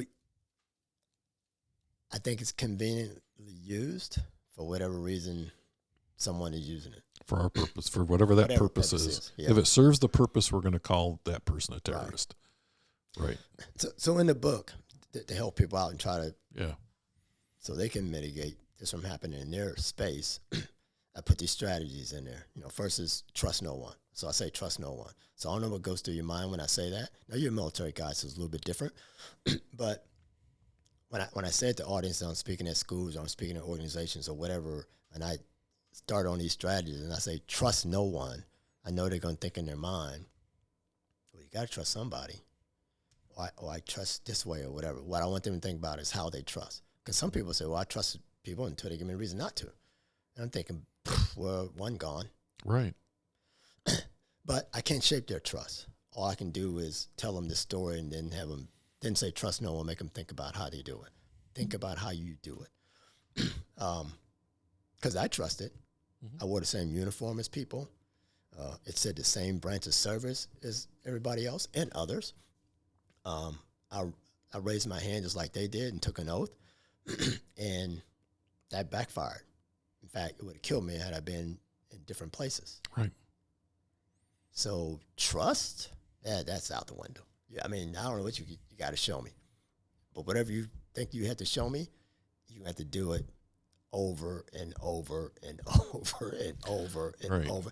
And then I'll give you a little bit of something that if I give it to you and you mess it up, it won't even matter. Right. Trust is earned, not given away. That's right. Yeah. For some people will say what I just told you. Yeah. That I trust them until they give me a reason not to. Yeah. What like, if that reason's a bullet or a hand grenade? Yeah. Right. Yeah. Yeah. Absolutely. Yeah. So from this attack, and I'll get to the rest of the strategies in a minute, I learned that we don't go home with people at night. So we don't know what they're writing in their diary. Right. No profession, level of education, ideology, or religion is above reproach There is no profile. The insider threat is closer than you think. That's my takeaway.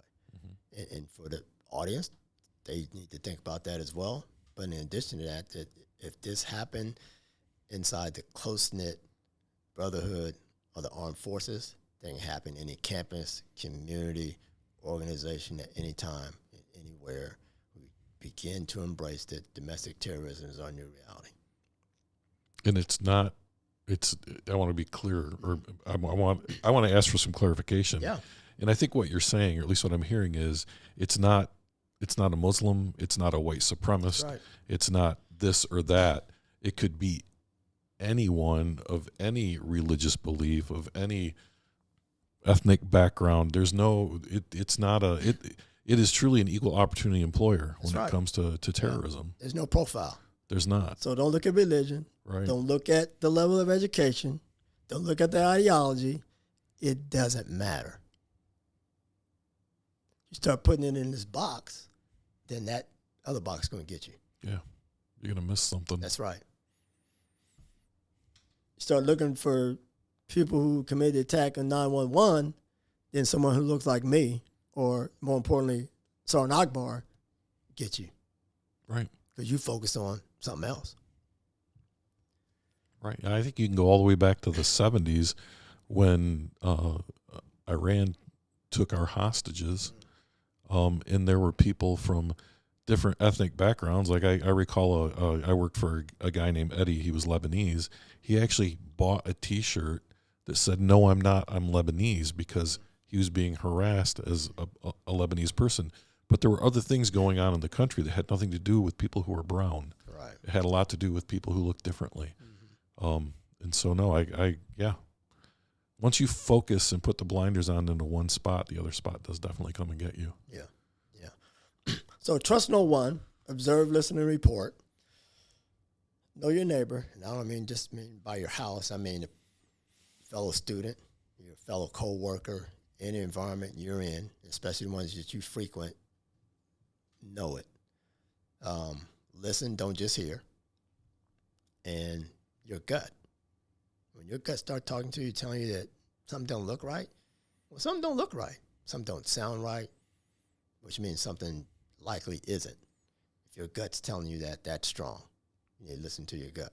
Now, I never advocate for people to get in between the potential attacker, but that's when you report. That's when you call somebody who handles this, not you. Well, you talk about trusting your gut. When I was going to school, I learned that that's actually a physiology thing, that when people say they felt it in their gut or they had a gut feeling about something, there's actually like medical science behind why you should listen to that, which I didn't know. I just thought it was like an old wives' tale, but you're right. Yeah. How many times have you not listened to your gut and then something bad happened? So I think that's, to me, intuition is very important. Yep. It's talking to you all the time. Yeah. Are you going to ignore it? That's the thing. Right. And when it's telling you to do something or telling you that you see something, danger close, then what are you going to do with it? Right. Yeah. And maybe having been in the military for as long as you and I were, we look at that differently maybe than some other people. But I trust my gut. I'm not going down that street, or I'm not going to that party, or whatever it is. I'm not doing it. Yeah. And I'm going to talk to somebody about it. Yeah. And for people who haven't served, when something happens and someone close to it, neighbor or whatever, is interviewed, what do you hear them say? I knew. What'd you do? You did nothing, but I always knew. That's what you hear them say all the time. Right. After all these attacks, the same thing is said. Yeah. Same thing is said. When the school shooting happens, I never thought it was going to happen here. It's a copycat world. Yeah. Someone else has done this. They look at that and they try to up it one. Hell, let me kill one more. Let me kill 5 more. So I go down as this particular martyr. Right. So there's this thing called the proximity illusion. The closer you are to it, the more you think it ain't going to happen. you're in disbelief. Mm-hmm. Even of these attackers, their parents. Not my son, not my nephew, not my cousin, but they saw all these things we're talking about in these strategies, mainly the last one of what your gut's telling you. Right. But they've observed it already. They've heard something already. They know. But it's that proximity illusion that says, can't be. So then when the school shooting goes down, and it's their 16-year-old son, whatever, I just thought, sounds something like that. Yeah. I just forgot to lock up the gun that particular time. I never, it's that. But I ain't gonna fix those dead people and those wounded people. No, because it's a scar for life. Right. The ones who survive. Yeah. But the proximity illusion says, I don't see it and I don't hear it. Now you know this is nothing new, right? Because you know where you're at right now. We're in Bath Township. Oh. And you know what happened in Bath Township in the 1920s? The worst mass school killing in history. And I bet there was a lot of people who saw that coming, but didn't say anything or didn't think this guy was going to do anything, and he blew up a school. Yeah. So, absolutely. We have about 40 minutes left. Oh.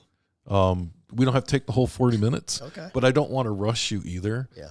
I'll edit this part out. Okay. That we're talking here. But so what I'd like to do is wrap up on the book, and then talk about like your transition from the military, a little bit about what you've been doing since. Clearly, you've written a book, and then I'm going to ask you, what advice do you have for people? So I'll ask, when people are listening to this years from now, what message do you have for them? When you said don't trust anybody, it reminds me when I was deployed, our motto was trust no one, admit nothing, and make counter accusations. That was how we looked at it. Yeah. So, yeah. All right. Okay. So we've talked about the book. So just one more time, if you want to just go through those strategies. What were the strategies that you're telling our audience then? Yeah. So first one is trust no one. Observe, listen, and report. Know your neighbor. Listen, don't just hear. And your gut. Okay. Now, when I'm out speaking, I have stories for each one of those strategies. So, saying like that, it may not hit home, it may or may not. But when I start telling you the stories associated with it and how to employ it based on the story, then it becomes a little more clear. Okay. So we talked about the trust no one, observe, listen, report. I was a property manager, apartment building. right after I got out of the Army, a couple of years after. And apartment building is right across the street from UCLA. 60 units. I occupied one, 2 were occupied by teachers, and the rest were students. So I'm like running a barracks. Yeah. You put a sergeant major in charge of a civilian barracks? When people have to pay money, okay. This could be good or bad. Yeah, that's right. That's right. But the parents, it was like them dropping them off to somebody. They entrusted their child to me in this apartment building, barracks thing, right? So I first took over. I come out of a door, and I realized this light isn't on. So I go back in, come out another door, light's not on. So I said, okay, let me start writing these things down. And I was probably in the job for a couple of weeks, right? Mm-hmm. Just never had gone outside at that hour and saw the lights were out. So I started writing stuff down. Go on another door, come back out, different viewpoint, do some more writing. But I say to myself, if someone is watching me right now, this should be suspicious behavior. So, it's casing. So I go back in, do it again. Now I start doing the interior lights. So when I make an order, I make one order. And get up on the 5th floor, I hear, freeze! Oh, heck, we know what that means. Right. Right? So I hear the voice behind me. It sounds younger than mine. I say, okay, I want there to be no accidents or whatever, but no, itchy finger or whatever. So I say, put your hands up, drop your pen and paper, hands behind your back, and get handcuffed. So they said, well, you fit the description of someone that was called in. I said, no, I am the description, because I already told myself, right? So I get my ID. They see my military ID and see Sergeant Major. So they say, oh, they start calling me Sergeant Major after that. And they take the handcuffs off. So I say, I appreciate you coming quickly. I don't know why there's 5 of you with guns drawn for a person armed with a piece of paper and a pencil, but when I call you for something going on in this building, I hope you come just as fast and with as much force. Right. But my point is, someone was observing and they reported because they were inside. They couldn't listen. Now, mind you, on either side of that, the whole campus is on the other side, but on the side of the apartment building, frat house. I couldn't see no one looking at me, but like I said, if someone is looking at me, they should think this is suspicious behavior. Right. So my point is, they've done that right. The police didn't, or the dispatcher didn't. The person that saw me could not have escalated any higher than a person with a pen and paper. Right. Yeah.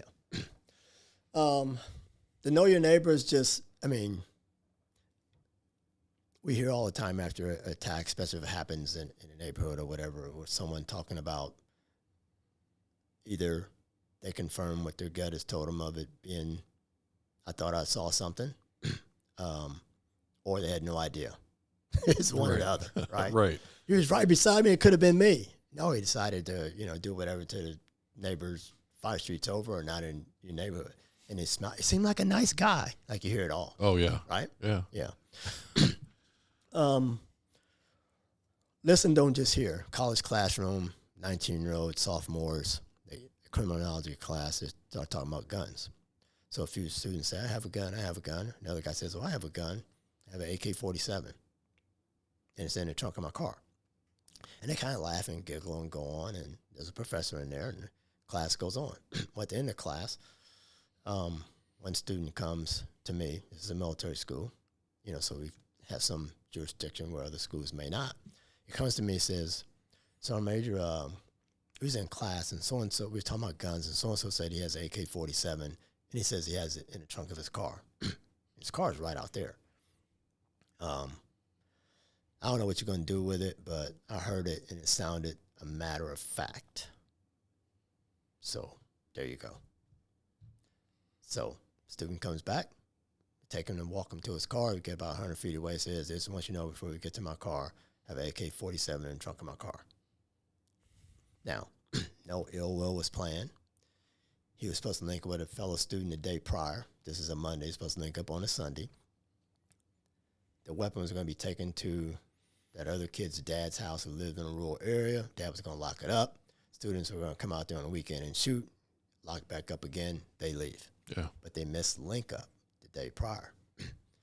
But instead of him coming to class and keeping his mouth shut, he had to say he had his AK-47. And it's in the trunk of my car. But all those people in the classroom, they didn't listen to that part. They were just hearing. Right. But the one 9-year-old was listening and said, it sounded a matter of fact. So if we're listening, we'll pick out the stuff that we need to pick out. If we hear the wife say, take out the trash, we'll let her say that 5 times till we get ready to take it out. Or she throws it at us, one or the other. Yeah. It's going out. It's going out no matter what. But if you do it immediately, okay, you were listening and complying, right? Yeah, exactly. Yeah. And then we've talked about the gut. Right. Yeah. Something I want to say about all that before you wrap that up is that, you can do all of those things, and a lot of times nothing's going to be wrong. Correct. But you may have prevented something. So yeah, maybe he's got that AK-47 in his trunk, and he's got, it's all altruistic. Like he wasn't going to do anything, but maybe something happens, and now he's pissed, and now he's got this gun in his trunk. Right. So you don't know what you prevented sometimes, that's right. And that's important to understand. Yeah, you had a pen and a paper. You were not a threat. Right. Maybe the next guy is. Right. Right. Yeah. Or maybe you got a pen and a paper. You're not a threat right now, but something changes in the midst of what you're doing, and now you are a threat. That's right. So people need to understand that you're not going to see, probably 90% of the time, you're not going to see a result from saying something, but you may have prevented something, and you can't prove a negative. Right. Even one of the Sinai brothers had said after 9/11 that sometimes things like that have to happen. The younger brother that's incarcerated, that's what he said. Sometimes things like that have to happen. But at his age, in the age of the fellow students he was talking to, it just didn't resonate that there's something wrong with that. Right. They heard it. When did they say they heard it? They didn't tell anybody that they heard it until after this dude is one of the Boston Marathon bombers. Yeah. Then it comes out. Well, they weren't listening to what he said. Right. And, that listening part is something that we should be doing on a day-to-day basis, no matter what we're doing, right? Because we should be actively listening to what people are saying. Right. And not just thinking of what our next thought is going to be. Or hanging around people who have something to say so we can actively listen. Well, there's that too. That helps, yeah. There's that too. Right. So you, the thing that gets me is that this happened at the beginning of your deployment. You make it through the rest of your deployment, and then you redeploy home. How long were you in the military after this deployment before you retired? So we come back in 2004. I become the commandant of the NCO Academy about 3 months after that. I'm in that job for 6 to 7 months or something like that. Then I become the division sergeant major. So I'm the interim division sergeant major. Then I don't get picked for that job, and then I retire. So I retire in 2006. Okay. So immediately upon retirement, I load up the truck and move close to Beverly. Like literally, Beverly Hills is probably less than a mile away. Yeah, nice. Yeah, and because I knew that I wanted to pursue acting and military technical advisor. In fact, even before we went to Iraq, I was taking acting lessons in Nashville. I would go down on the weekends. Well, on the weekends I would go down. So I was already had more than 1 foot in the door and knew what I was going to do. And even to be considered for the division sergeant major, I was the last one to put my name on the list. Like the division sergeant at the time came in and said, "What you going to do?" Right. And it was like the last day that you could do it that I did it, right? Because I think in the back of my mind, I thought, well, if I do this, then I'm never going to pursue, the acting piece. Yeah. But I put my name on it, but I didn't get it as a result. It's like you had said earlier about my life was saved for a reason. And my life was saved to tell the story and to do this work. I fully believe that. To be so close, which, if I wasn't telling you, I don't think about that. Yeah. But I know that that my life was spared for a reason to do this work and tell this, because no one is talking about these strategies. No one even aligns this attack to all these others in any manner. And I truly believe that I will save lives by providing those proactive situational awareness strategies, and that they will mitigate a mass shooting or insider threat attack in academic institutions, in the workplace, in places of worship. I would like for each of those entities to, in the public as a whole, to embrace the fact that these are insider threats. More than 90% are insider threats, meaning it's a fellow student that already goes to the school, it's already a co-worker. People aren't just walking in off the street and let's shoot up this school. Right. Let's roll the dice and this one or not. If I throw a 7, let's do this one. That's not it. They're already in there. they are a current student or a former student, or they have some association with the school, more than 90%. So it's an insider threat. The mass shooter is the result of the attack that just happened.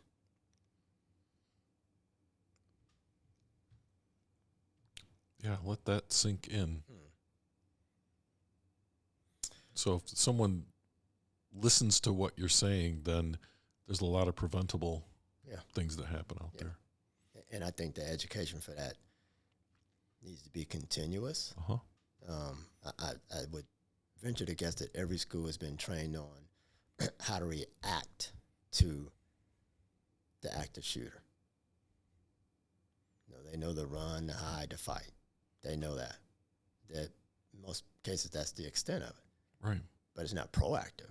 Right. I'm talking about let's keep the bullets from flying in the first place, because they will tell you if you are being situation aware, that teenager is going to tell you. Hell, that 21-year-old college student is going to tell you in some way, shape, form, or fashion based on this strategy I just talked about. Right. But if you're not situation aware, then it doesn't matter what you're telling. Oh, and I think we're missing that piece. Yeah. Right. Well, in all of the training. Yeah. We're missing that situational awareness piece. Yeah. In academic institutions, it's not about me having this desire to go speak there. Mm-hmm. That's part of it. The biggest part is all of them, workplace, academic institution as a whole, they are the first line of defense. Right. By employing a situational awareness strategy. They are the first line of defense. They're the closest to the would-be attacker, the eventual attacker. Mm-hmm. They become the first line of defense, not the ability of technology to lock the door. That's part of it. You're going to spend some money. That's part of it. To bring in a trainer for the run, hide, fight, that's part of it. But that's not the end of it. In any of those, like I talked about the proactive part, you have to have that part. And I think in embracing it, if you truly want to save lives in that environment, then I have to be allowed to share this with students.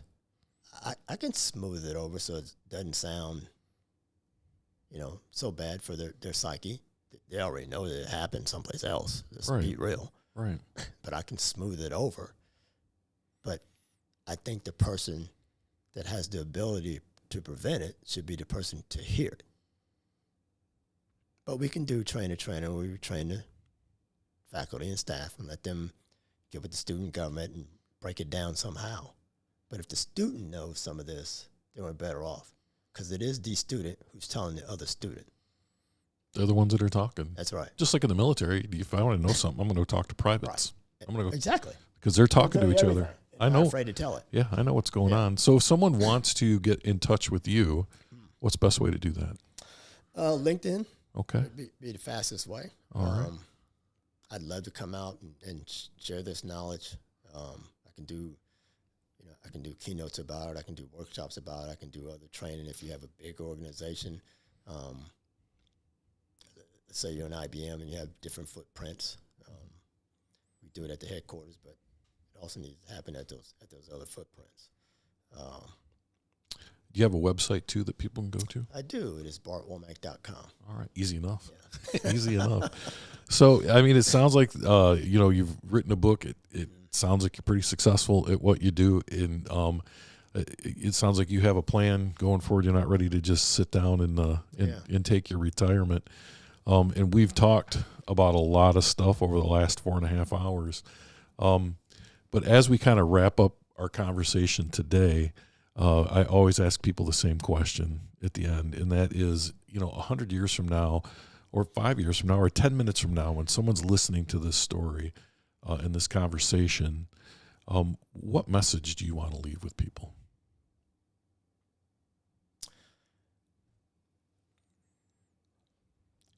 In the first part, we got to hear about Bart Womack's career and how he moved through it and how certain parts of it affected his life, and more important, I guess, leadership in people. Yeah. Everyone can't be a people person, but if you can, you're gonna learn a lot. You can save lives. You can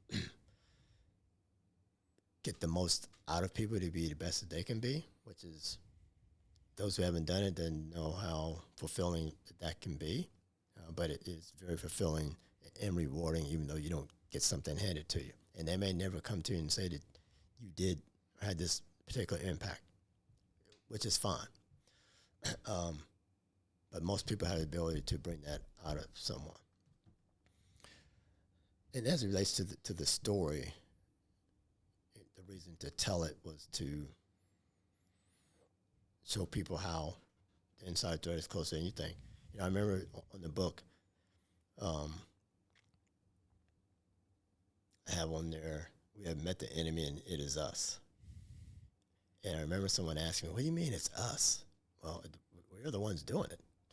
Right. Look no further than the person beside you or someone like them. Mm-hmm. We are the ones who are doing it. It's not this organization over here all the time.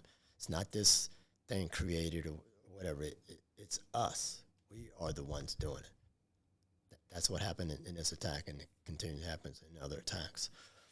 The takeaway has to be a quote that I use, because I think it tells everything as it relates to at least the security and safety part of no profession, level of education, ideology, or religion is above reproach. There is no profile. The insider threat is closer than you think. All right. Well, thank you. And thanks for spending 4.5 hours with me on a Friday afternoon, Bart. This has been great. Yes, it has. Thank you.